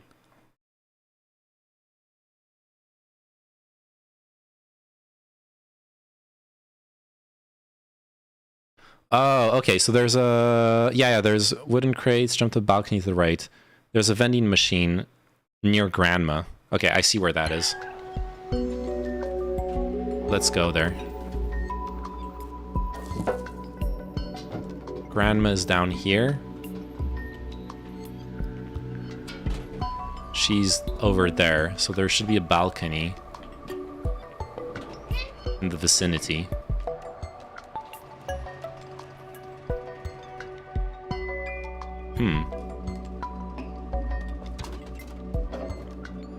In an alley, I think. Yeah, here's the Grandma. But I don't see... I still don't see a vending machine anywhere here. It's not going to be, like, on this balcony, right?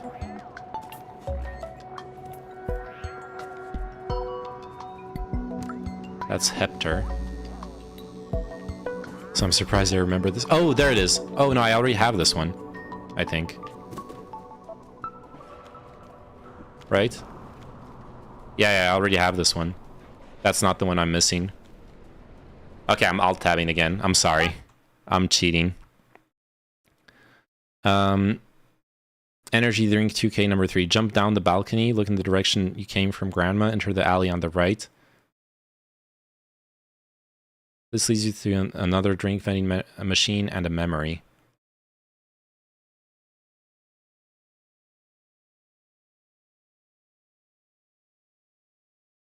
Uh-huh.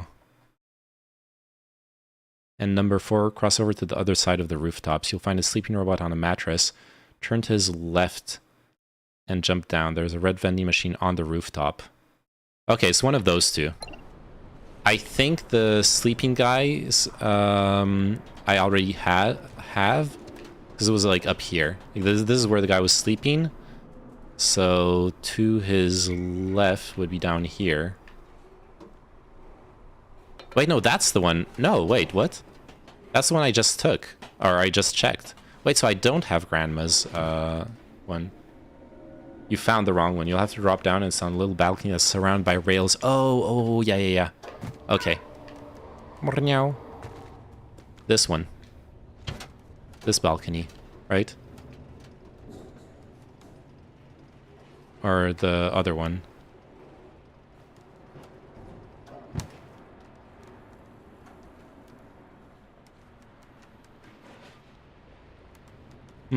Like, this is the balcony surrounded by rails, right?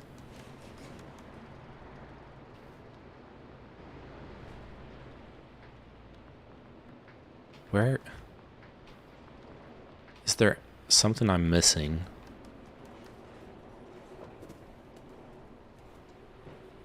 I could... No, I can't jump over there. It's under? You just saw it? Wait, what? It's under.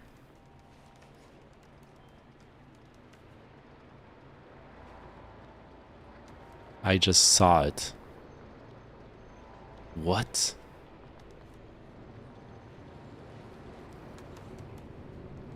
What? Am I blind? Am I... Is there something wrong with me? What's wrong with me? Is my brain damaged? What are you seeing that I'm not seeing? I could also just already have it, okay? Like, it could be, because I picked up 3 out of the 4, and I don't remember exactly which ones I picked up. That being said, I don't think I explored this area much, so...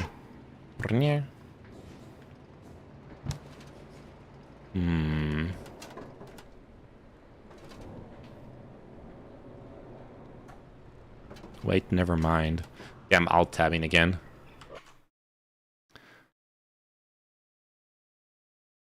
So this one I have already. This one I'm not sure, because I'm looking here. Oh wait, no, sorry, this one isn't. It's above where the robot called Rosie is sitting.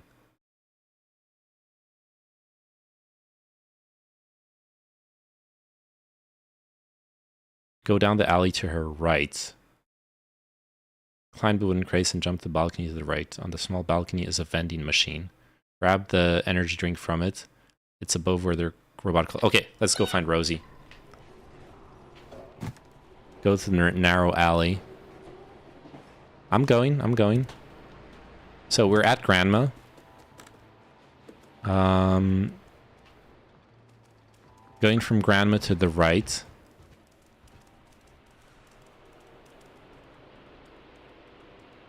Wait, why can't I run here? Oh, there we go.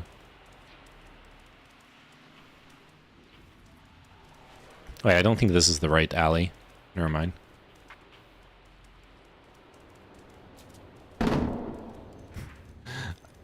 Oh, wait, up those stairs? Oh. No, I have this one already.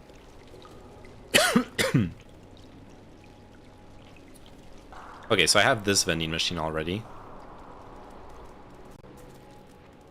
I have that one above here. Not that one. Oh, those are the wooden crates. Where? Wait, where do I go from those? From here? Oh, yeah, I see. It's this balcony. Wait, how do I go up there? Oh, there you go. Oh, let's go.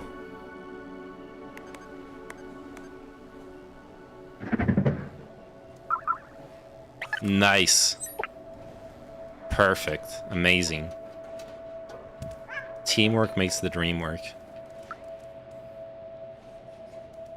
Or rather, streamer privilege. Streamer privilege makes the dream work. Can't even manage being a cat. Dude, being a cat is way harder than you would think, okay? Oh wait, this reset. Oh, fuck. I messed it up. Okay, now we can finally buy this.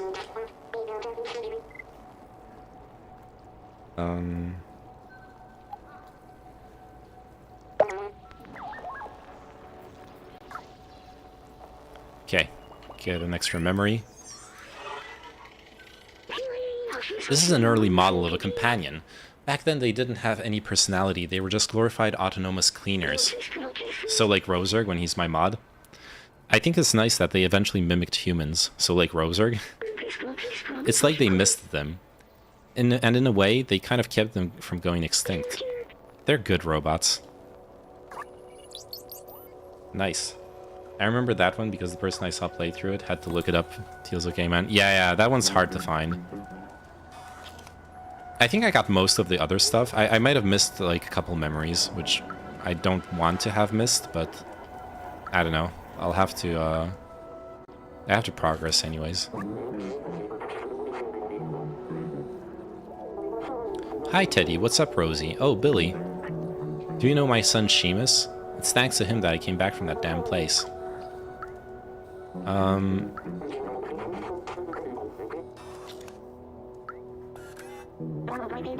Yeah, sure. I'm so happy he's back. Oh, and did you meet that weird orange creature walking around? You must see him walking around. Yeah, that's me. So you survived the Zergs after all. So do you have the 10 cans you owe me? Cat's gonna watch you play a video game of them? Yep.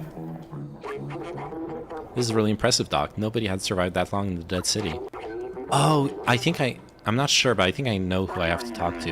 Momo will meet you at the sewers to help you with the rest of the journey. Yeah. It was about Momo. That's what I'm doing now. Oh, here's Momo. Is there... Have we given all the music to Morusk? I think I've given him all the music I found, obviously, but is there any music left in this area? Probably. Momo is waiting for you on his boat. You can join him, but have you done everything you wanted in here? So I'll close the door behind you. Don't want any Zergs coming through. Shit. I'll tell you if you found all the music. Probably not, right? Because the guy is asking me for more music, and I like didn't get an achievement or quest or anything. They'll give you something, I don't remember. Yeah. I didn't get anything yet. All right, let's go. Oh no, I should have kept track of like which sheet music I found.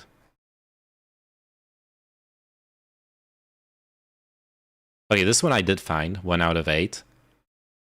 I bought the one from the marketplace. On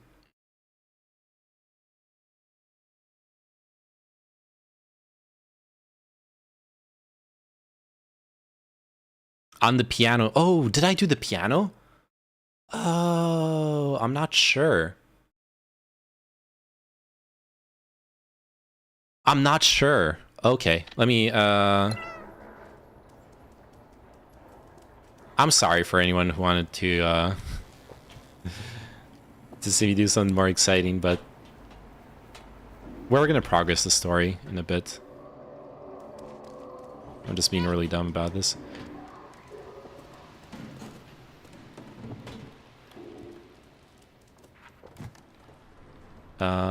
Wait, where was the TV?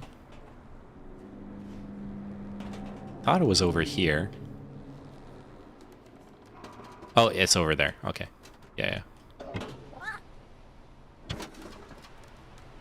Oops.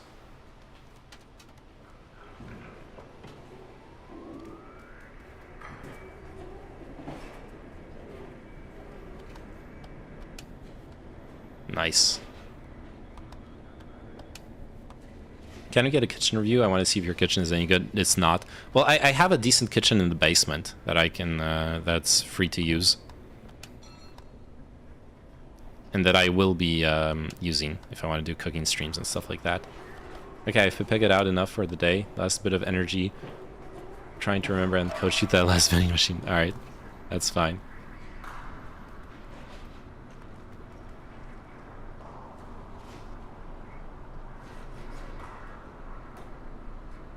He's luring us to the basement. Right, let me see. After that, behind the couch TV is a balcony with a blue glowing neon sign. Go there and enter the apartment. Go find a piano and... Okay, over there. I have definitely been there already. But I don't remember hitting up the piano in here. I might have missed it. Let me make sure.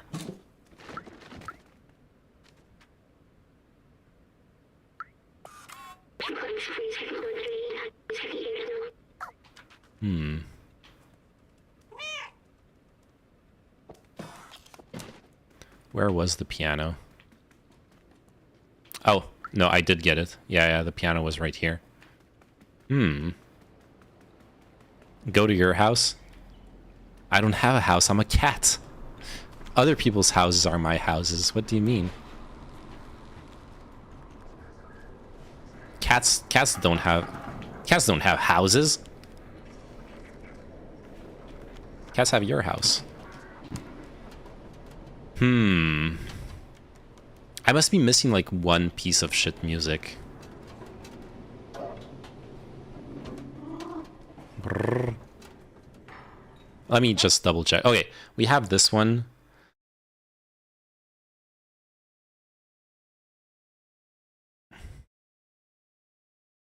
This is like a whole route to get everything. Okay, this is the safe. I did that one. Elliot programming. Upstairs in the bar. Okay. Let me check Elliot programming and upstairs in the bar, I guess. So programming is... Oh, hey.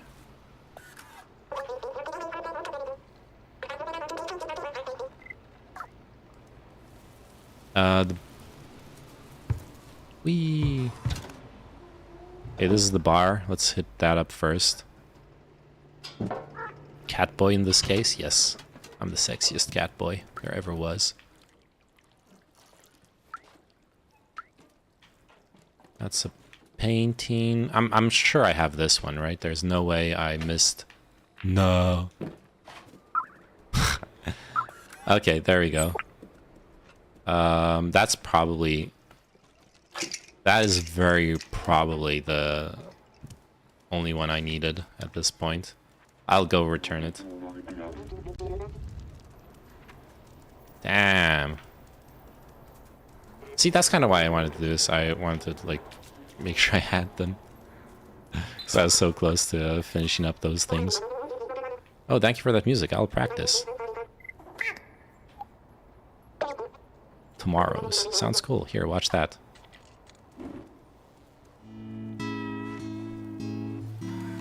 Pepple comfy.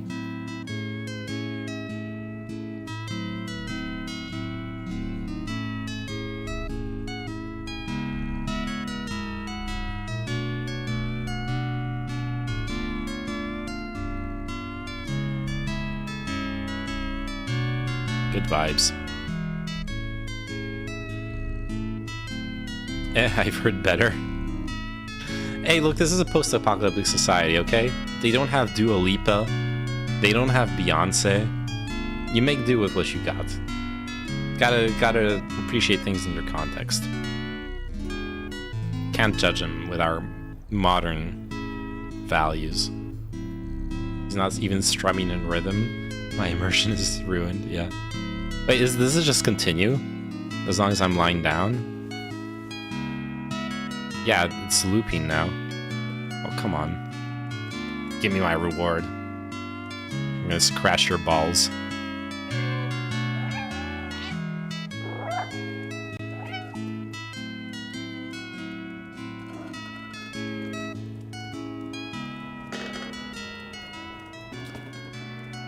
Are you actually here for the Praxis? No, no way. No way Roser was actually listening to the panel. Come on. Let's be real. Yes. It's done.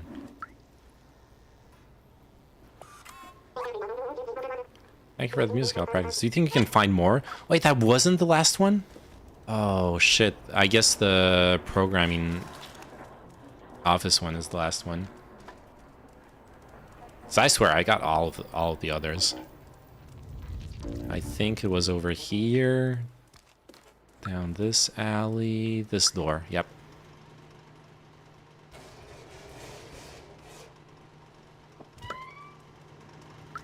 Okay, so apparently there's some sheet music somewhere in here that I missed. Not down here. Oh, wait. If it was on the piano, then I have it already. Let me double check. In front of you on the wall will be the sheet music. Oh, when I enter. Well, ain't there anymore.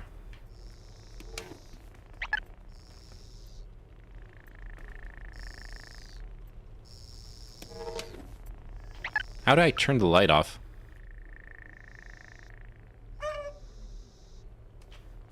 Oh man, I can't turn it off. Next week on the Praxis Valorant is the topic, actually. Based and Valorant build. Oh man, if it's not here, where could it be? I'm sorry, I'm gonna have to go back to the walkthrough for a second here.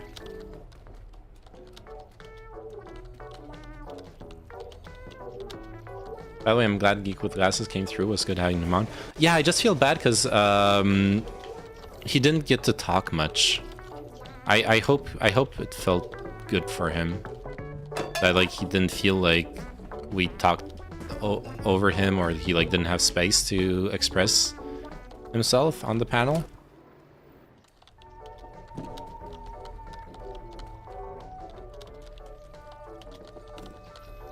I definitely know I tried to take up more space on the panel, which has its own risks, I guess. But, you know, gotta do what you gotta do. Okay, definitely have this one already. In the bar, we do have the sheet music already. Upstairs in the bar, you can jump through the window to get back outside. From there, jump the little roofs at the side of the street.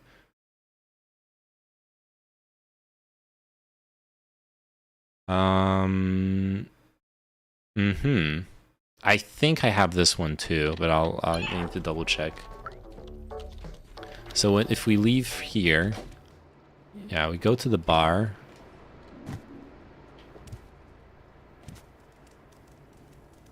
Then we follow the walkthrough, so we go back up, we go to the window, which is over there.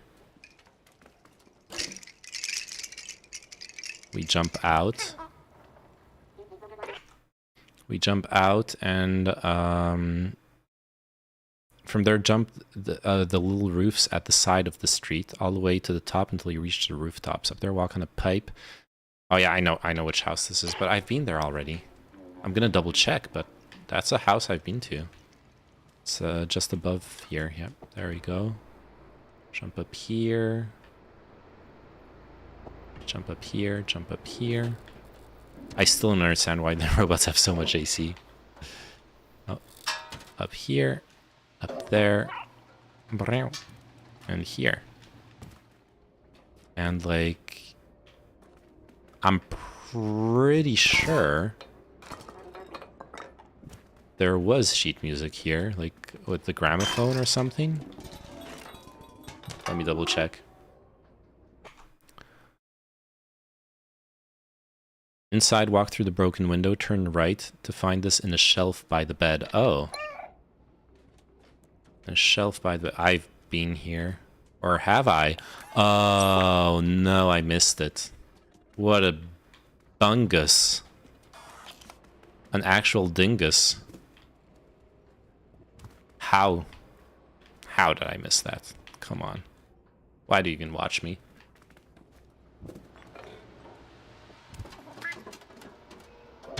I'm stuck in my ways and I'll open carry at Chick-fil-A whether anyone agrees to or not. I'll defend your God-given right to talk about open carrying at Chick-fil-A, okay?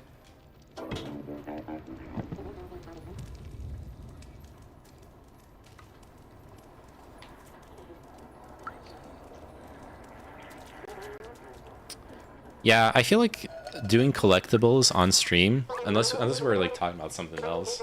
Hanging on the bar where you jump onto a pipe and it breaks and you fall down. That's the fucking start of the game. What are you talking about? Yeah, that's the last music badge. Nice.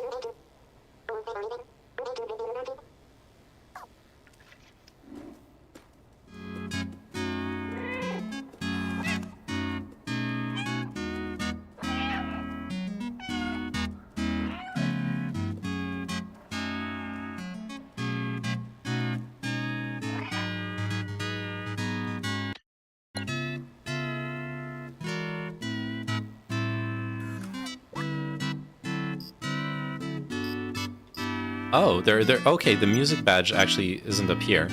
It's just a thing. Then puts your badges on a harness. Oh, there it is. Oh no, that badge is the outsider badge. Wait, where's the? Oh, there it is. I see the. You see the music badge? It's right there. That's cool. Nice. All right, let's dip. Screw those losers.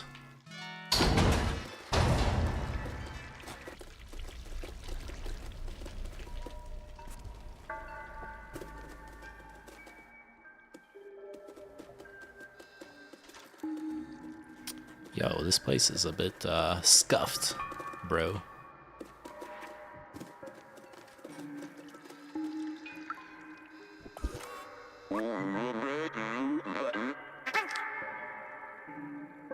Okay, now before you leave, make sure you get the last badge. I shouldn't be doing those kinds of things on stream, but fuck it.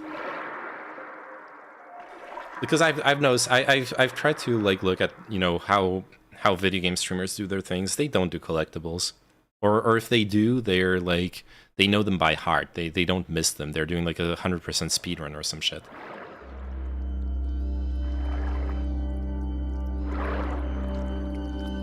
No, you got the badges? Okay. No, I'm talking about something different.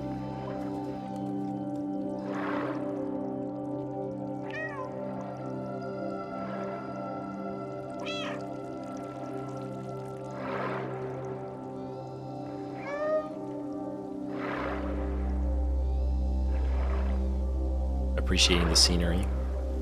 I really like the world building in this game, like the diegetic approach. It's what sets video games apart as a storytelling medium.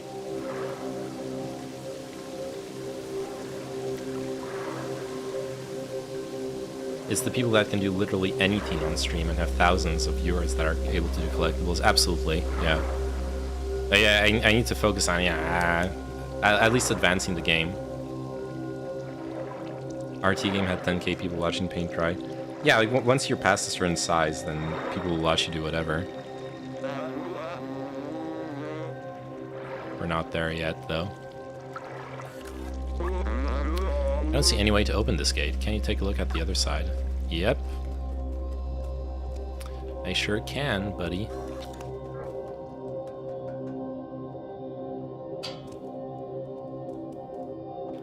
Bucko. And didn't even realize that the paint drying video was paused. Jesus. Are those eggs gonna hatch? Got a bad feeling about this.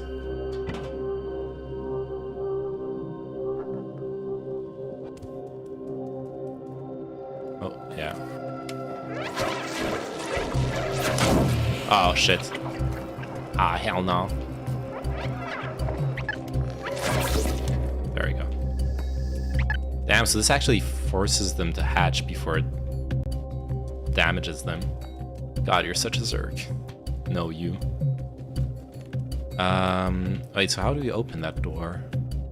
Oh, here. Got it.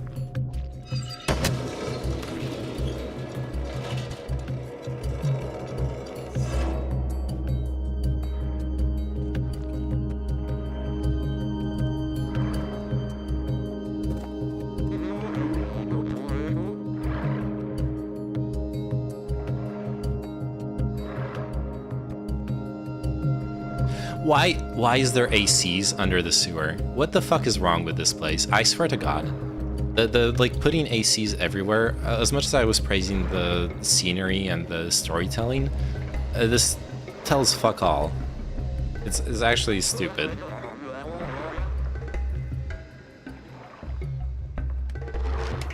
There's no way you need ACs or in the fucking sewer. This is stupid. The range is limited on this. Will they? Are those guys gonna like jump down on us here? Doesn't look like it.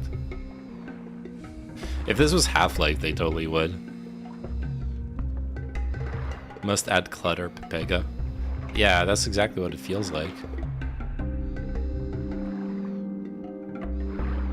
And to be fair, maybe it's like one of those medium exclusive things, you know? You actually do need to have stuff lying around in a video game that you wouldn't have normally otherwise.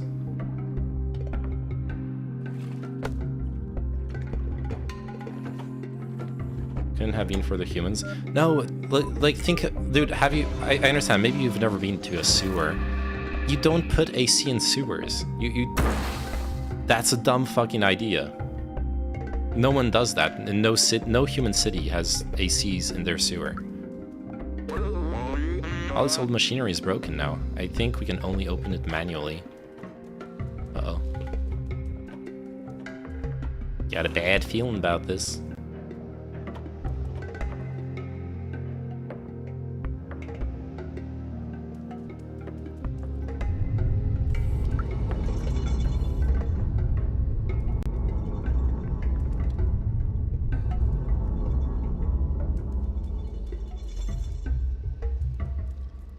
Oh, I see what's going on. He's not going to be able to lift it further. I have to go ahead.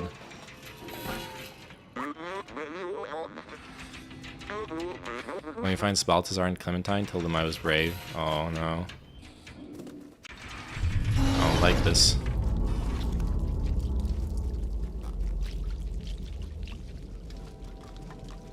Icky. Stinky.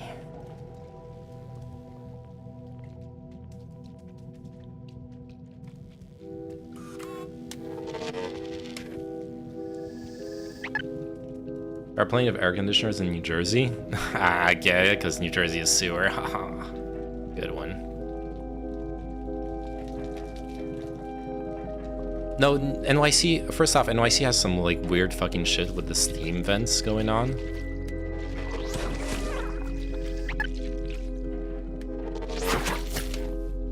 also...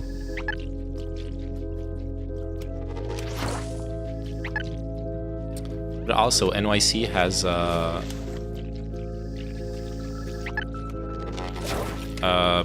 like in actual sewers, NYC doesn't have AC. Like, what are you talking about?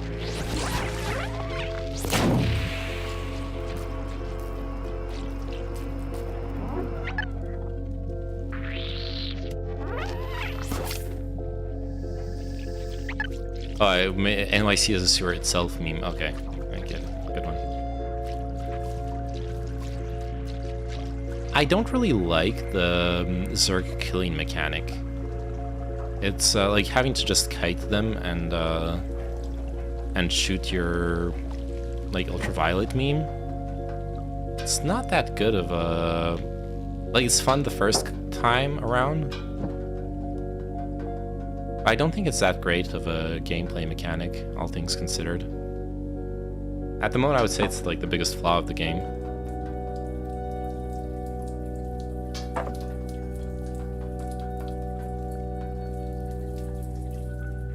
Oh, this is where we're going. More eggs. Oh, fuck.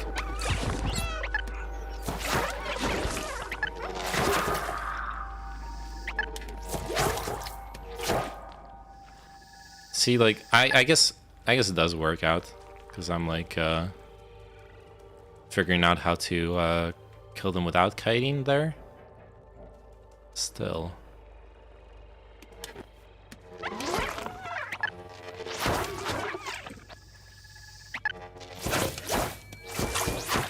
There we go.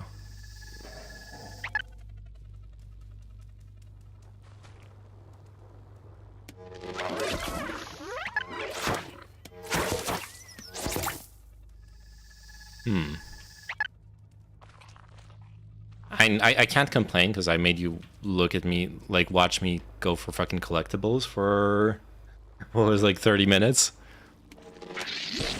But this isn't very engaging, like action gameplay. You know what I mean? Just run through Pepega. I could. I actually could. Yeah. Wait, I need to interact with something though. I can't just run through. This doesn't work. Oh, fuck. Okay, what am I supposed to interact with? I guess I should clear up this egg patch, I think.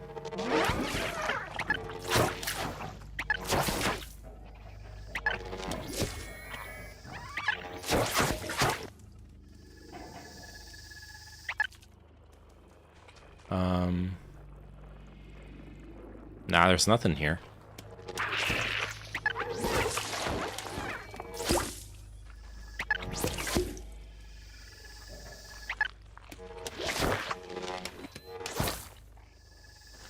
Yeah, no, there's nothing here.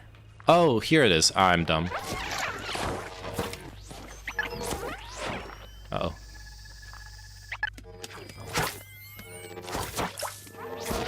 There we go. There's a lever here. I'm being dumb. There we go. Uh-oh. Kite.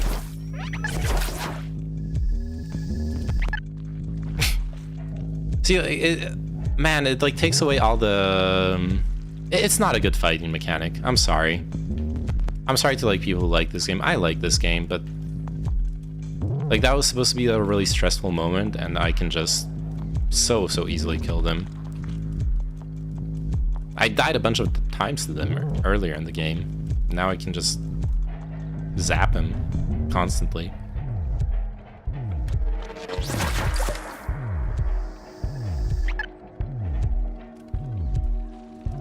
I don't know, it's just not very... Oh, fuck, what the fuck is that?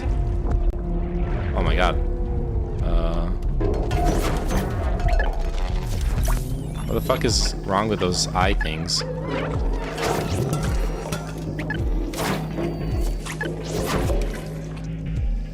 What happens if I zap them? Nothing. Yo, that shit's fucked up.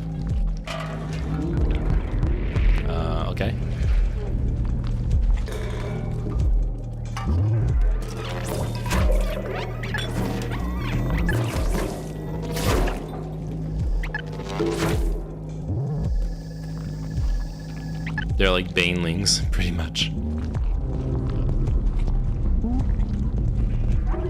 Oh, fuck. Gonna run through.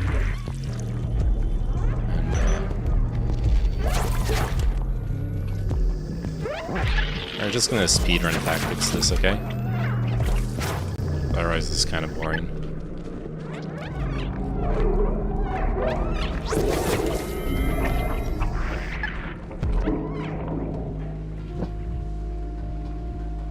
Do they come after me? They don't even come after me here. Yeah, I should have just ran through. Fuck it. Alright, the only way forward is here.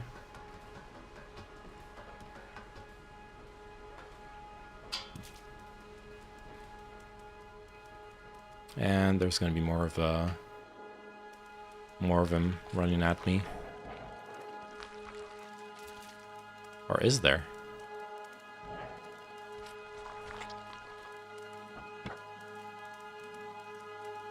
Oh, fuck. You're the only person I've seen that didn't just run through. Yeah. Uh-oh. I think I woke up the eyes. Oh, I need to jump to the other side. Oh, I can do it here. Or can I? No, I can't. Shit. Oh well, there we go. Oops.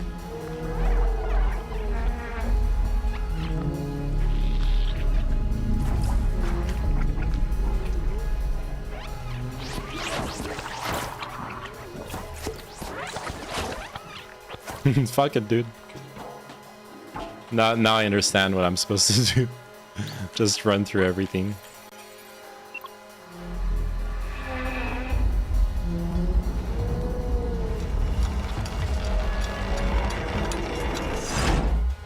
Not realistic. A real cat would have just walked on the edge of the door to the other side. What?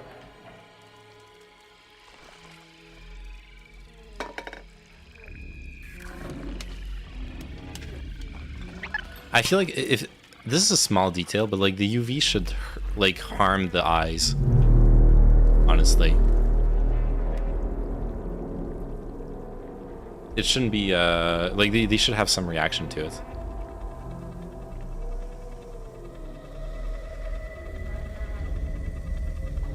Oh yeah, on the bottom of the door there's a little ledge. You're right. I agree.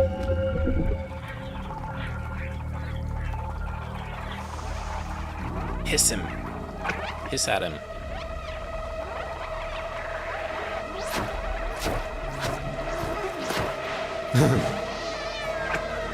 No.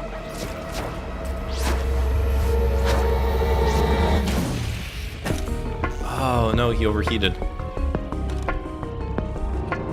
Okay. Yeah, we don't have UV lights anymore. We need to run. I get it.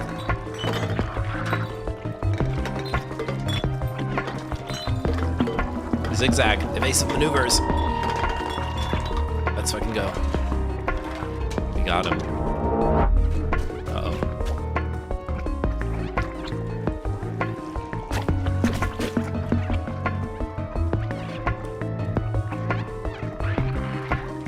Okay.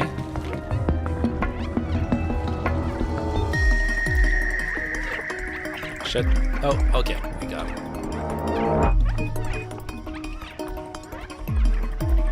Okay, pretty easy for now. No! Oh, we're gonna make it. It's all good. They could have totally followed me. What? Why did they just stop on an invisible wall? What the fuck?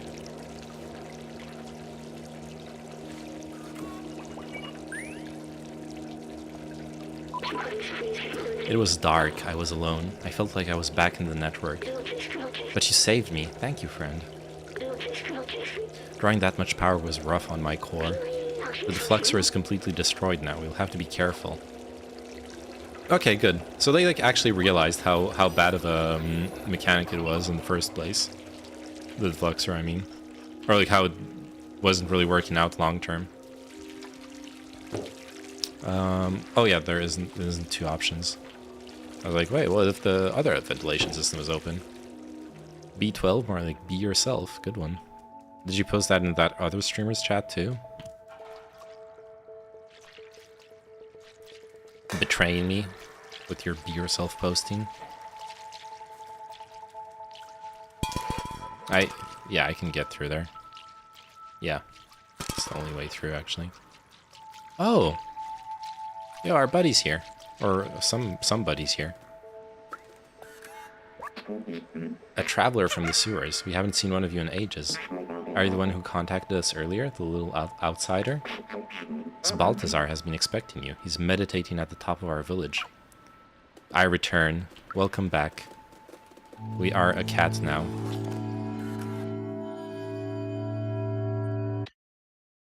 What?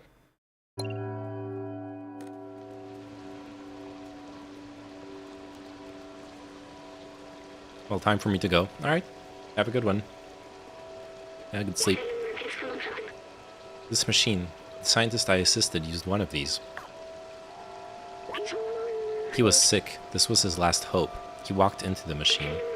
But I wasn't with him. He was alone. What was he doing? He uploaded himself into the computer and then everything was different. But the upload, something went wrong. He was stuck for hundreds of years. Until a little cat appeared. You are the scientist! B12 is the scientist.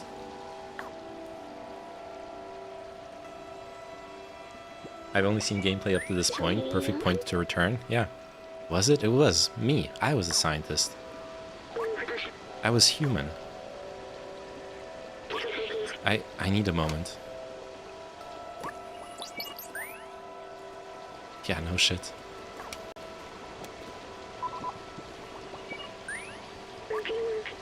I'm sorry, I need a moment. I don't feel like talking right now. I didn't talk to you, okay? Oh wait, I can't talk to anyone for now. Well.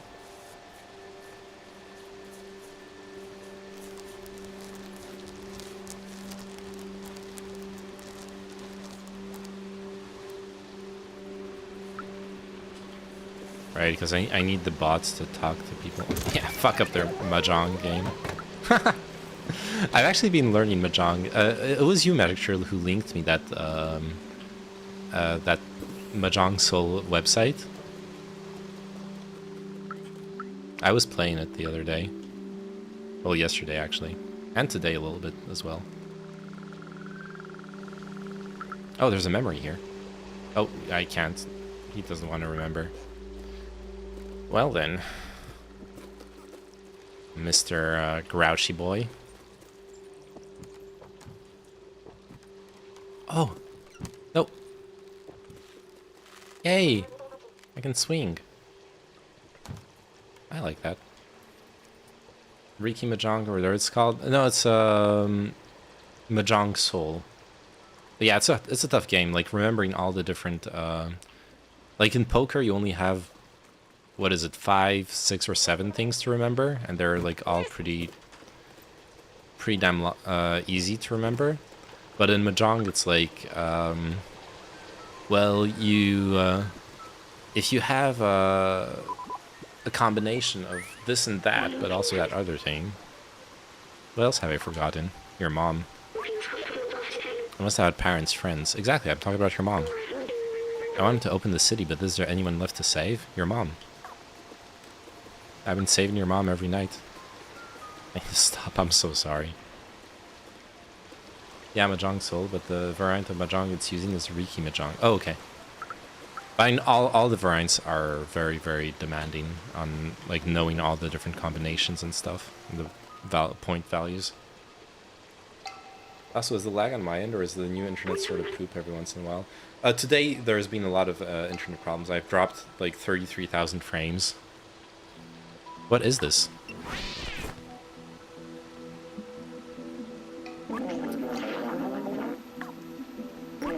Hey, don't you know not to interrupt a fellow during his transcendental meditation? Oh, it's you. You were with Momo when we received that call earlier. I'm glad to meet you at last, little outsider. You know Momo and Doc, so you're already familiar with us. I miss them. Their memory brings me peace. Momo stayed in the slums. I heard you helped find Doc. And Clementine. She's in Midtown now. If you still want to see the outside, she's the one who can get you there. Apparently she had some kind of a plan to leave the city. Here, take this. I wrote her address on the back of this picture. To reach Midtown, climb up our little village. It should be easy for a dexterous one like you. If you manage to reach the outside, you will be the very first. I wish you good luck, but you don't need it. I believe in you. Okay. I'm sorry for shutting down earlier. I'm human, probably the last in the world. Now look what's left of me. So much has come back to me. How much have I forgotten? Maybe if we find Clementine, we can restore my memories and get you back home at the same time. We can go back down and find out more from the companions, or head onward to Midtown. I hope I haven't missed memories in the slums. I didn't want to go full collectible hunting, but... So I've been pretty damn good at, like, getting a lot of things. This language, the companion robots made it up from scratch. How impressive. I remember it happening when I was in the network. I don't know when exactly, but at one time, all the communication started to switch these symbols. I was stuck in a computer and alone for a long time, so I translated every symbol and word one by one until I was able to understand everything. Now that I'm out and I know their language, I am curious to hear all they have to say.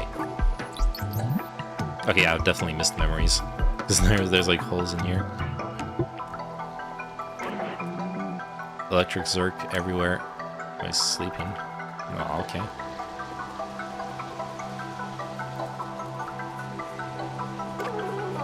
Statistically, I should have won at least 8 times. 9,536 games went to 6. Don't tell anybody I'm actually programmed to win at this game. Oh no. Oh no. She's using, oh fuck, I forgot the name of the... What's the name of the, in chess, the AI?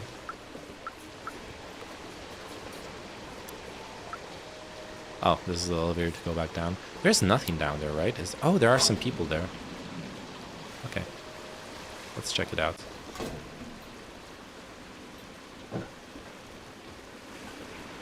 Oh, there's a tree, there's flowers.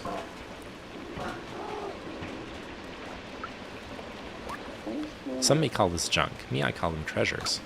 That's why I call your mom. I was a bellbot many cycles ago, but I've repurposed myself into a treasure hunter.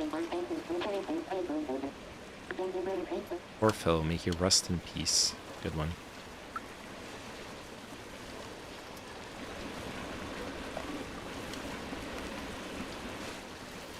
Alpha Zero, I think, or DeepMind. Yeah. But I was thinking about the one you have on, like, on chess.com. A stockfish. The stockfish thingy.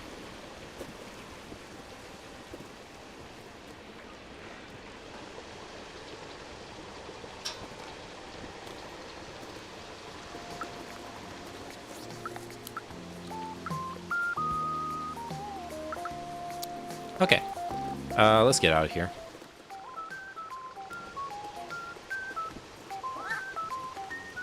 So he said to go all the way to the top of this this tower.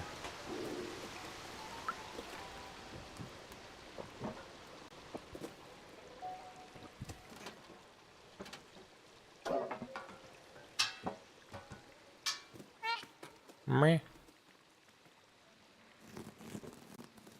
Fuck up. You're Matt. Who are you? Hello, buddy. How are you? Did you know that Aunt Clementine taught us how to grow special plants that can live without sunlight? I have a huge collection of them. You know, the seed's still missing some colors, though. I'm missing a yellow plant, a red one, and a purple plant. Oh, no. Oh. Now I need to go back down and get him the yellow, red, and purple. I need to go back down and get him the red plant from the... where the people were picking up the trash. If I'm bored.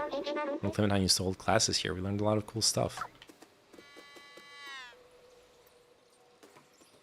I can't go further up? There has to be a way. Do you know the way? Oh yeah, there it is.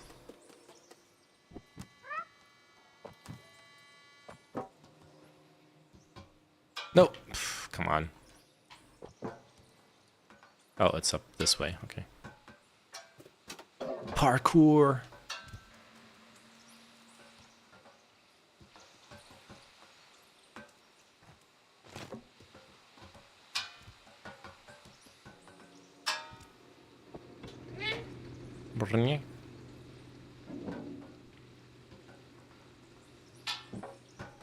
Interesting.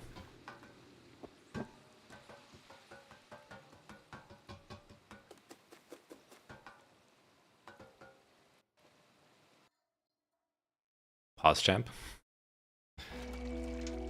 What's going on?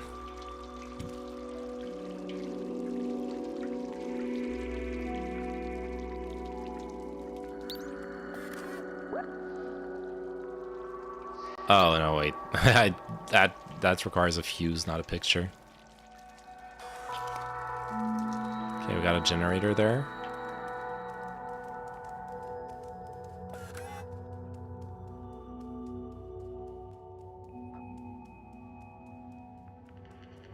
A subway? Damn. Public transportation in my post-apocalyptic world? Who'd have thunk? Look, this is a subway station. I had completely forgotten this existed. You could ride to anywhere in the city. People used to take it to go to work. I used to take it too. Every morning after saying goodbye to my family at home. I remember I was doing this for them, but they're gone now. It was so long ago. They wanted to see the outside, but does that even matter anymore? What happened to them? What happened to everyone? Anyway, we're near Midtown now. Let's find this Clementine. We have a picture of her, so we can show it to some of the companions around here. Maybe they'll point us in the right direction. Oh, another big memory. Oh! Yo, we're walking on the tracks. That's illegal. What are you doing, little cat? Oh, we can be the conductor. Look, I'm a little cat conductor. That's amazing.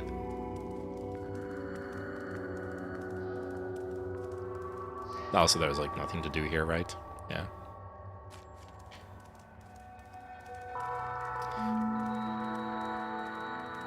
I feel like that's the main appeal of this game, just being a dumb cat. Which, please, I know some people get offended by like me calling cats dumb. Cats are not the smartest. Not the like slippiest penguins, if you know what I mean. There are so many books here. The Turing Test Legacy, The Ethics of Artificial Intelligence. I recognize some of these. Did I have a library? I remember nothing was quite like the smell of books and the turn of a page. True. It was a feeling, almost like comfort. A book was like spending time with someone.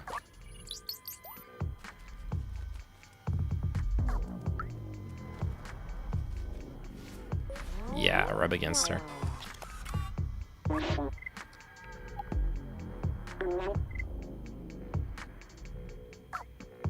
Okay. They don't want to talk with me, but they recognize something.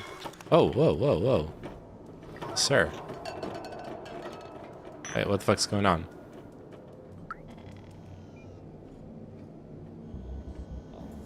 Uh-oh. Don't worry about trash. Nickel Corporation takes care of everything. I already told you 5 times, Yosh. You can't run around like that. It's dangerous. Hey, this is the first time I've seen this kind of robot. You look so fluffy. Oh, it's the girl displayed on this wanted screen, right? You should ask somebody else. I'm too busy with Yosh here. Oh, no. Wanted Clementine, troublemaker, outsider, rebellious. Oh, no. The dystopian authoritarian robot society doesn't want us to go outside. That's gonna be this part's plot, I guess. Oh, there you got the robot police. I probably shouldn't ask the robot police about the wanted person. Oh, something tells me that could trigger like a bad interaction. Hey, cab. There's nothing here. Why? This is the perfect place to hide a little Easter egg or something. Or a collectible. I guess not. Okay, I'm talking to him.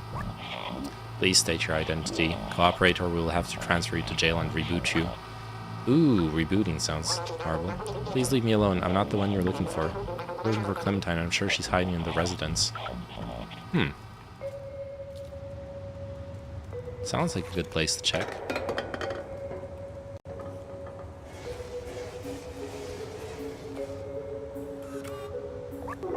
Hey, I'm off to work. See you later. Okay, honey, be cautious of the sentinels. They're quick to make arrests for no good reason. Don't worry about me, babe. I'm good.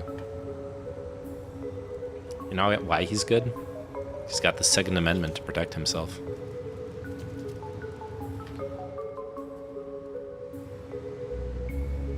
Fuck your couch. How to be a ninja. Oh no, you look at what he's reading. Alfred Smith, How to be a Ninja. I can't can I talk to him? Oh yeah. Consider this. Tomorrow, if I replace my arm with another robotic arm, and then the next day my other arm too, and then my body and so on until I've replaced all my parts and upgraded my software. Oh, it's the easiest ship. Good one. Oh hey, what are you showing me right now? A bunch of people I don't know. That was very useful.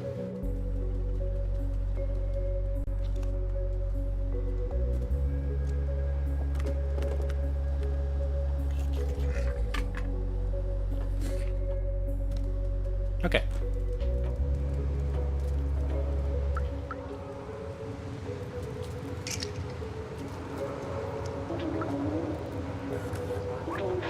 This merchant prick sold me a faulty battery the other day. Now he just pretends not to hear me every time I try to confront him. If it wasn't for the sentinels on patrol, he'd end up with spare parts. Damn. That's brutal. But he's dead? I don't know, I'm worried about him. He's not moving. He's not talking. Oh, there's a code here. Okay, I don't know the code yet. But we will find... Oh, wait. Maybe we can find it here? Translate? 8542. It's gonna be 8542, because it's upside down.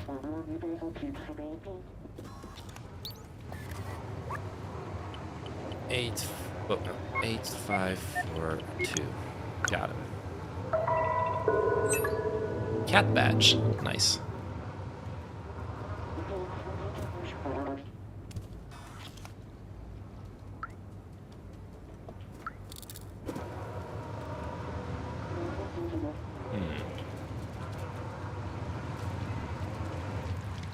Let's check the back alleys. Dirty parts of the city. Where we belong. You've been in the city below. I had a friend there, Fifi. I haven't seen him in ages. Oh. Okay. That wasn't very useful. I had questions for you, sir. I used to own a bar. It was the coziest place around here. Until I took a screwdriver in the knee and stop. No, we're not doing that. Even if this guy bums me out, he's my only customer. Try not to scare him away, please. Well, I make sure not to bring any screwdrivers here. Wouldn't want to scare him away like that. Isn't it so cool right now? So chill. I think that nothing bad could happen to us. Oh yeah, I know Clementine. I used to see her a lot. I think she lives around here. She was always talking about leaving the city. I don't get it. This place is great. Why leave? This is a fucking stoner. Whistles. Okay. Yo, what's this? Holographic projection. In my city center. What's it about?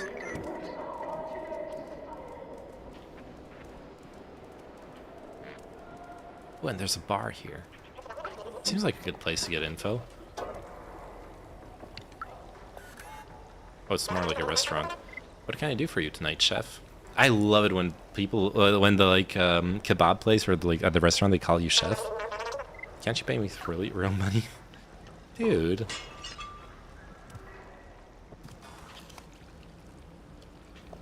Is there anything back here? Nope. Yeah. Oh, there is.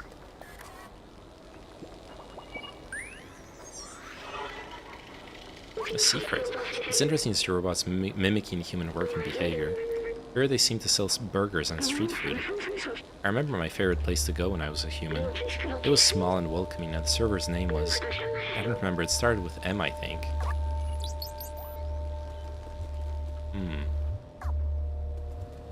Damn, I feel bad that I missed quite a few of his memories in the first area. But it would have been kind of boring to like look them all up and stuff.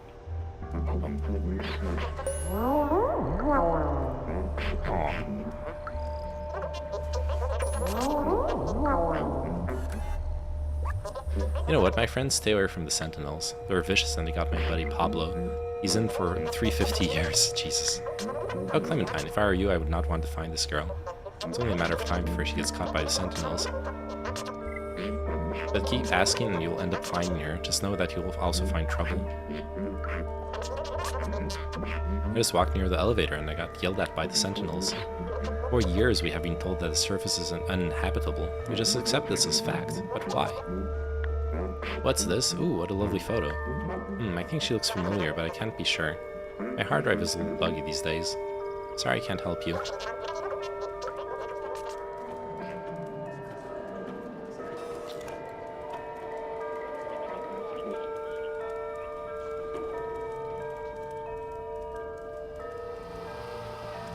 Okay. This force field rejects me.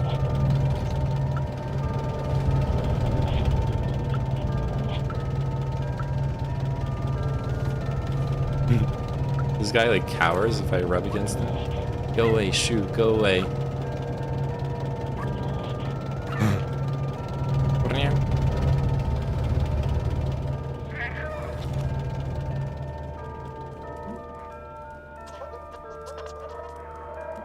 Okay, where did I come from? Oh, let's talk to this guy. Sorry, shop's closed. I'm waiting for delivery guys, but it seems they're taking their sweet time.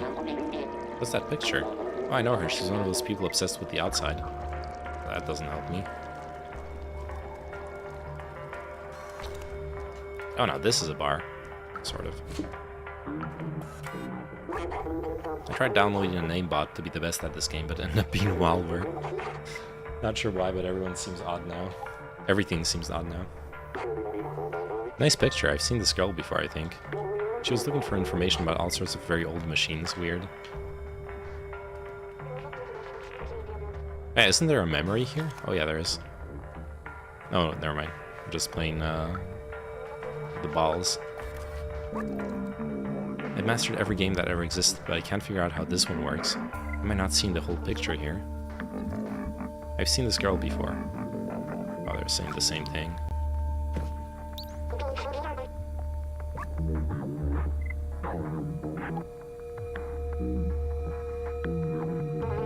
Oh, come on. There are... I guess the hint is old machines means I need to go find... I need to go find like an old machine shop or something like that, right? That makes sense to me at least. Plenty of pictures of the outside here. Oh wait, and this like belongs to the bar person, so even if they don't like discussion of the outside, maybe if I talk to the barman. What will it be today, little sir? Wish I could be as tiny as you so I'd explore new hidden places. Ah, he says the same stuff as there. Oh wait, no, he said something more. Shit.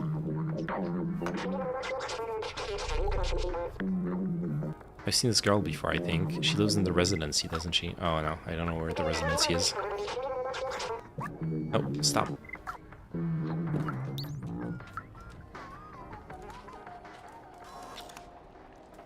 Yeah, what's the residency?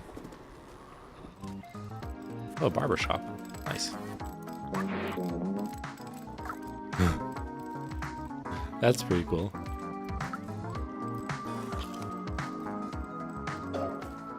Definitely a secret up here. Yeah, let's go.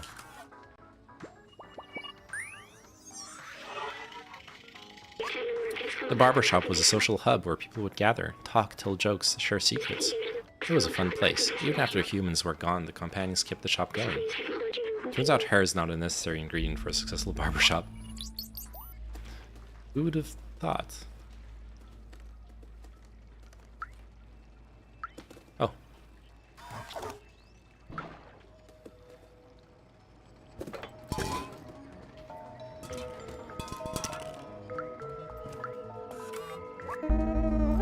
You know, work is work, Slippy. Don't lose your head about it. Good one. Yeah, Clementine, she went here once. Why do you ask? I have her address on the back. The residence is just to the right when you leave my shop. Oh, okay. That's, to the right. When you leave my shop. Guess it's straight this way, then? This looks like a residence.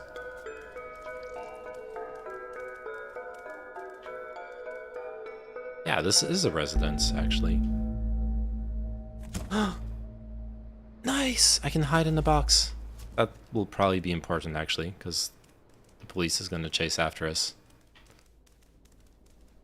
It's pretty strongly foreshadowed. Not very subtle about this. What are you exactly? A quadruped making cute sounds? I like the concept. Me too. It's just here.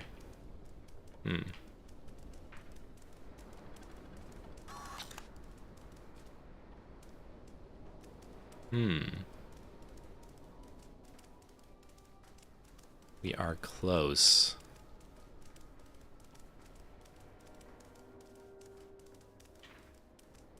But I'm running around in circles.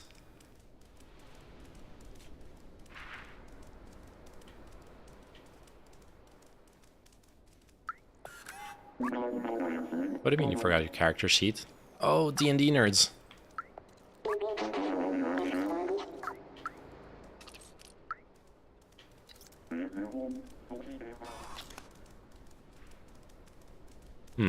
Oh, is it here?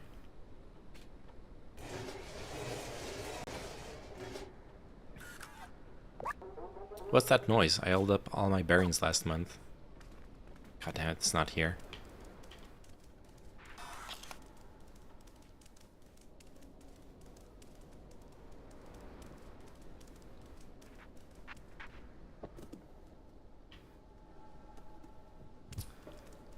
It like has to be one of those doors, right?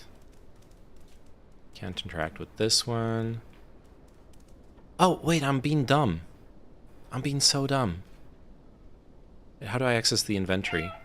No. Not this way. Oh, there we go. Examine. Rotate. 3 green dots, 5 red dots. There we go.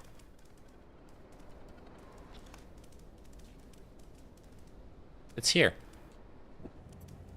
We got it. Bro, how many times do I have to tell you no unearthed arcana? Yeah.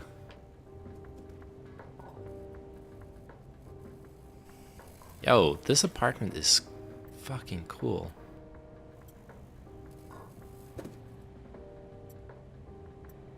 Look at this vibe. Very nice. Look at the subtle off-white coloring.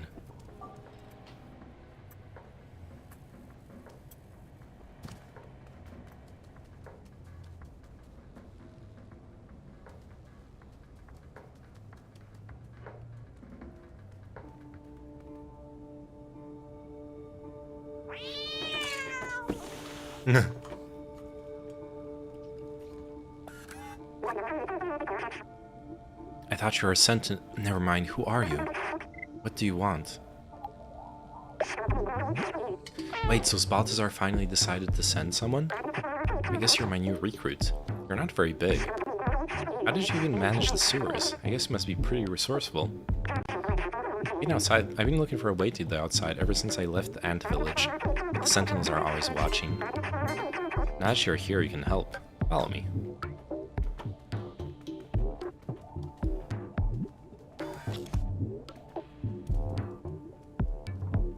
So many plants. I really like this.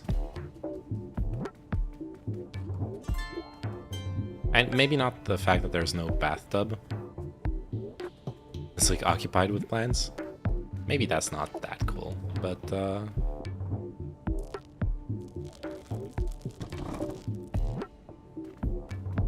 nice. Nice.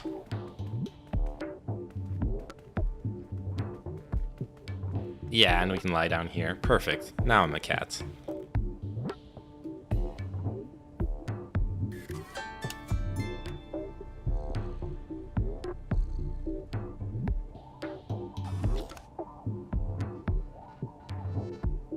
I think there's a memory here, but I'm not sure.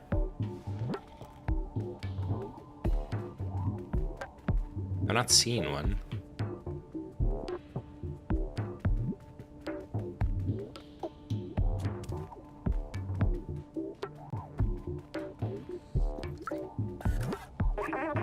I've been working on a plan to use this old subway for a while now.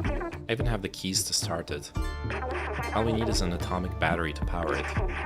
I know Neko Corporation has one secured inside their factory. I have a contact who can help us infiltrate them. I don't know his name. He's the robot with a bomber jacket and a gold chain. Take this message to him. Don't hesitate to ask around for help. A bomber jacket and a gold chain, huh? Sounds like you just have to run around and look at the robots then. I don't remember one off the top of my head. Well. Let's go. Wait, is this guy? He has a bomber jacket. That is a bomber jacket, right? No gold chain though.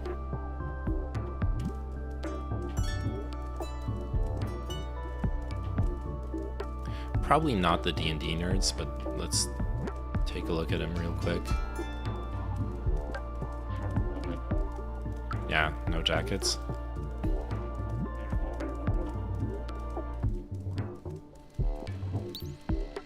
No jackets here in either.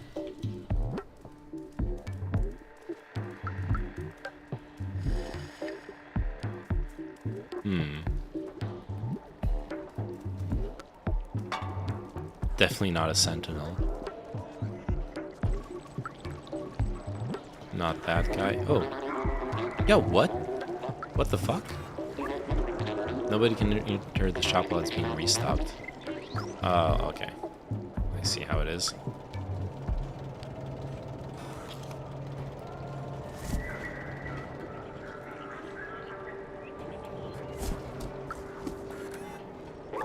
I've been waiting for ages for Stuplechi to get back and help me restock these hats. The boss is not happy.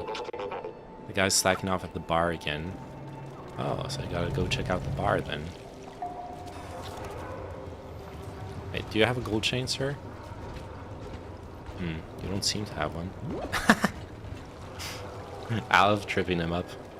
Okay, I think the bar's across the street, right? Yeah. You know, that's just a restaurant.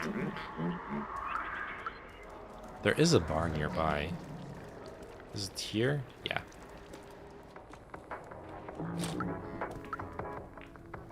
Okay, Araz input. Jazam. Memuth. Is this Stuplechi? Tonin.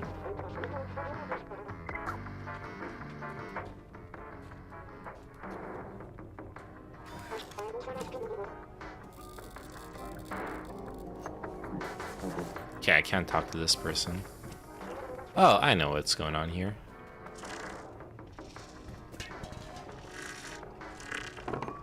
Gotta wake up this guy.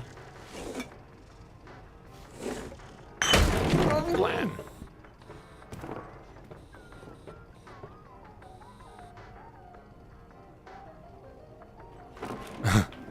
Get back to work, bitch.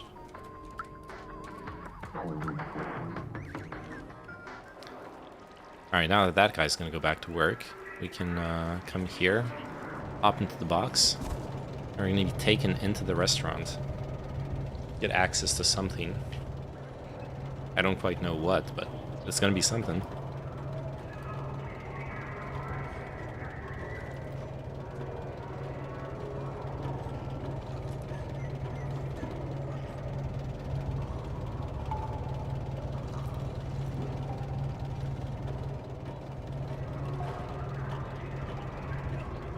Man, this guy's rusted as heck.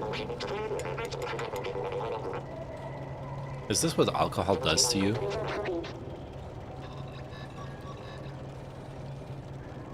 It's not a good look. Don't do drugs.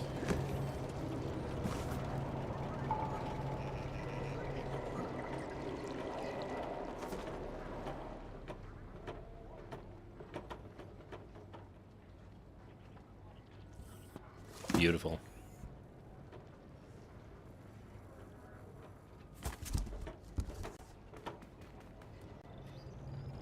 Okay, first things first. Let's open up the hatch so we can come back in here.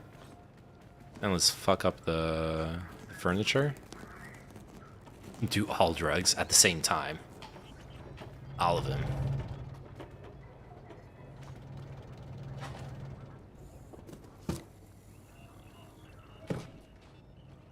And let's see, is there anything in here that we want?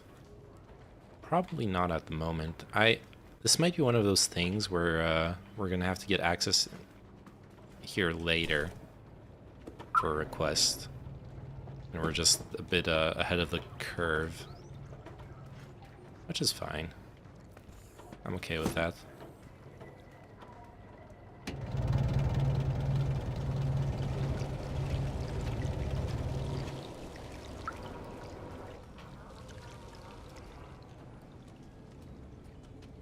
Ooh, a bomber jacket?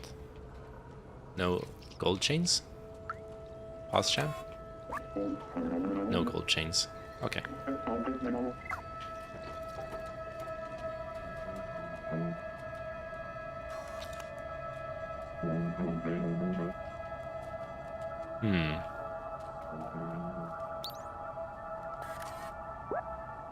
I don't have cassette insert in there. Oh, look at this.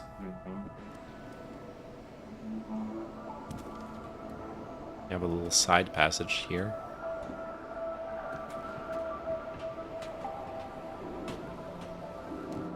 Oh, nice. Now we can parkour. Can I go up that? No, there's spikes there. I can go up here.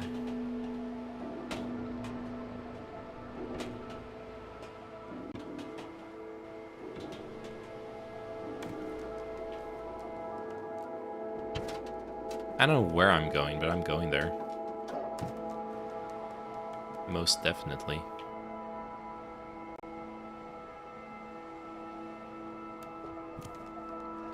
Maybe I'll be able to open this window later. So I don't think I'm doing anything here. Can't jump down. No windows open here. I guess I can jump down here.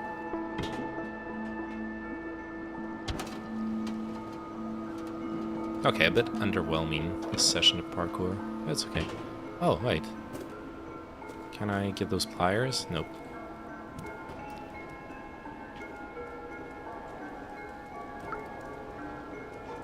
Alright, we still haven't found Bomberman.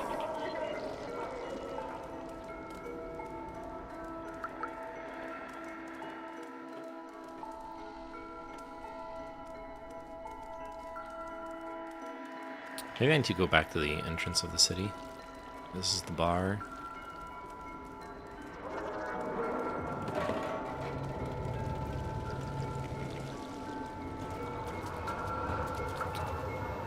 Talk with bouncer. Club's closed, get lost.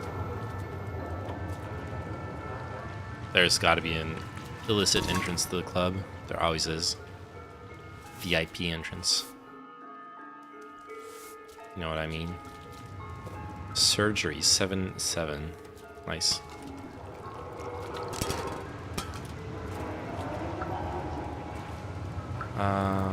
It's not gonna be this guy, right? That's not a gold chain.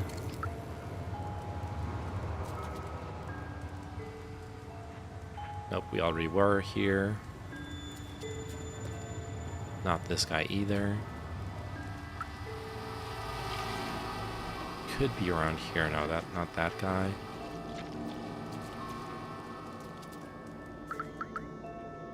None of these.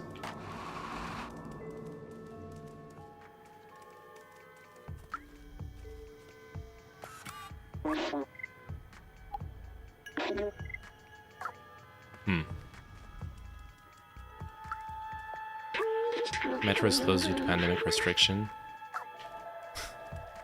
Oh no, Metro is closed due to pandemic restriction. Did they really do that? God damn it. Yeah, I can't talk to this person.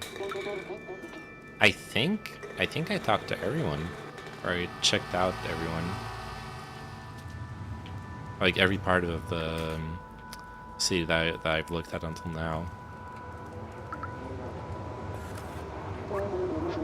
In Ecocorp, we work all day long to gather the waste and send it downstairs where they recycle and repurpose it. Yeah, they don't recycle it. Sorry to burst your bubble. I'm just a cat.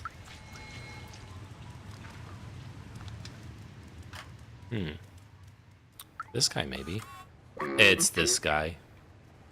Yep. Found him. Where did you get that? Oh, you're with the outside, my contact. Let me brief you about the atomic battery. The battery's powering the Necocorp factory right here. But this whole area is restricted and heavily guarded. You check every person who enters and turn away anyone who's not a worker. Here's an idea. Go get me a worker jacket and a worker helmet, while I stay here to check for a good time to enter. Ooh. Okay. I know where to get the helmet. And actually, I know where to get the jacket.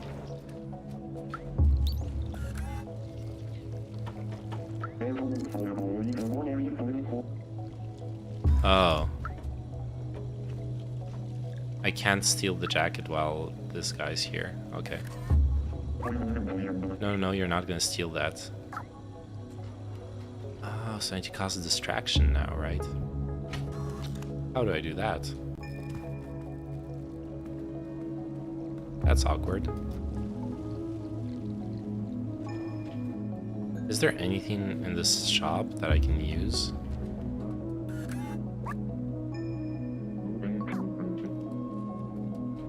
Yeah, and it's gotta be the cassette player. Bro, theft is not cool. It's for a good cause, okay? It's like self-defense. I'm saving the I'm kind of literally saving the world here, okay? Some personal property doesn't really matter there. Wow, ends justify the means. Yes, I went there. And in this case, unironically, they actually do. Oh wait, I have an idea. It's not gonna work, but... Fuck your property. Yeah.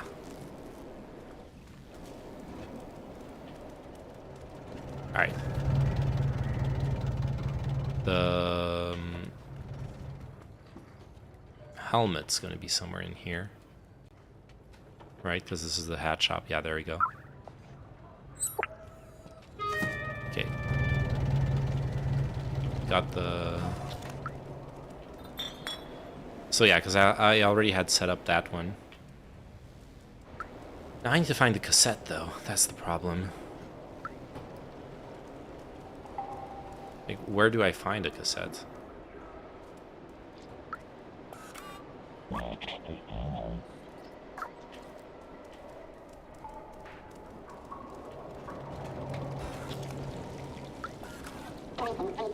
It's the trendiest shop in Midtown, but the shopkeeper is pretty grumpy.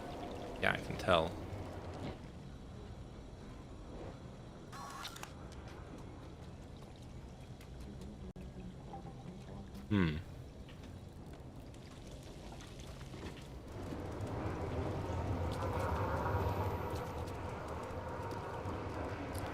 Yeah, this is the part where I really like the fact that I was able to get the helmet easily, because I had just solved it right away, the puzzle, even when I didn't have to finish the quest.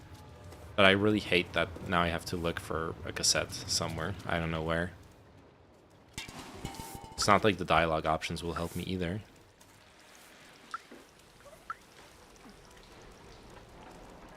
I'll just hit up the bar real quick, because they have a karaoke machine.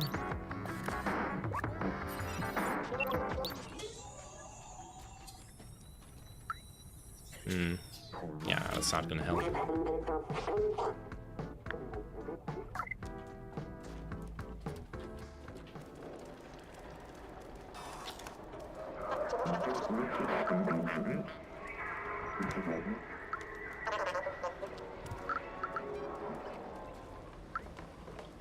Translate.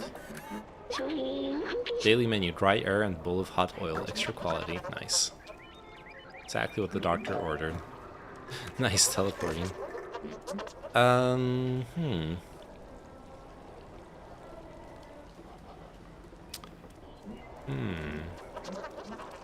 guess one thing we haven't done is check the like false ceiling here. Nope. No way of accessing it. Okay. So that's not the solution.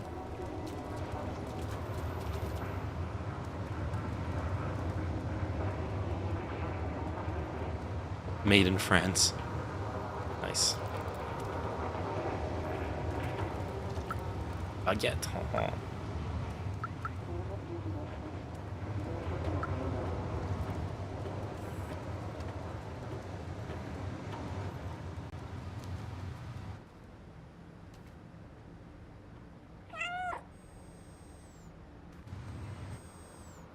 Could this guy help me? I don't understand what this shop is for.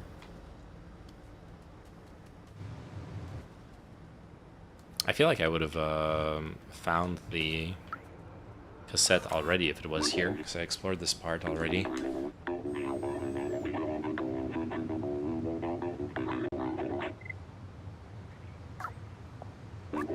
At least talking philosophy. Okay, the easiest ship again.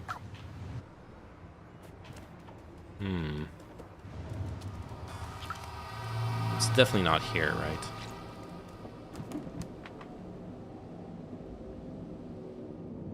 I would not have missed it if it was here.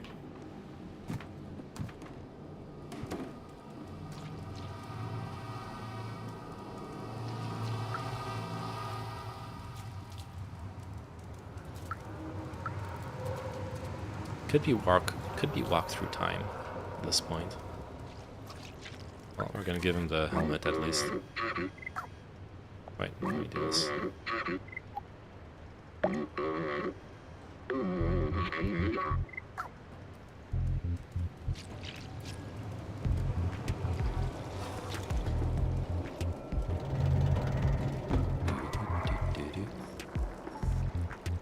Okay, so this is the bar. Oh, this guy has a boombox. That's okay. Life is boring since the Sentinels put cameras in our residences. Okay, I feel like this is a hint. Oh, grab cassette tape. Hey, those tapes are ours. Don't you know not to steal?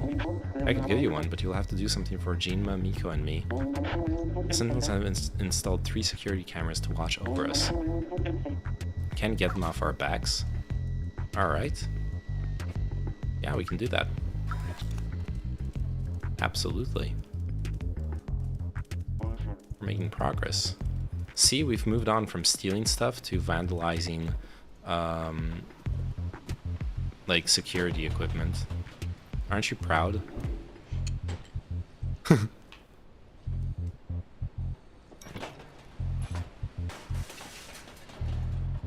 Aren't you proud to be an Oyo viewer? Oh, that's the next one.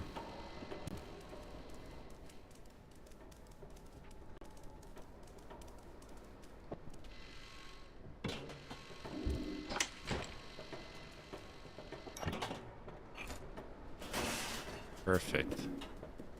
Now where's the last one?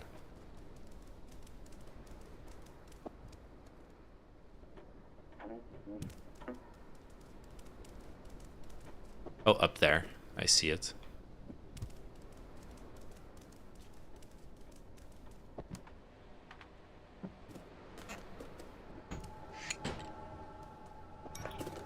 All right. A cab.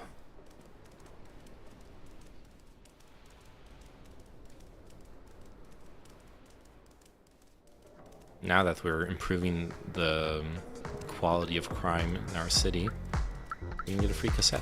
Hold on, I didn't think you could do it. Here, take your prize, you earned it. Nice. And their music is pretty banger though, I have to admit it. I'll come back for another cassette after this. Okay, now we go here.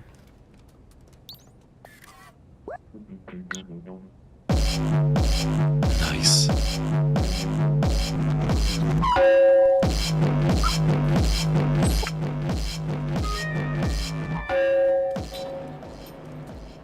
Got him. Dubstep, the perfect music for crime. Cat jam, yeah.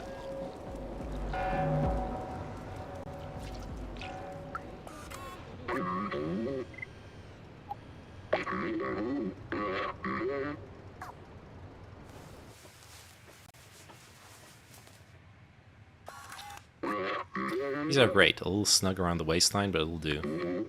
Okay, hop in this box and I'll sneak you across the checkpoint.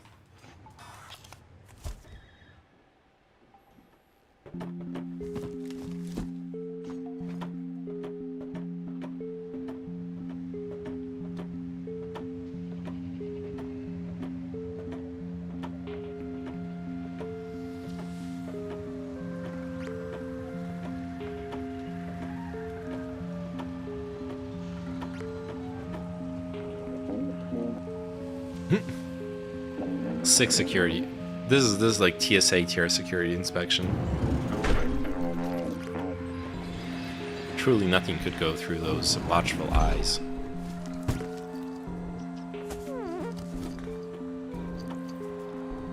Got him. Let's explore a bit. Okay, so you got a bunch of garbage around.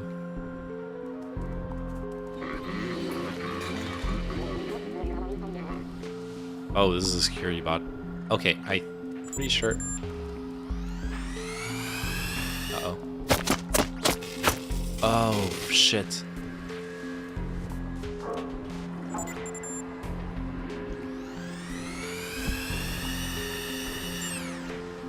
Yeah. Okay, I see how it is. We're literally playing Solid Snake. Okay.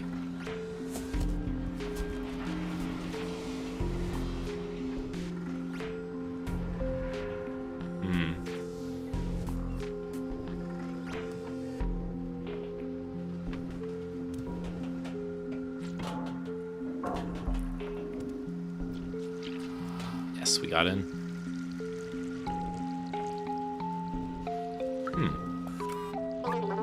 Hey, good thing you're here. You can help me. I lost the keys to my place in this dark and huge factory. The Sentinels refused to help me. By any chance you could help me find them, I'll be eternally grateful. Okay. Now I'm just doing this highly illegal infiltration, but I'll also find your fucking keys. What's the worst that could happen? He's looking for his keys down there. Yeah, so they probably fell somehow. Can't really jump down here. Can't really jump up here.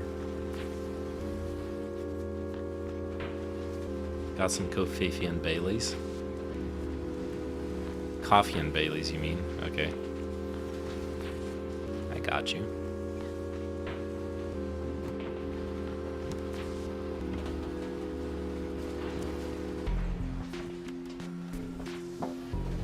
Alright.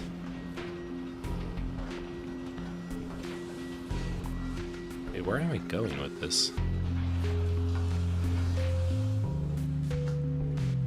Oh, there's a lever here. Okay. No, I mean Kofefe and Baileys. Sure you do. Okay, so that opened that. Oh, I see. This is the way back.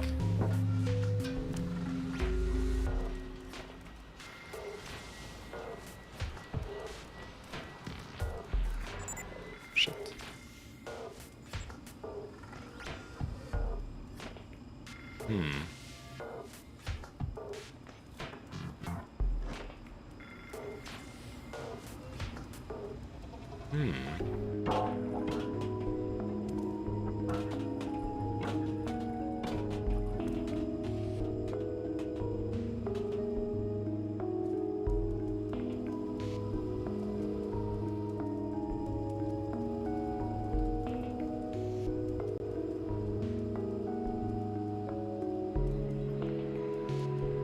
I wonder what Andrew Tate would think of this video game. That's the question we should all be thinking about.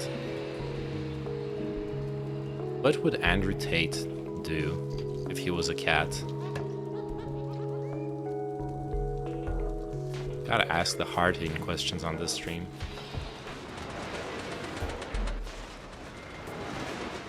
Only betas would simulate themselves being a cat. Yeah, I'm afraid so. I'm afraid you might be correct. Oh. I see what's going on here.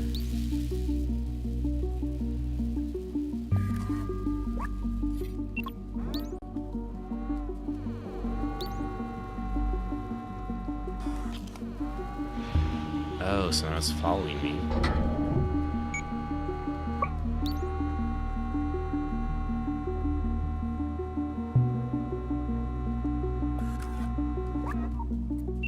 Okay.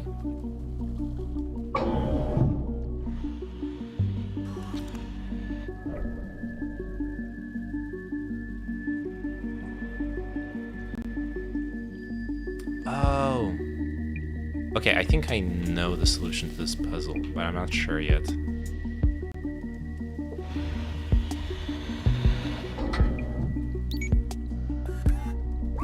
I think this guy probably needs to come back here.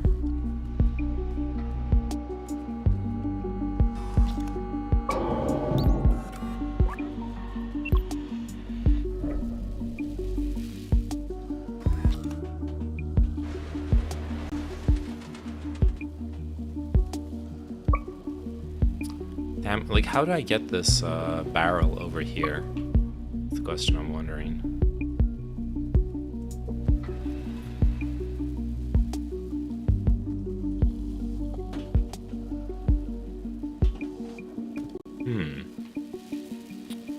Oh. Oh, I can go up there and activate a second robot. That is an option. I think that seems like the option.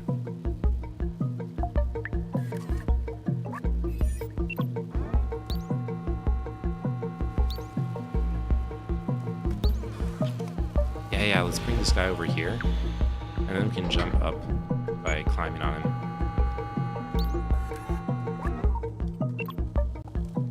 Yeah. We got this. Open the door. Turn this one on. Bring it over.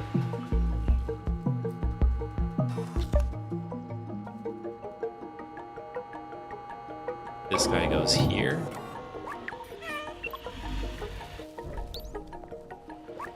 This guy goes here. And then the barrel can go through and activate the third button.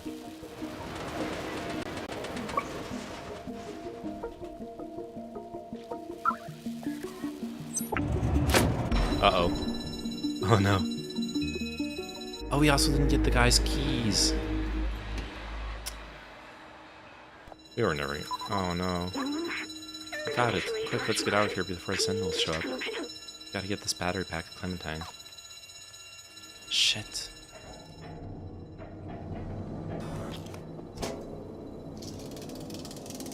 Oh, we go all the way back here. Interesting. Yeah, we missed the optional quest to get that guy's home keys. I feel like we might be wanted now. Nothing significant seems to have changed, but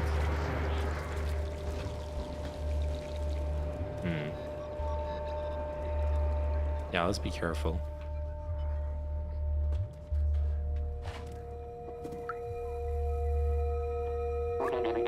Hello, I don't have anything in your size, sorry. Okay. No worries. Oh no. Nothing makes sense if we can't dance. Did they...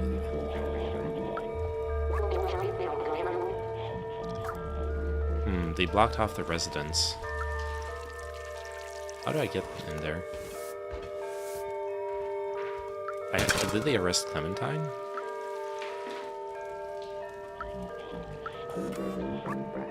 Hey, you think you can stop us from hanging in our digs? Wait, I can just run in. Wicked. Shit. I'm being an idiot. It's fine. We made it out of there. Sort of. It's not fine.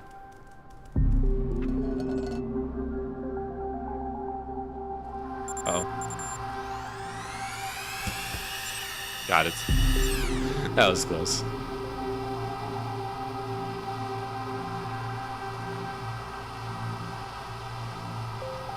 Come on, go away. There you go.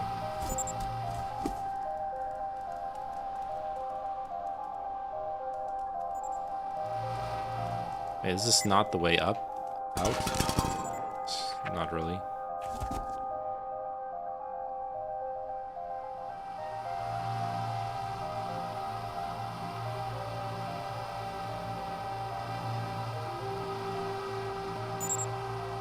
Okay.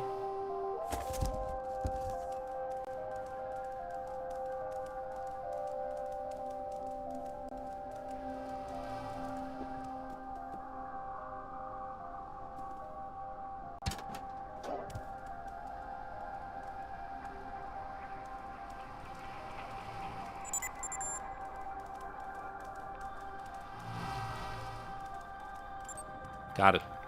Wait, nope. Sort of giving away the location of the resistance memer. Look at clue board. Oh yeah, she's disappeared. Clem? No sign of Clementine. Oh, what's that? It looks like some kind of coded message. We're going to have to play detective to figure out what happened to her. Look. For B12 and the cat, the answer lies in my stuff. And then there's 4 symbols. It's signed Clementine. Take a look. Okay. I know where 2 of the symbols are. The crystal and the lava lamp. Not sure. The plant should be in the kitchen. Or here, I guess. Oh, there. There's one of the clues. Look, something's being left here. It says come to. Okay. Yeah, that's one of the clues.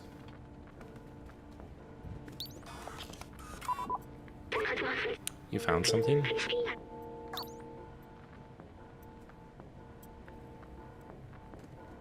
It's just a watering can. No, there is something, I swear. I'm gonna be like one of those cats who just looks at like really weird stuff.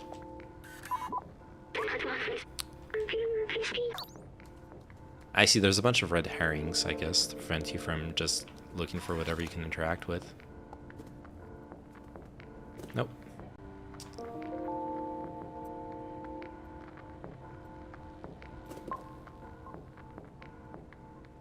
There we go.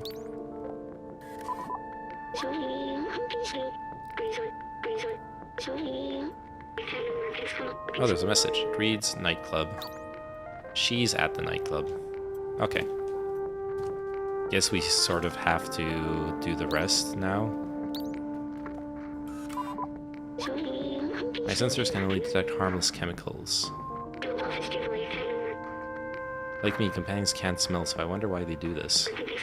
There's also a message under. I'm with... So she's with someone who I'm about to figure out who it is. Come to the nightclub.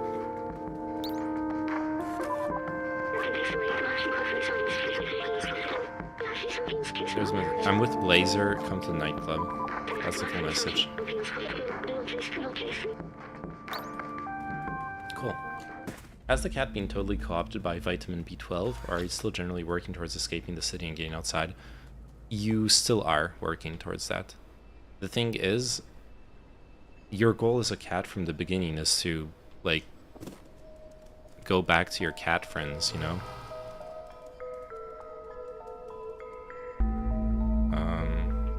Yeah, I pretty much have to aggro this one.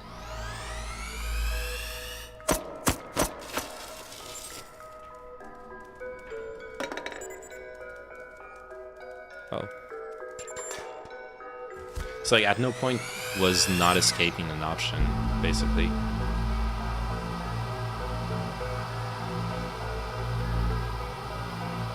I guess they got the glizzy.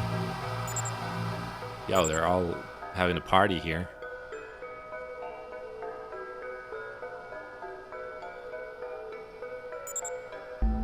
Alright. Oh shit.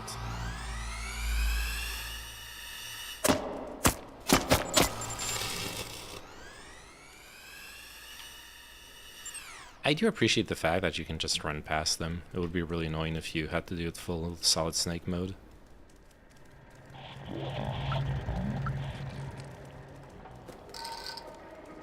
Alright, and the nightclub is just here.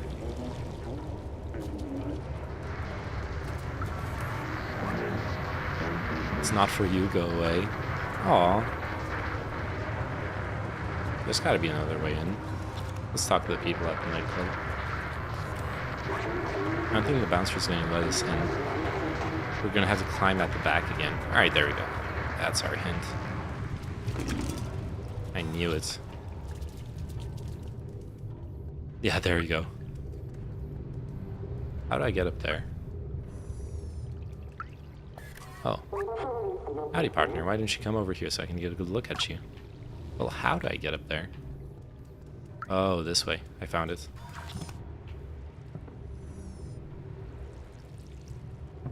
Or did I? Oh yeah, there you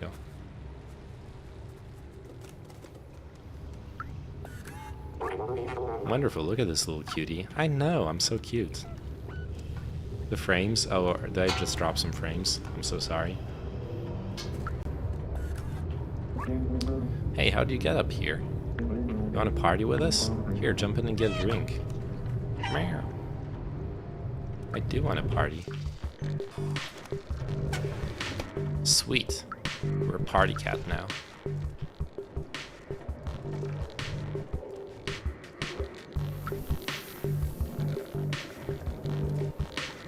Look, it's Daft Punk. It's actually Daft Punk. Hey customer, the access to the VIP balcony is closed. Some private business going on there. It has been reserved by some blazer guy, I think. That's who I want to talk to. Okay. I think we know how this goes. There is no such thing as an inaccessible place to a cat. I shall let you know. Let's fuck with the DJs. Hey everybody, DJ Matsy is here.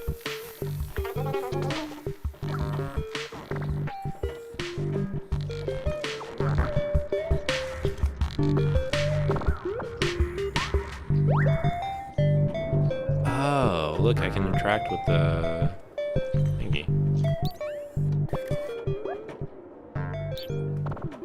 Use lever base. Oh.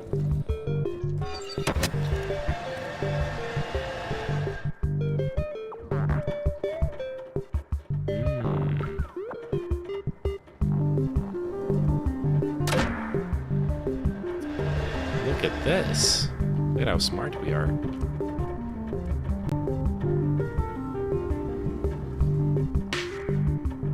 Okay. Yeah, so it's the other one that I want.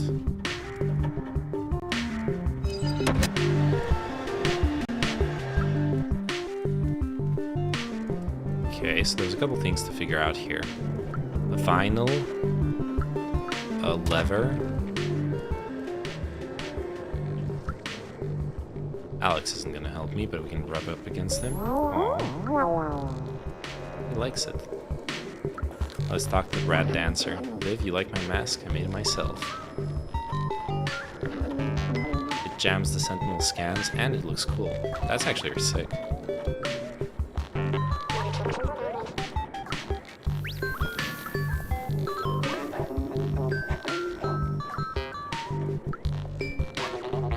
This club sucks. When I try to get that stupid VIP room, they kick me out. Me. Can you believe it? I stole this lever just for kicks. Get me a drink, I'll give you this silly lever. I don't need it and I don't want to be caught with it. Okay, so now we need a drink. Let's steal this one. Boom.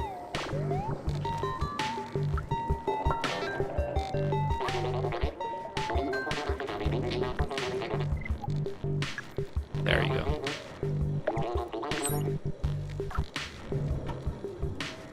Still don't have the extra vinyl though.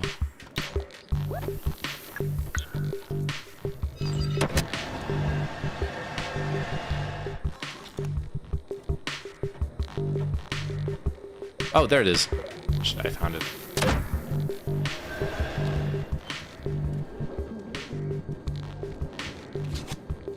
Nice. Have you ever seen a cat run around? Rod knows how to shuffle yet. Ever seen a cat run around with a vinyl disc in his mouth? It's amazing. Nice.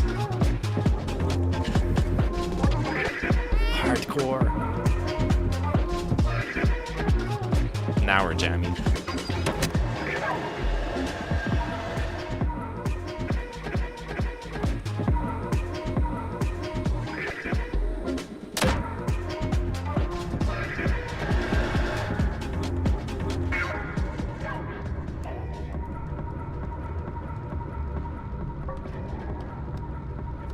Oh. Okay. I think I see how it is. We're in a platform puzzle.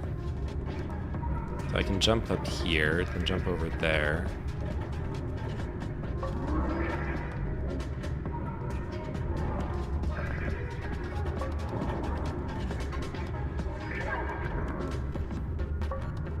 Okay, I need those lowered. Oh, I think I can make it now.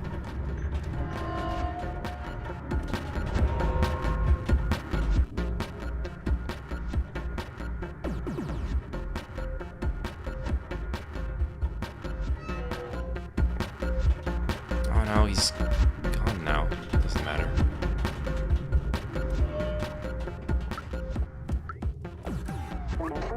I have a very good relationship with the Sentinels. I don't understand why people complain so much about it. Sell out!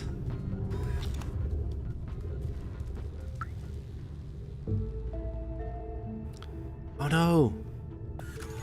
She got betrayed.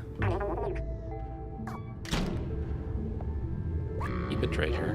2 birds with 1 stone. You're not as clever as you look, little cat. Anyway, it's nothing personal. Business is business.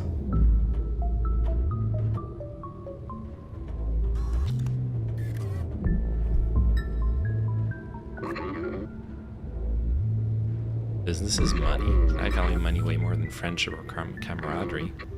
They are all yours. What is the new name supposed to mean? It's supposed to mean Oyoyo.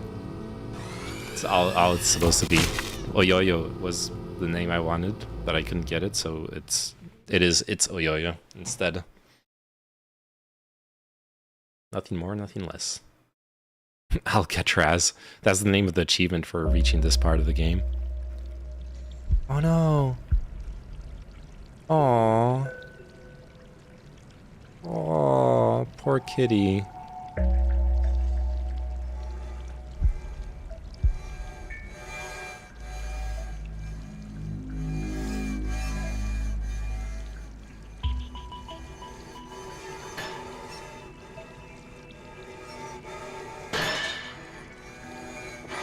Okay.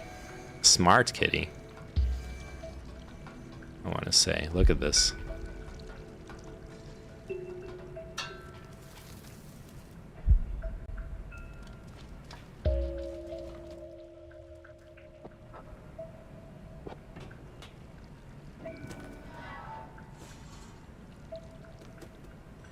Oh, let's jump up here.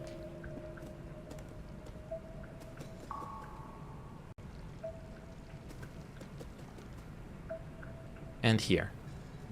Should have named yourself of Odin's Odin. Exactly. What a great idea. Jail.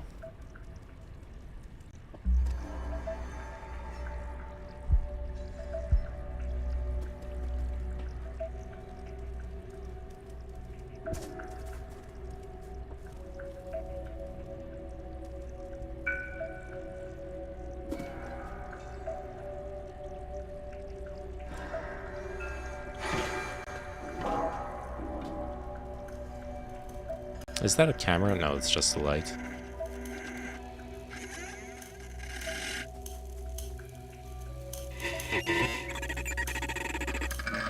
That does not look good. I hope Clementine's doing better than that. TBH. Okay.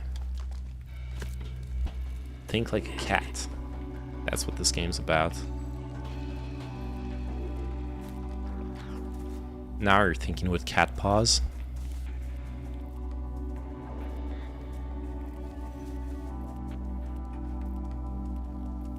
Uh-oh. Sentinel. Do I just run through it? I think I kind of have to. Unless... Yeah, I know. Let's go down here a level. Yeah. This is the way forward. Shit. Bit of a mistiming.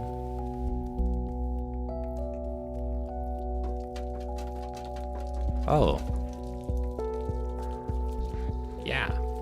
Say my name, say my name, say my name.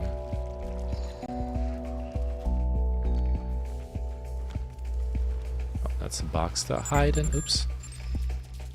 Okay, let's just hide here for a second. Yeah, it cannot find me in the vent. It's glitching out. There we go.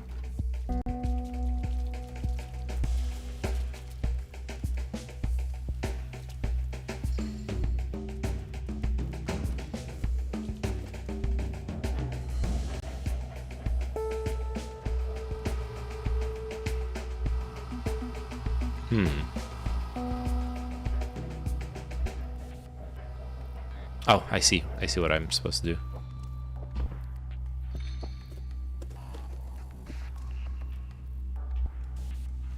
I missed the Praxis. We'll have to check the VOD. It was a good one. I think. Oh, there's Clementine.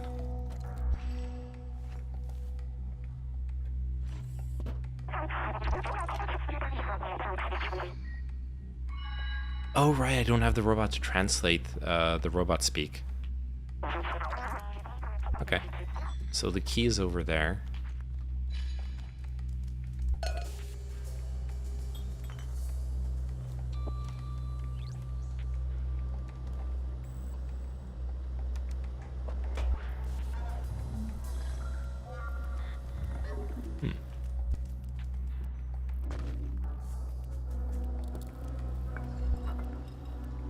Nice.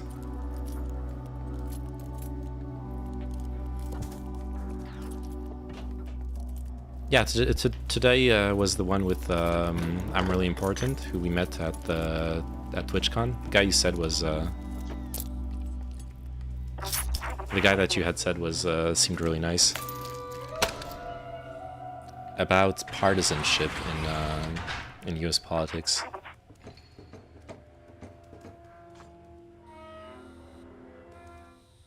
All right, what do we do now? Oh, she's gonna follow me. Well, hope I don't lead you astray.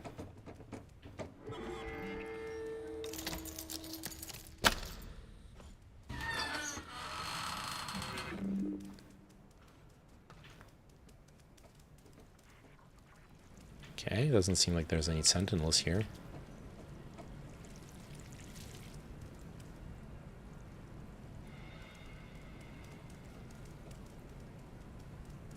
Not sure what the way forward is, though. Could be this, no?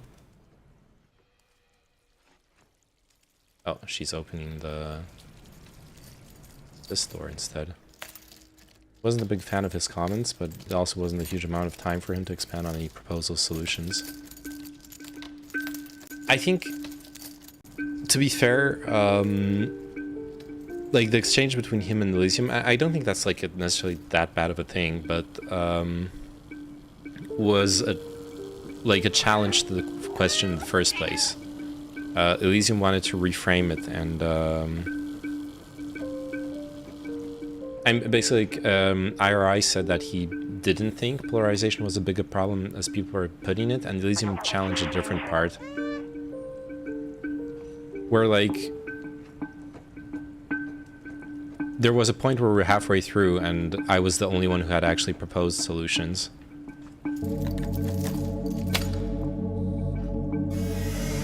People were rather arguing about whether solutions are needed or not in the first place.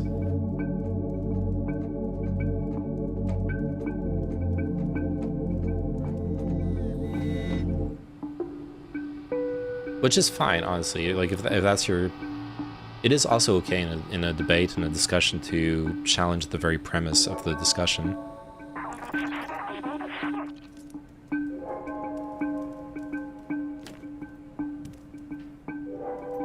Okay.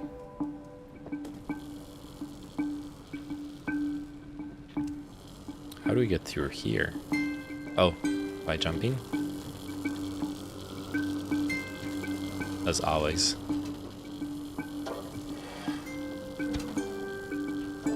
Cats always jump.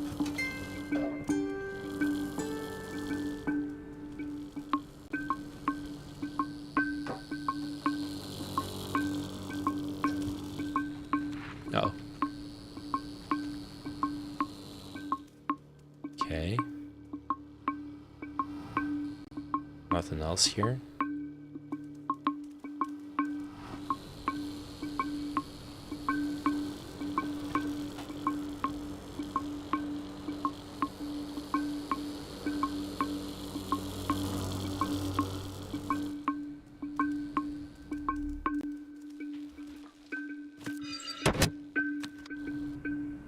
Nice.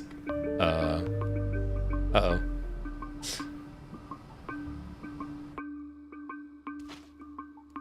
Are the drones on, like... Yeah, they are on high alert now. Guess there's one in front of me here. The other one patrolling around.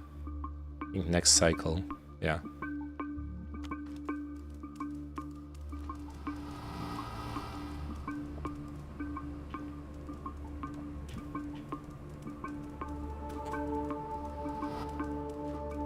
Oh, shit. Forgot about that guy.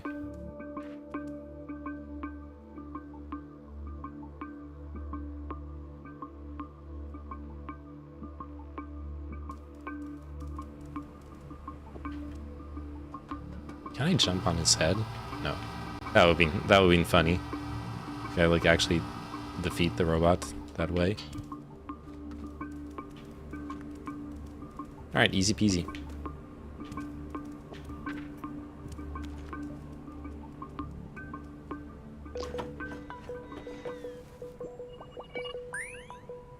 I don't have the harness with my badges and stuff, though. Guess I have to give up on that one. Or maybe we'll find it on the way out. Meow. Oh! It just magically regenerates. Okay. Felt like I was trapped in my lab's computer system again, all alone. You came back for me, I can't believe it. You're a good friend. I'm so glad that we're all together again, but we're not safe yet. I need to find a way out of here. Can you open that door just there? Ilzia.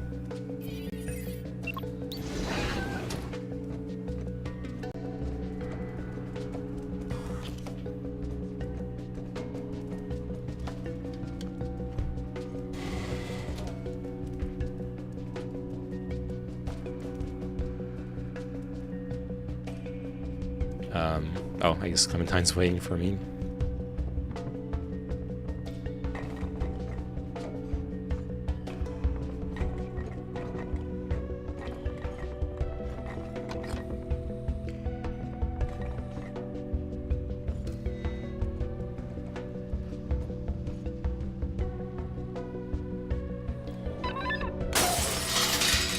Okay. I can work with that, I think. If you push the... Oh. Okay, that works.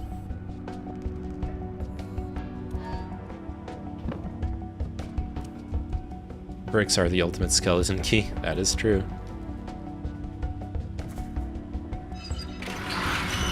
Oh, now we're okay with vandalism, are we? When it's bricks.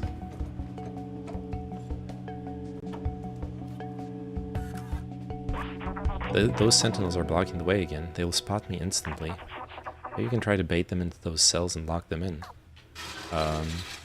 Okay, then try.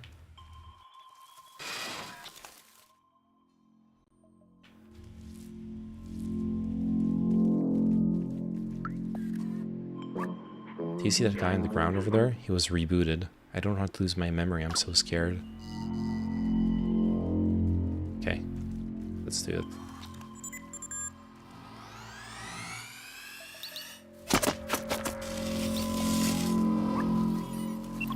Shit. Alright, fucked up.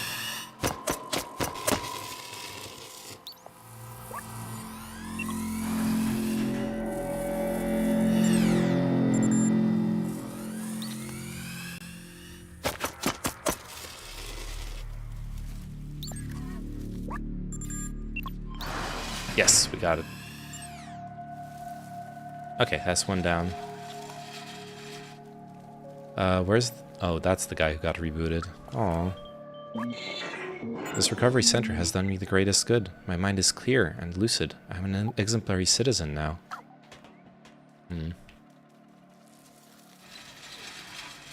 That's a bit depressing.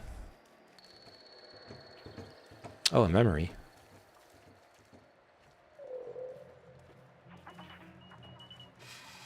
I can't interact with it now? Okay, now I can.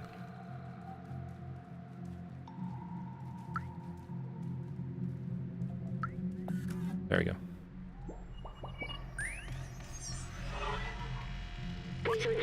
This poor fellow.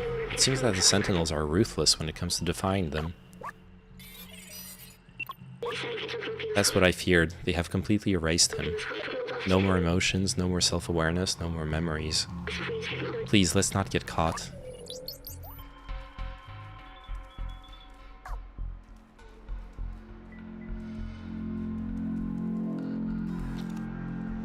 Okay.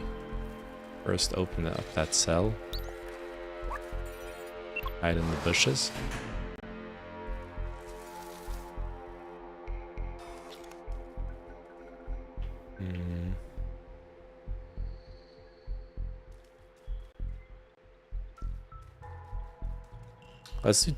Let's try something fun. Let's try doing both of them together.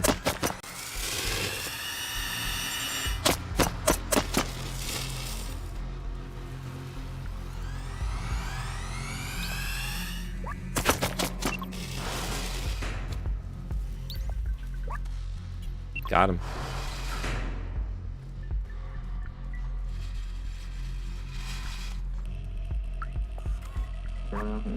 Well done locking up that sentinel. You gotta take the power back. Yeah. Revolution.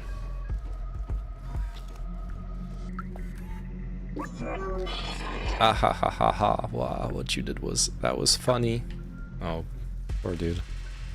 If he thinks I'm funny, he's definitely CPU damaged.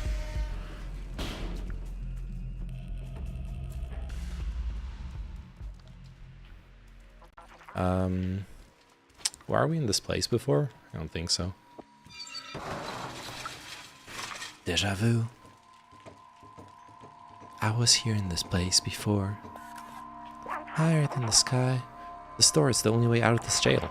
I think we can open it from that control room over there. We have to find a way to get across that room though. Let's look around. I know how this goes. We scratch a tree. Imagine you're like in this life and death situation trying to escape from super dystopian cyber jail. You're relying on your cat friend to like actually fix things. And the cat just... Oh. And the cat just starts scratching trees. We're in luck, they left the keys in the door. Hop onto the back of the truck. You should be able to jump over the fence to access the secure area. Yeah, I need to sharpen my killing claws 1 second. Exactly. It's not like this is a life and death situation, you know? Oh no, she's gonna like squish me against the thingy. Never mind.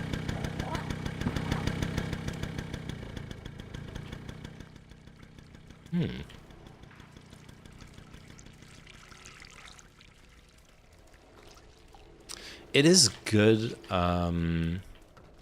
like diegetic gameplay though. The fact that you'd scratch the tree was a hint to scratching the key. Oh.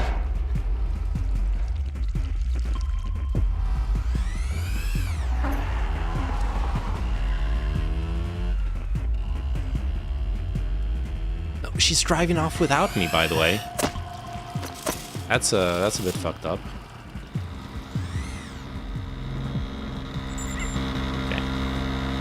Okay. Thank you for waiting for me. You know, I only saved your life. It's the least you could do.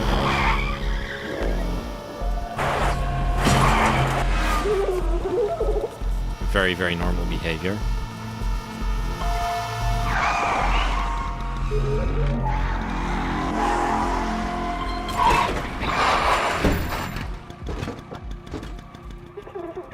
Not even allowed in the driver's compartment. Yeah. There's no way we'll all make it with the sentinels on our tail. I can distract them for a little while, but you have to go. The Outsider's Manifesto says we must go outside at any cost. I wrote that. Meow. Meow. You're one of us now. Oh, that's the subway key. This is a little bit inconsistent with the fact that she, you know, left me behind when it came to actually escaping the prison, but that's okay. We're gonna pretend that's fine.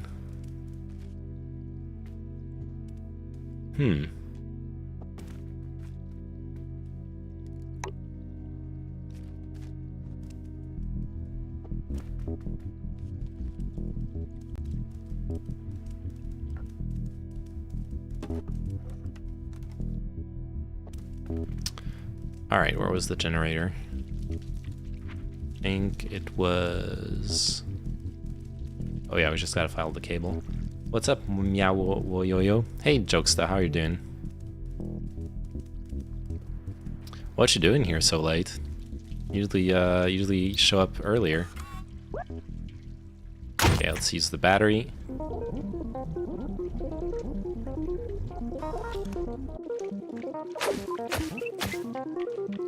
Nice.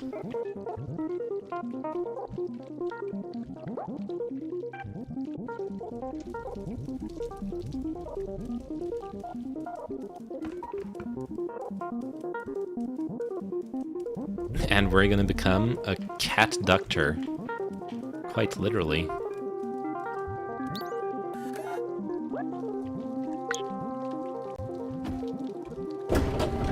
Nice. That would be like the only big improvement you could do to public transportation. Have cats drive it around. I appreciate that.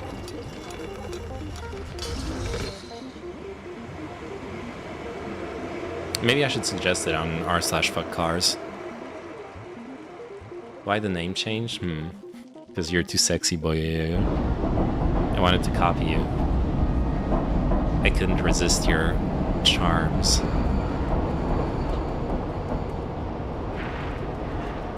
Control room. It feels like I'm reaching the end of the game.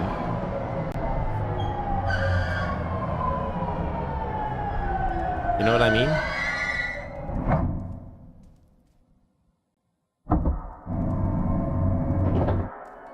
Oh, it opened on both sides. There's nothing here. It's not a crazy long game, yeah. Yeah, which makes sense. Hello, how may I help you? Helper 477. Oh, that's like the non-AI robot. Yeah, I'm definitely close to the end of the game.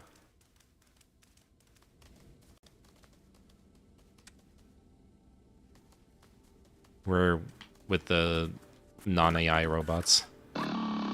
Radiant's inhabitant of Vault City 99.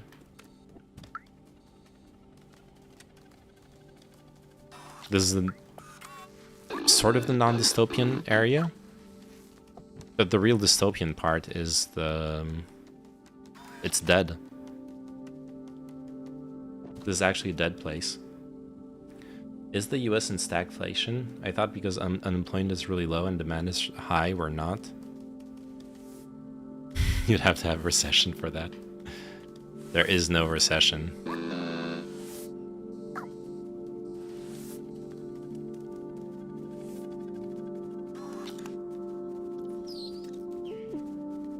Oh, there's the control room. City sealed. Yeah, I guess we're gonna unseal the city. The control room is closed by some sort of security protocol. It says that only humans are authorized to enter. It also says that I'm not considered human. Maybe if we work together we can open this passageway. Okay. Oh, I have an idea.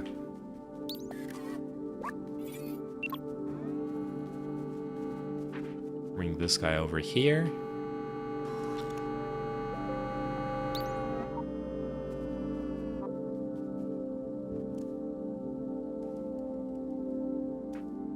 I can't interact with that box. Okay. I will be able to at some point, perhaps. I hope it's not like bugged. I might just be missing an item or something. Let's talk to the robots. Greetings, inhabitant of Vault City 99. The door leading to the surface is currently locked due to confinement procedure. Please refer to any certified engineer inside the control room if you have any requests. Have a nice day. Has anyone here read the manga Blame? Because this reminds me a lot of it. Like, there's a very similar problem in Blame where it's this mega city, mega structure that is supposed to be a utopian place to live in for human beings, but there is no human beings have lost their genetic markers, so the security systems don't recognize them as human beings anymore. So no one can actually log in to take control of the city. And the security system is actually killing all the people in the city. And no one can do anything about it. Oh, there we go. Nice. That's what I was supposed to do. Nice! This is how a cat solves problems. Perfect. There's no way this could backfire, obviously. You know, just scratch a bunch of electric cables. Not what could go wrong. This is the control room for the entire city. They controlled everything from here, and it's empty. I remember hating them so much. They had everything. Clean space, limitless power, freedom to move. Little good that it did them. The plague, I remember it now. Everyone was dying and they thought they were above it all. They did nothing to help us. I watched my family die. I felt helpless. I couldn't do anything to save them. But I can still help you. We can still go outside together. I will carry the memories of humanity and the people I loved.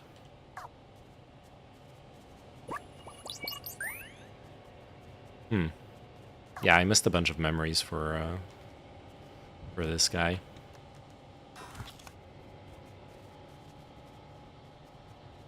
This is one of the few games where I could see myself replaying it just to 100% the memories and see what happens. I would just use a walkthrough for that, though. You changed your name, you got dang. Bastard, I did. Hey, man, Lotus, how are you doing? This is it, the main computer.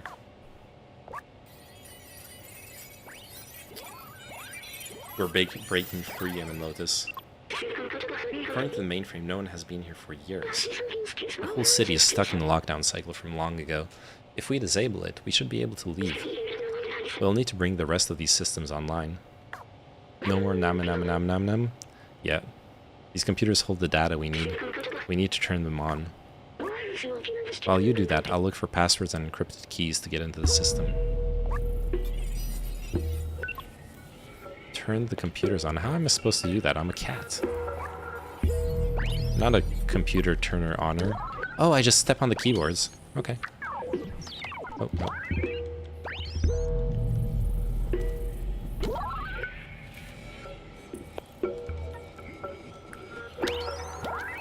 Classic cats.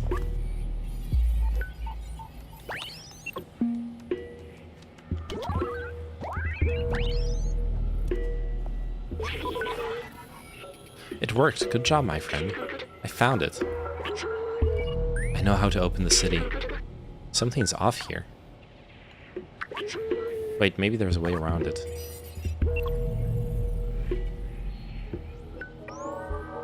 Roof control station. Unlocked. Oh, system is locked. There, that's the workstation to open the city. But there are several layers of security preventing us from using it. Now we need to do what we do best. Me, I'll hack the machines and you destroy some stuff. Sounds good to me.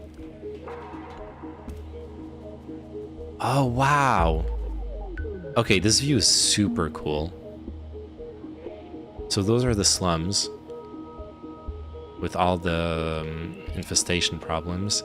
And this is like the dystopian mid-city. That is such a nice view.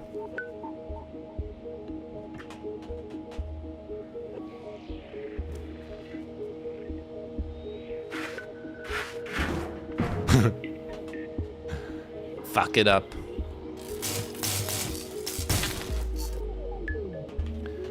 Yeah, I just followed the advice from Chud and Rhizome to have a name that you can more easily share with people, basically. Okay, then you can hack it. Like if I say I'm it's a yo-yo in one word, entire city's lights go out. Uh-oh. I don't think that's good. Oh no, we gotta keep going. Yeah, no shit. That doesn't look good.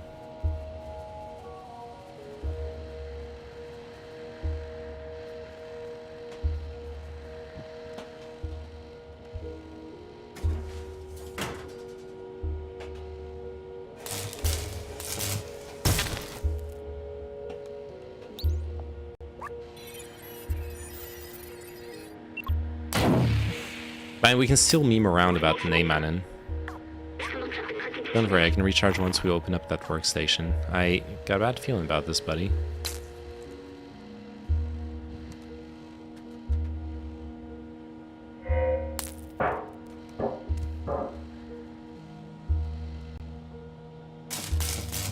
I have a feeling he's gonna die a heroic death. Sorry for the spoilers, but let's be real, that's what's about to happen here. No. I think this little body's done for. No.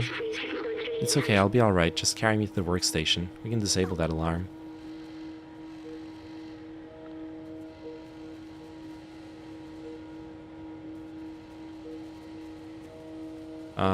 Oh yeah, wait, the workstation was here, right? I think. Oh yeah, it was here.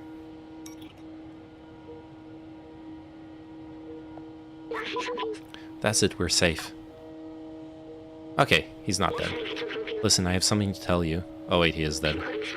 I knew the power required to disable the control system would be immense, more than this drone body could handle. But with the security now disabled, I can take control of the system and open the city. Overriding it could destroy my software, but I made that choice when I hooked into that first computer, and the consequences it could bring. I called it. That was so obvious. I'm sorry we won't see the outside together. I thought I needed to carry on the memories of humanity, to hold on to the past. But I see a future in the companions, and you. Here, let me take that off you. You are my friend, the very best I could have asked for. Thank you. Oh.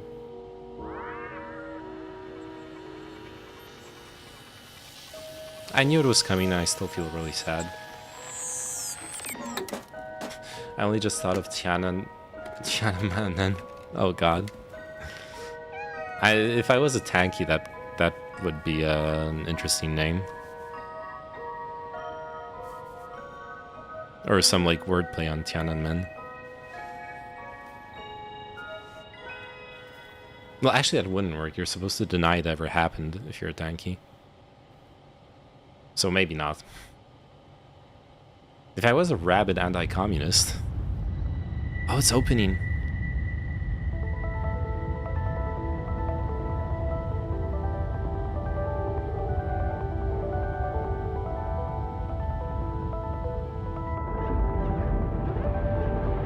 If you're a based tanky, you say it was for the best, Jesus. Oh yeah, because UV light kills the Zerg, so the sunlight will... Oh yeah, because I was worried about that, like that opening up this, that opening up the city will infest the rest of the world. But it's actually fine.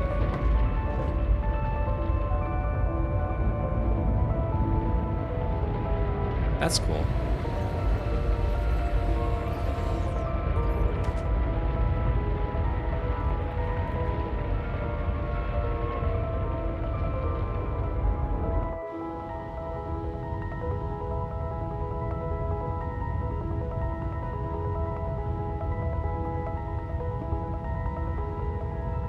It's still really sad, though.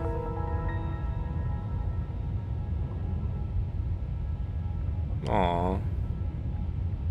And at least the kitty will find... Oh, I can, like, keep lying next to him. But the other kitties are waiting for me. I can't... I need to go. I don't want to leave him... Aww. Well, so be it.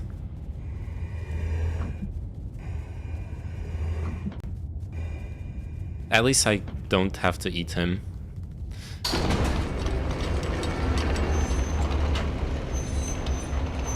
Like in that story, you know, the cat owner dies and the cat just eats them because there's no more food in the apartment. Birds.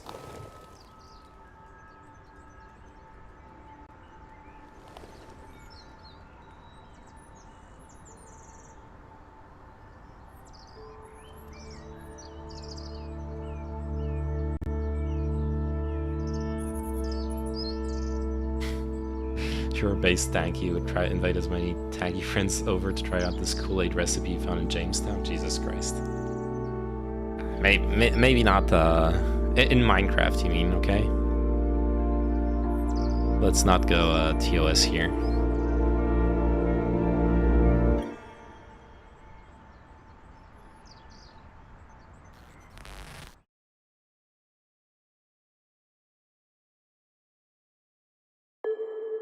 In the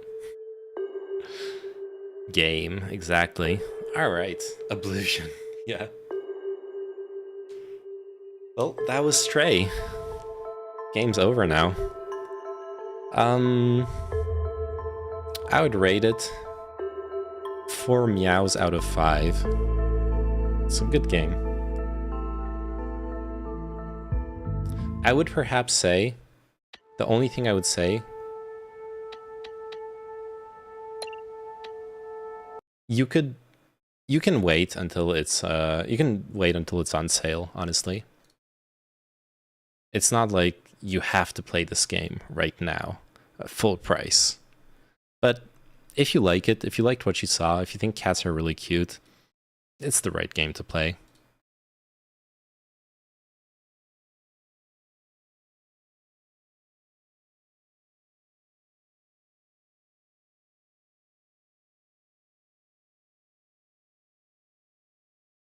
Already watched the game played through to the end. No need to buy it. Easy. That's one of the sad things with, you know, especially with like a story-based game like that, with puzzles and stuff like that. It is one of the issues where it kind of ruins the game to watch someone play it. That was 6 hours of gameplay. Best indie small playtime game I ever played was probably something like Journey. A lot of people loved it, yeah. You should debate Mr. Geek on that one. He fucking hates those kinds of like artsy video games. We had a bit of a debate once about it. Now, this does remind me, what you said, Magic Turtle, it reminds me of this developer who was railing against, you know, people like put on YouTube those videos with all the cutscenes or like the entire video game, and there's games where that ruins it. There's no point in playing the game if you've watched the cutscenes. I hate people being artsy, pretentious, vapid cunts. But Journey was just a good game. I see. I played a little bit of it at a friend's house, but I didn't play it entirely. Well, I don't know. I don't feel it ruins the game. We still get all the story and vibes from watching it. Well, no, it ruins the game from the perspective of the developer, where they want you to buy the game to experience all that. Like, they do want streamers and content creators to create content based on the game, to like, get people to, you know, see how cool the game is and buy it. But they don't want people to see all the... to, like, experience the entire game just through someone else and then not buy it.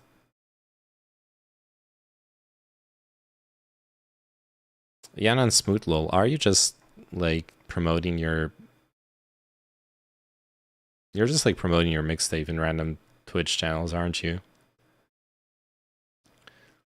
I lose out on the mechanical experience of my own exploration, but the story still feels like it's being experienced. But yeah, I get you on the economic success. Yeah, that's all I was talking about. Okay, let's judge this mixtape. You're gonna be judged very harshly because you're doing, like, shameless self-promo.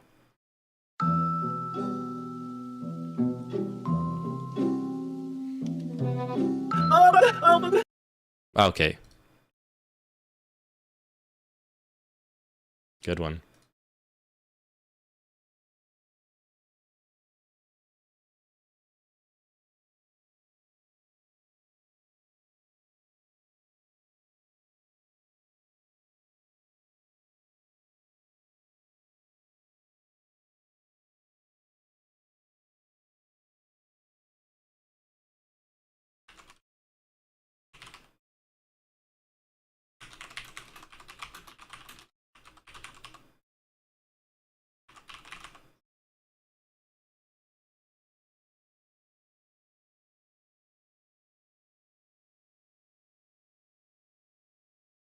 Delete the VOD. Delete it. I even clicked and skipped through.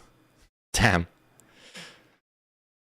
Well, that's what I get for clicking on people, like, first-time chatters links. Yeah, I probably want to nuke this VOD unless you need it for a sponsored segment.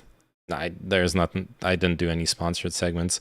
Yeah, I guess I'm gonna have to nuke the VOD. Let's do it now before I forget.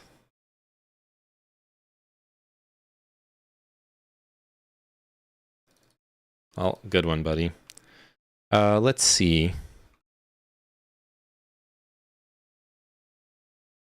Fuck, I should have just banned him. Holy shit. I was hesitating to, like, ban him right away, but I was like, okay, I'm gonna listen to this stupid ass song. Just make the VOD private so you can still use it for clips on YouTube. Yeah, that was the plan. That was absolutely the plan. So, what are we doing again? Yeah, twitch.tv. Let's start with that part. Video producer.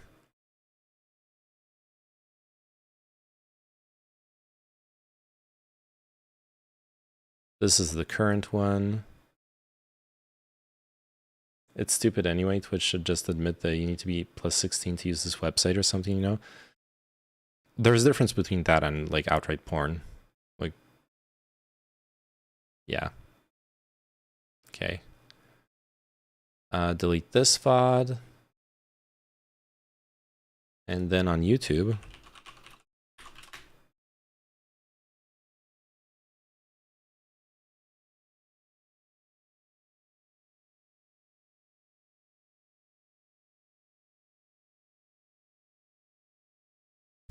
I wonder if it's like baits to just get to report my channel or something. which shouldn't work. Uh-oh, I'm spoiling the... Oh, wait. Oh, no, never mind. That is the video. Let's see. Yeah, I'm gonna just private it.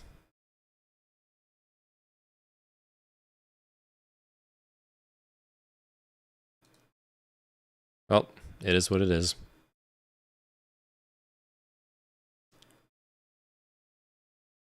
18 plus, then no more kids getting inducted into gambling by the biggest streamers on the platform. That would work. That would be terrible for Twitch. Look, Twitch would rather ban gambling and ban any sort of adult content than lose the young people viewer base. You got to realize, us like being edgy about politics or hot tub streams or slot streams, all that bullshit, that's not what was making Twitch money. What's making them money is ad revenue, and ad revenue wants nothing to do with all that shit.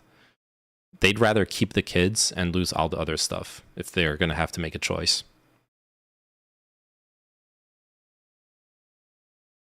Forgot about the multi-stream. Yeah, it's fine. Like, I private the YouTube video, I deleted the Twitch VOD. It's all good.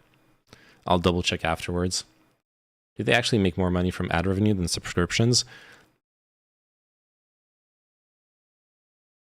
It's more about the fact that so like Devin Nash, I don't know how true this still is, but back in the hot tub stream meta, what he said was that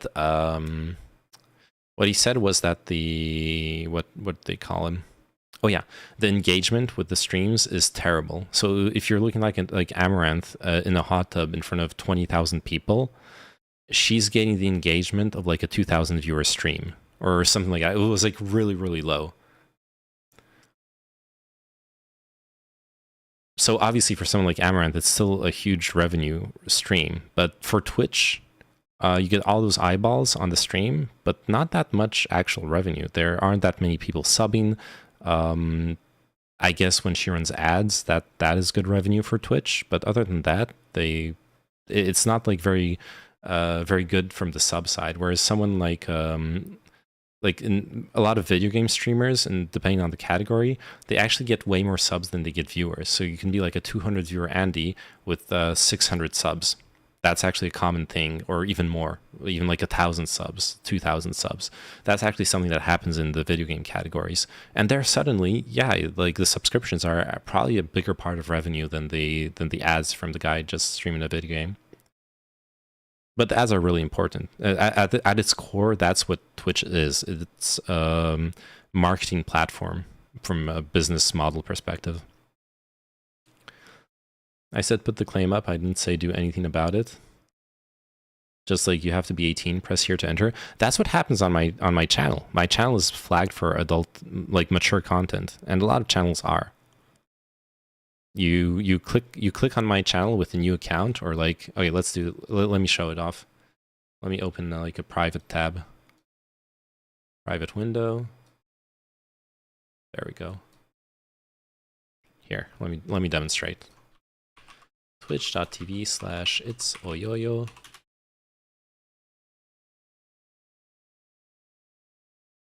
The broadcaster has indicated that this channel is intended for mature audiences. And there you go. You can start watching anyways. Recommended channels.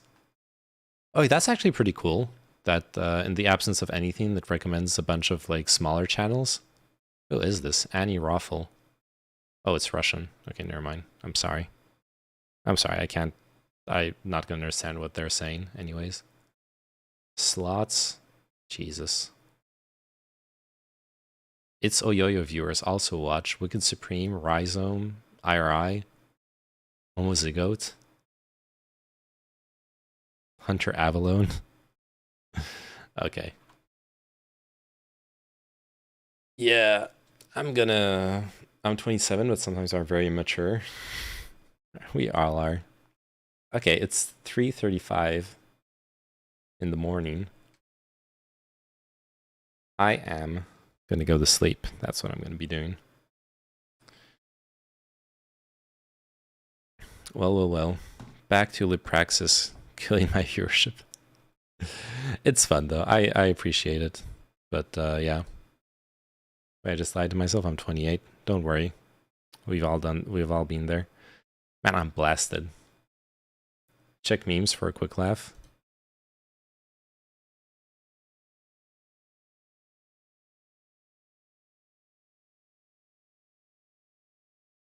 I'd rather keep it for yeah, I'd rather save it for next stream, honestly. Right now is not the moment. All right, thanks for watching, thanks for hanging out, and love y'all. Bye-bye. See you... I don't want to make promises I'm not going to keep. Maybe tomorrow. Maybe. Maybe this weekend. Maybe next week. I'm not sure yet.